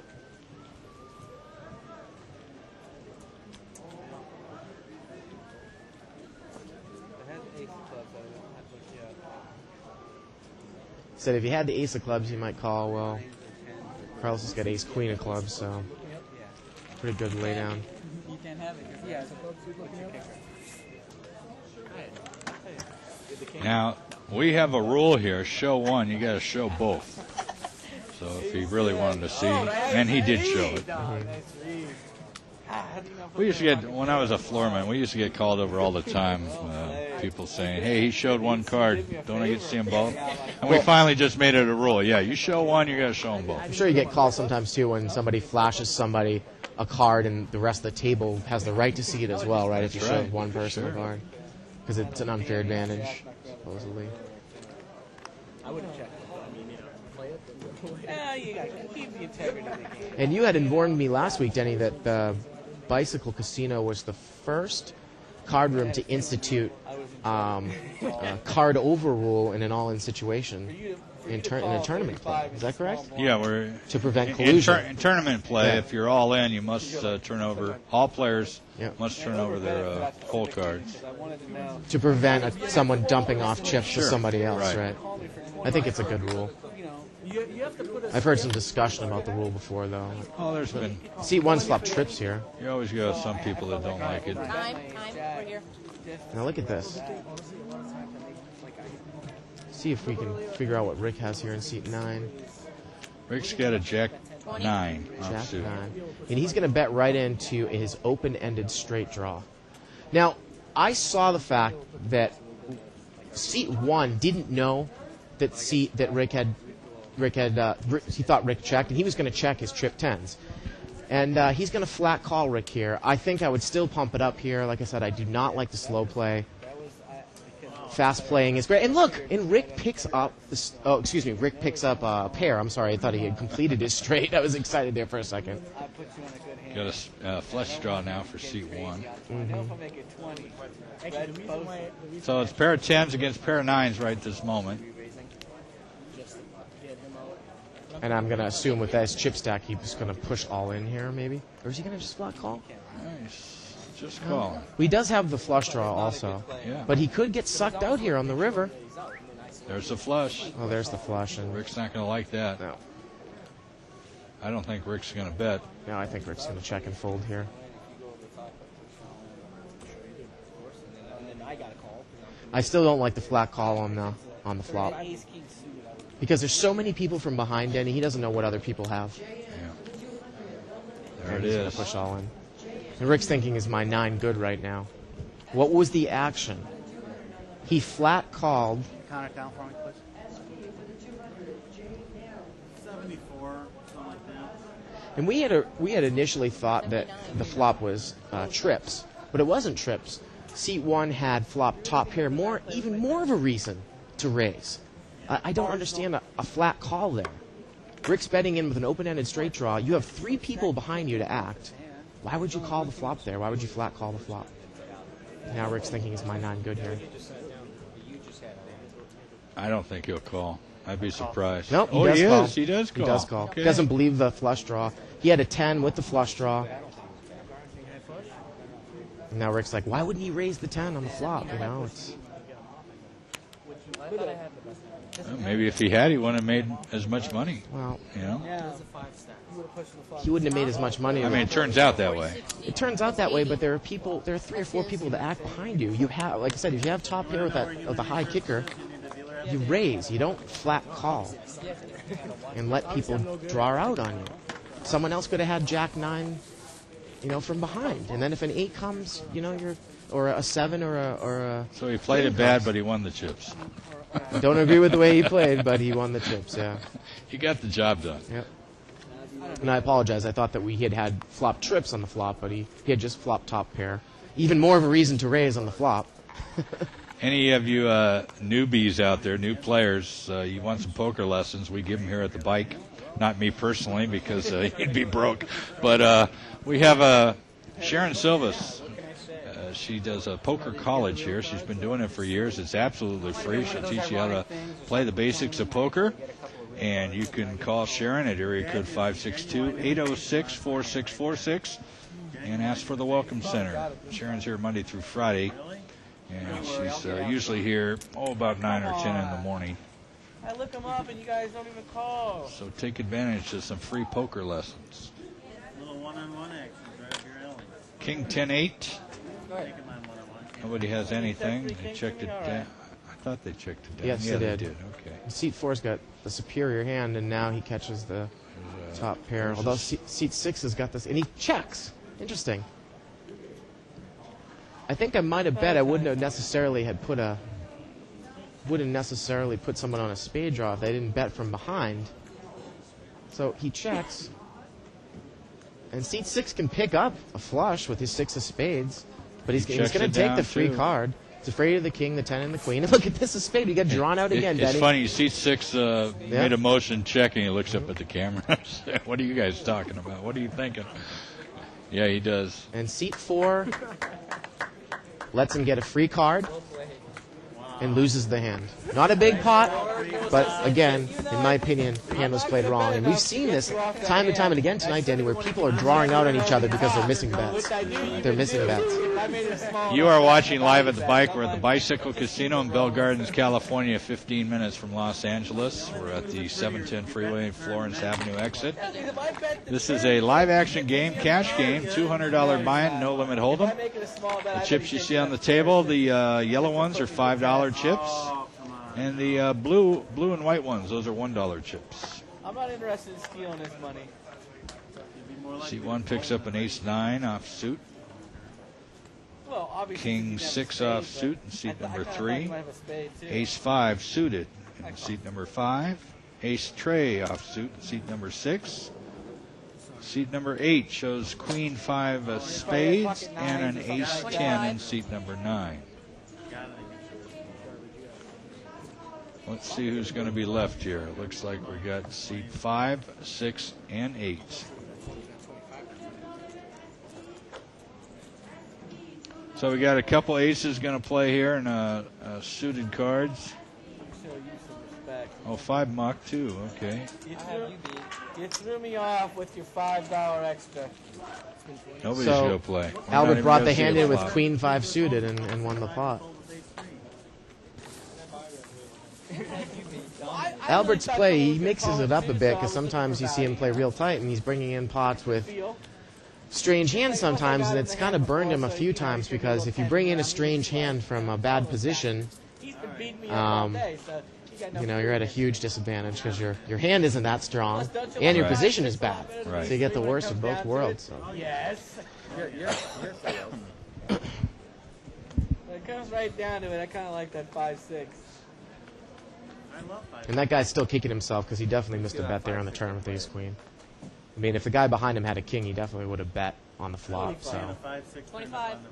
that was a missed bet for sure. Just taking a look around the table here. Looks like seat 2 has a couple $100. Or seat 1 and 2 both have a couple $100. Look at this, Denny. I think we some fireworks. Look at this. We're going to see some fireworks in this. Oh, we hand. got pocket queens, pocket kings. Now the ace king. the original raiser here for 25 has pocket kings. Okay, the guy to his left has got ace king suited. And on the button, seat 1's got pocket queens. So all those you playing internet poker, why don't you click over to our to our stream and take a look at this hand because this is going to be a good one. Call. Got a flat call with ace king suited here, seat 7. And now what's pocket queens on the button going to do? What are we looking at right now? $25 bet? Yep. Is he going to flat call or is he going to pump it up? I thought I heard somebody say I'm going to raise, but maybe not. He Maybe called not. on the button. I don't know about that flat call. And it looks like seat 2 is in with 8-9 offsuit too, and seat 5 with 4-6 suited. Jack 10-9. Now look at this. Seat 1 has got the overpair with an open-ended straight draw. He's got to think he has the best hand right now. Seat 2 has a pair of 9s with a straight draw. Seat 5 is missed totally. And seat 6 has still got the overpair. I don't know how if pocket kings puts a big bet in here, I don't know how pocket queens gets off the hand with the overpair and an open-ended straight draw. I think he's most likely will see a call. Well, it's on him right now, so we'll find out in just a moment. Yep. And look at this. He's going to bet. He's going to bet $100. I think that Carlos will quickly release this hand. I mean, he does have overcards and a gut shot, but there's no way that he can take one off when he doesn't have a diamond draw here. And he's going to fold. Check on my diamond situation. Yep, he's going to check on the diamond situation, he said. And he's going to look and he's going to see 2 black cards. Wouldn't be a diamond then, huh? No.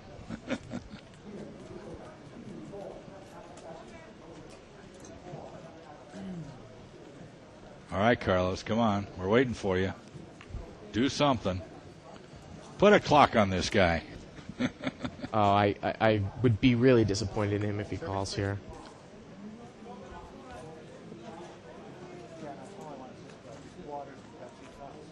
I hope he's just acting.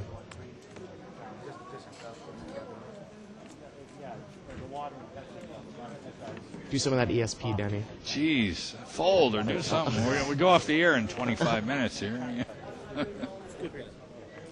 He's going to lay it down. He knows he can't call He's that. got no, what do they call it? No diamonds. No, that's not what I was thinking. Oh, no cojones. You said it, not me. And now what is Queens doing here? Is he He's flat calling? He's flat calling. Wow. And seat 2 called also with the 8-9. And seat 2 call with the 8-9. We're looking at the biggest pot of the night. Turn card. That's a sad statement right there. Turn card is a 7. Now seat 1 has got the queen of diamonds here too. Seat 2 has a straight flush draw.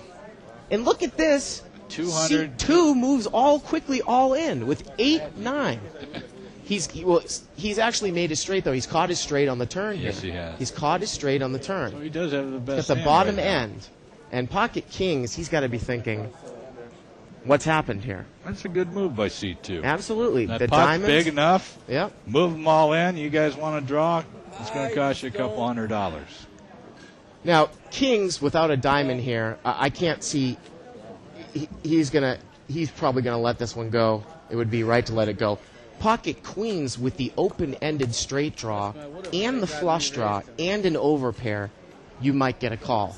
I mean, there's so many things working. Pocket queens looks like he only has a couple $100 left.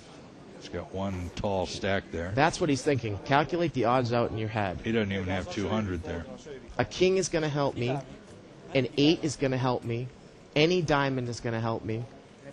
Well, if he puts the guy on the flush, though, the straights are no good. So he doesn't know that he's up against a smaller straight. he might think he's just going to draw to a diamond right now. You got about, not counting the bet that C2 just put out, you've got about $300-400 in the pot right now. C2 really backed into this pot. Seat 1, I think he should have raised from the start, and he's going to call. He calls. He's drawn to a straight and a higher diamond, and he doesn't get it. Nope, the straight's going to win get it. it. C2's going to win it. Straight good? And straight is good. Pocket queen. I think that kings moved forward on that hand pretty well, Denny, but I think the problem with that hand was pocket queens. He never raised, flat called the entire way. Okay, you flat call on the button before the flop, but now the turn comes. You've got two diamonds on the flop. You have an overpair and an open-ended straight draw. The original raiser bets into you. You gotta pop that out, and he would have driven 8-9 out of the pot. Yeah. He would have driven 8-9 out of the pot. So you play the hand wrong, it can cost you. Yeah. He calls. I don't think you call 40. You know what the thing is? If I didn't pick up They're talking about it now. the only reason I called, you'd still call, and you would go all in after that. Yeah, I would have won the hand probably. Yeah, and that's what Kings is thinking over there too. Queens misplayed it and cost seat 6 the hand, but basically what happened. You can't win this game over the long term by flat calling. You need to raise. That's what they're saying on the table. Queen should have re-raised. I had a huge hand. All right, I'm looking at ace-4 offsuit in seat 2, king-jack in seat number 4, queen-jack of spades in seat number 7, and 8-6 offsuit in seat number 8. Those are the hands I'm looking at right now. 3 folded. I didn't have a diamond either. I looked. It was both of them blocked. Yeah, you were down. 9-7-5. Is that a straight? 6-8? Yeah, that is. That would be the nut straight. The only thing I was worried about the I was come over the top. Seat 8. And Albert is flat calling here. I don't like it. He's going to get burned if a spade comes. And there goes another example of how you flat call and you get drawn out. And Albert's going to lose here again because he flat called on the flop. Now, I'm not saying that Jack-Queen would have got off the hand, but you've got to... I mean, you've got to put your money in. And now King Jack might, if he had called, I was going to say he might back in. Well, too. he was thinking about calling it. Yeah. He prematurely said, I raise. He didn't know seat 4 had cards. So seat 4 mucks. Okay. Good spade. I didn't flop shit. What do you think? See? Why are you calling my bet with that?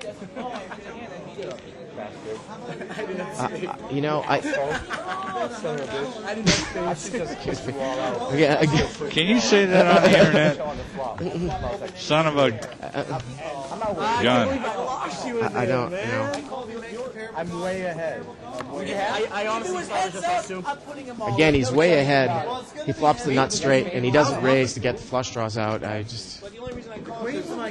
like to remind everybody we are live at the bike. You're watching a live action game, No Limit Hold'em. There is a 5-minute delay. Yeah, he is. Other than that, there's no editing, no rehearsing. Absolutely no rehearsing. I would call 1 because, like you said about the pre-flop, I thought. Oh, practice here. We just come and do it.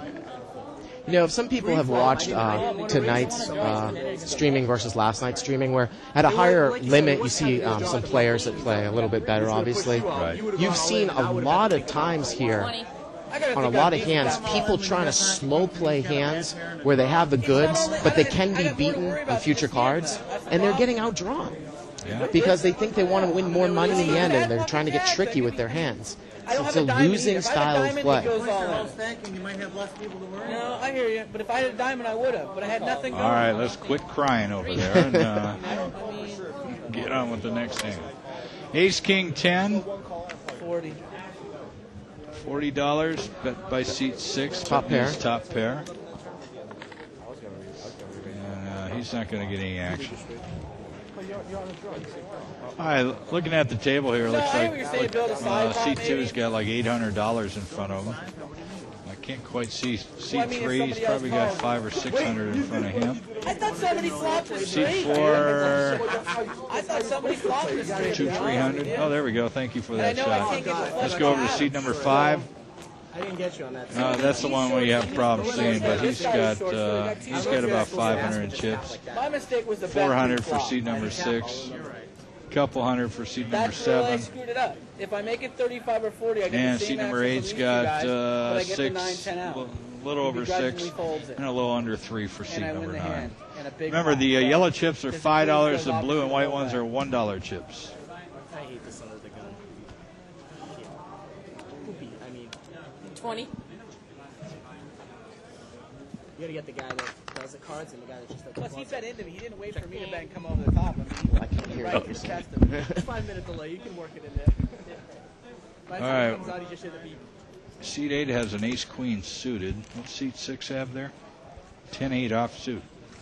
Call the race. King-queen 4. Much better check. Seat 8 will probably come out betting here. Yeah, I got a heart. Now, it's check to Albert. He's got second pair with overcard. Bet $25. It's a good bet. It's good enough. Take it down. Oh, let me turn. Just because you fell for the bluff. You know, the other reason why you raise with nut hands on the flop, Denny, or you raise with top pairs is that you're not necessarily always going to win those hands, and I understand that sometimes it looks like you're saving money when you get drawn out, but you need to make people pay for their draws. So that if they are going to draw, you're going to raise them, and if they're going to call the raise and they miss their draw, you can extract the maximum amount of money and make maximum amount of profit. Hey, I want to say, give a shout out to Billy KGB. Said it's 6 a.m. where he's living. Billy, go to bed. Actually, we got about 10 more minutes of the broadcast, and then you probably will. Thanks for watching.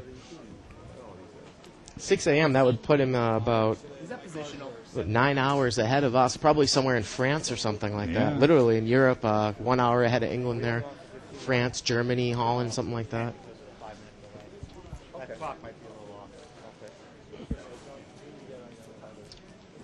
Seat 4's got Queen 10 suited, 3-7 in seat 5, and 7-9 in seat 7. Three-way action. I'm sorry, two-way action. Seat 5 has got the flush draw. Seat 4 has got second pair. It's checked. Now seat 4 checks because he's thinking about the king, right? So, but then he bets on the turn, which is good because he's got the second pair. I agree with that.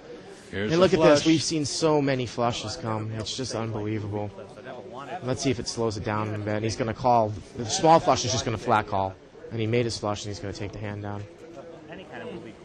You know, that hand was all right to be played. He checked the flop, got checked behind him, bet his 10, thinking the second pair is good enough, just didn't quite bet enough, maybe still fearing the king, got a call, and then got drawn out in the spades. But, long term, because he got that call on the turn, if this guy missed his spade on the river, he would have made an extra $20 because he was going for his draw, and that's how we make money, over the course of a session. People that are paying for their draws that don't hit them have to make them really pay for those straight and flush draws. And people that chase overcards too, it's the same thing. I was reading on the 2+2 forum, and 3 2+ tours finished among the top 4 in the European Poker Tour event in France, which ended today. Justin Bonomo, Brandon Schaefer, and Carl Olson. And they also say Bart Hansen is a very good commentator. Oh, thank you very much, guys. Props to the prop. What's that mean? Okay. 30? Yeah, the camera's almost done. Yeah, 10 minutes left. Speed poker. I have a straight draw, man. Think about it a little while I'd longer. like to thank 2+2 for writing my scripts tonight. It's on my hand. It's a good hand. What am I supposed to do? I wanted somebody to call. Send the check to Oh, me beat. me. Send it to me. All checks go to me, except the ones that bounce. Positive. Yeah, right. I'm going home and watching it. I know. We gotta record I have to have I got a big ace. I got a big ace suited. Big ace suited. So it's been kind of a fun night, Denny. I mean, we've seen some hands, and It sure has. we've seen a lot of draws being hit. I think that was the whole common theme of tonight. Lots of draws. I had the best hand. Queen Jack. Next week we'll be showing a $500 buy-in along with the 200. I don't think we have any special high roller game scheduled yet. I'm sure that we'll have one of those games again in yeah. the future.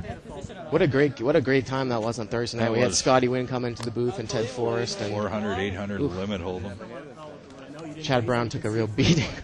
Sure did. Look at this. Seat 6 flop the nut flush. We got a royal flush draw, seat number 6, too. Nut flush draw, royal flush draw, gut shot straight draw. Too bad nobody has pocket 10s here, and we hit the royal flush at a jackpot. What a way to end the show. Huh? Yeah, that would be a great way to end the show. Looks like it's seat 6 against seat 7. Seat 6 against seat 5 against seat 6. And I can't quite see what seat 5 has for cards. Looks like he's got King Deuce. King Deuce of clubs, so he's picked up a flush draw here too. Top pair with a flush draw. It's a pretty strong, pretty powerful hand. He puts out a bet and he calls. The ace jack of diamonds calls. Ooh. And it's we a see flush. another it's not flush. A royal. It's not a royal, but it is a flush. How many flushes and how many draws have we seen here, Danny? It's just... I haven't kept count. I really have. Unbelievable. Yeah, At about least 3 or 4 in the last hour. Yeah. $75 bet. And he checks, and now the guy is thinking, well, I mean, I can't fault him in that particular case for betting light because some could have been sandbagging a 10 there. He's got a king with a weak kicker. So and that's what he's thinking, too. I mean, King Jack, he thought, too. I mean, any king with a better kicker is going to beat his King Deuce.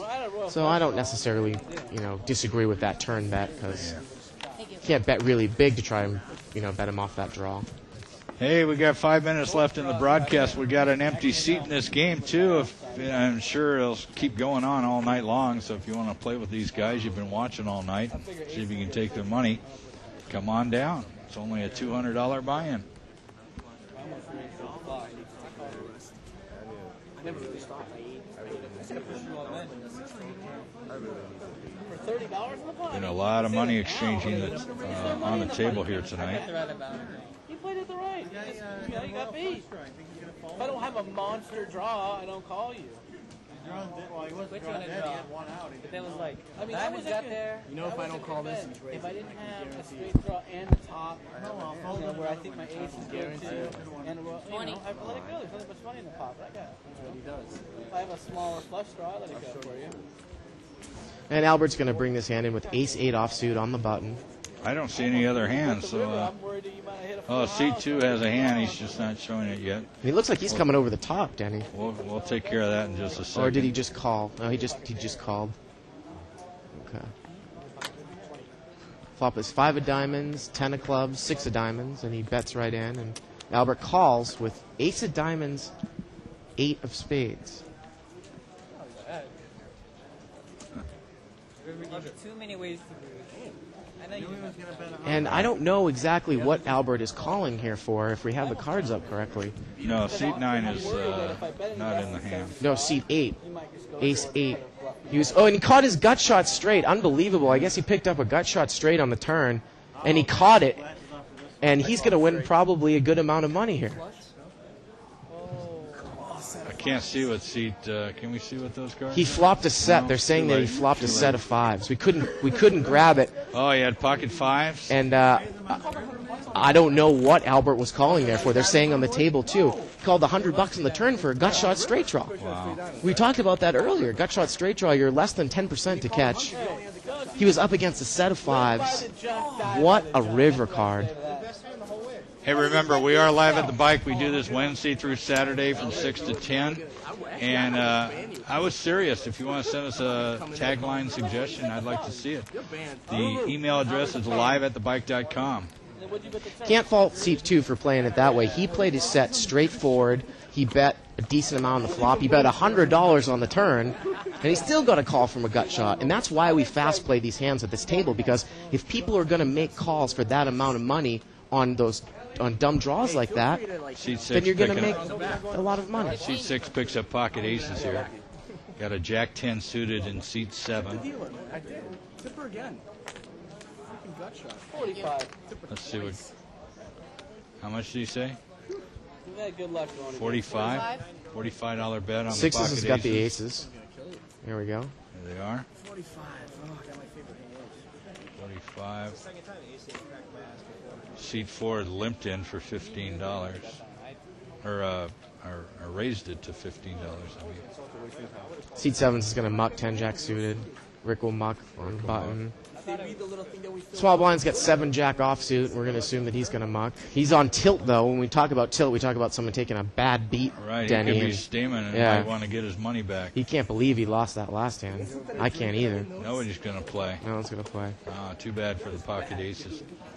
This is going to be our last hand. Yeah, let's Denny. make it a good one. Give those cards a good scramble there, Sheila. This is the last hand of the night. Check the camera. Maybe we can get a jackpot out of it. Huh? Aces full of 10s or better beaten by 4 of a kind or better will win $93,000. Divided 50%, 25%, and then 25% to the table. Black aces. Black eyed peas, baby. Just out of curiosity, what did you think I had down there?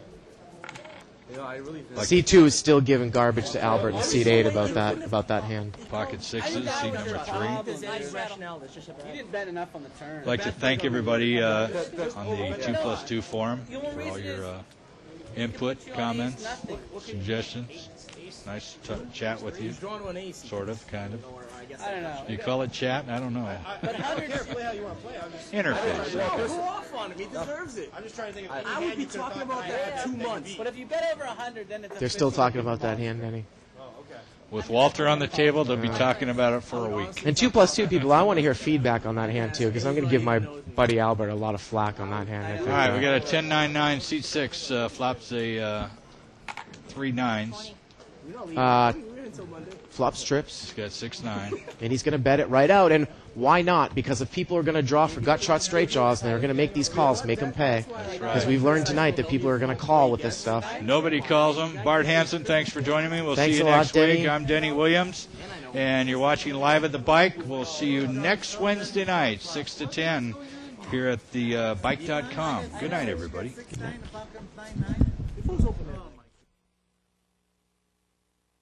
It's here.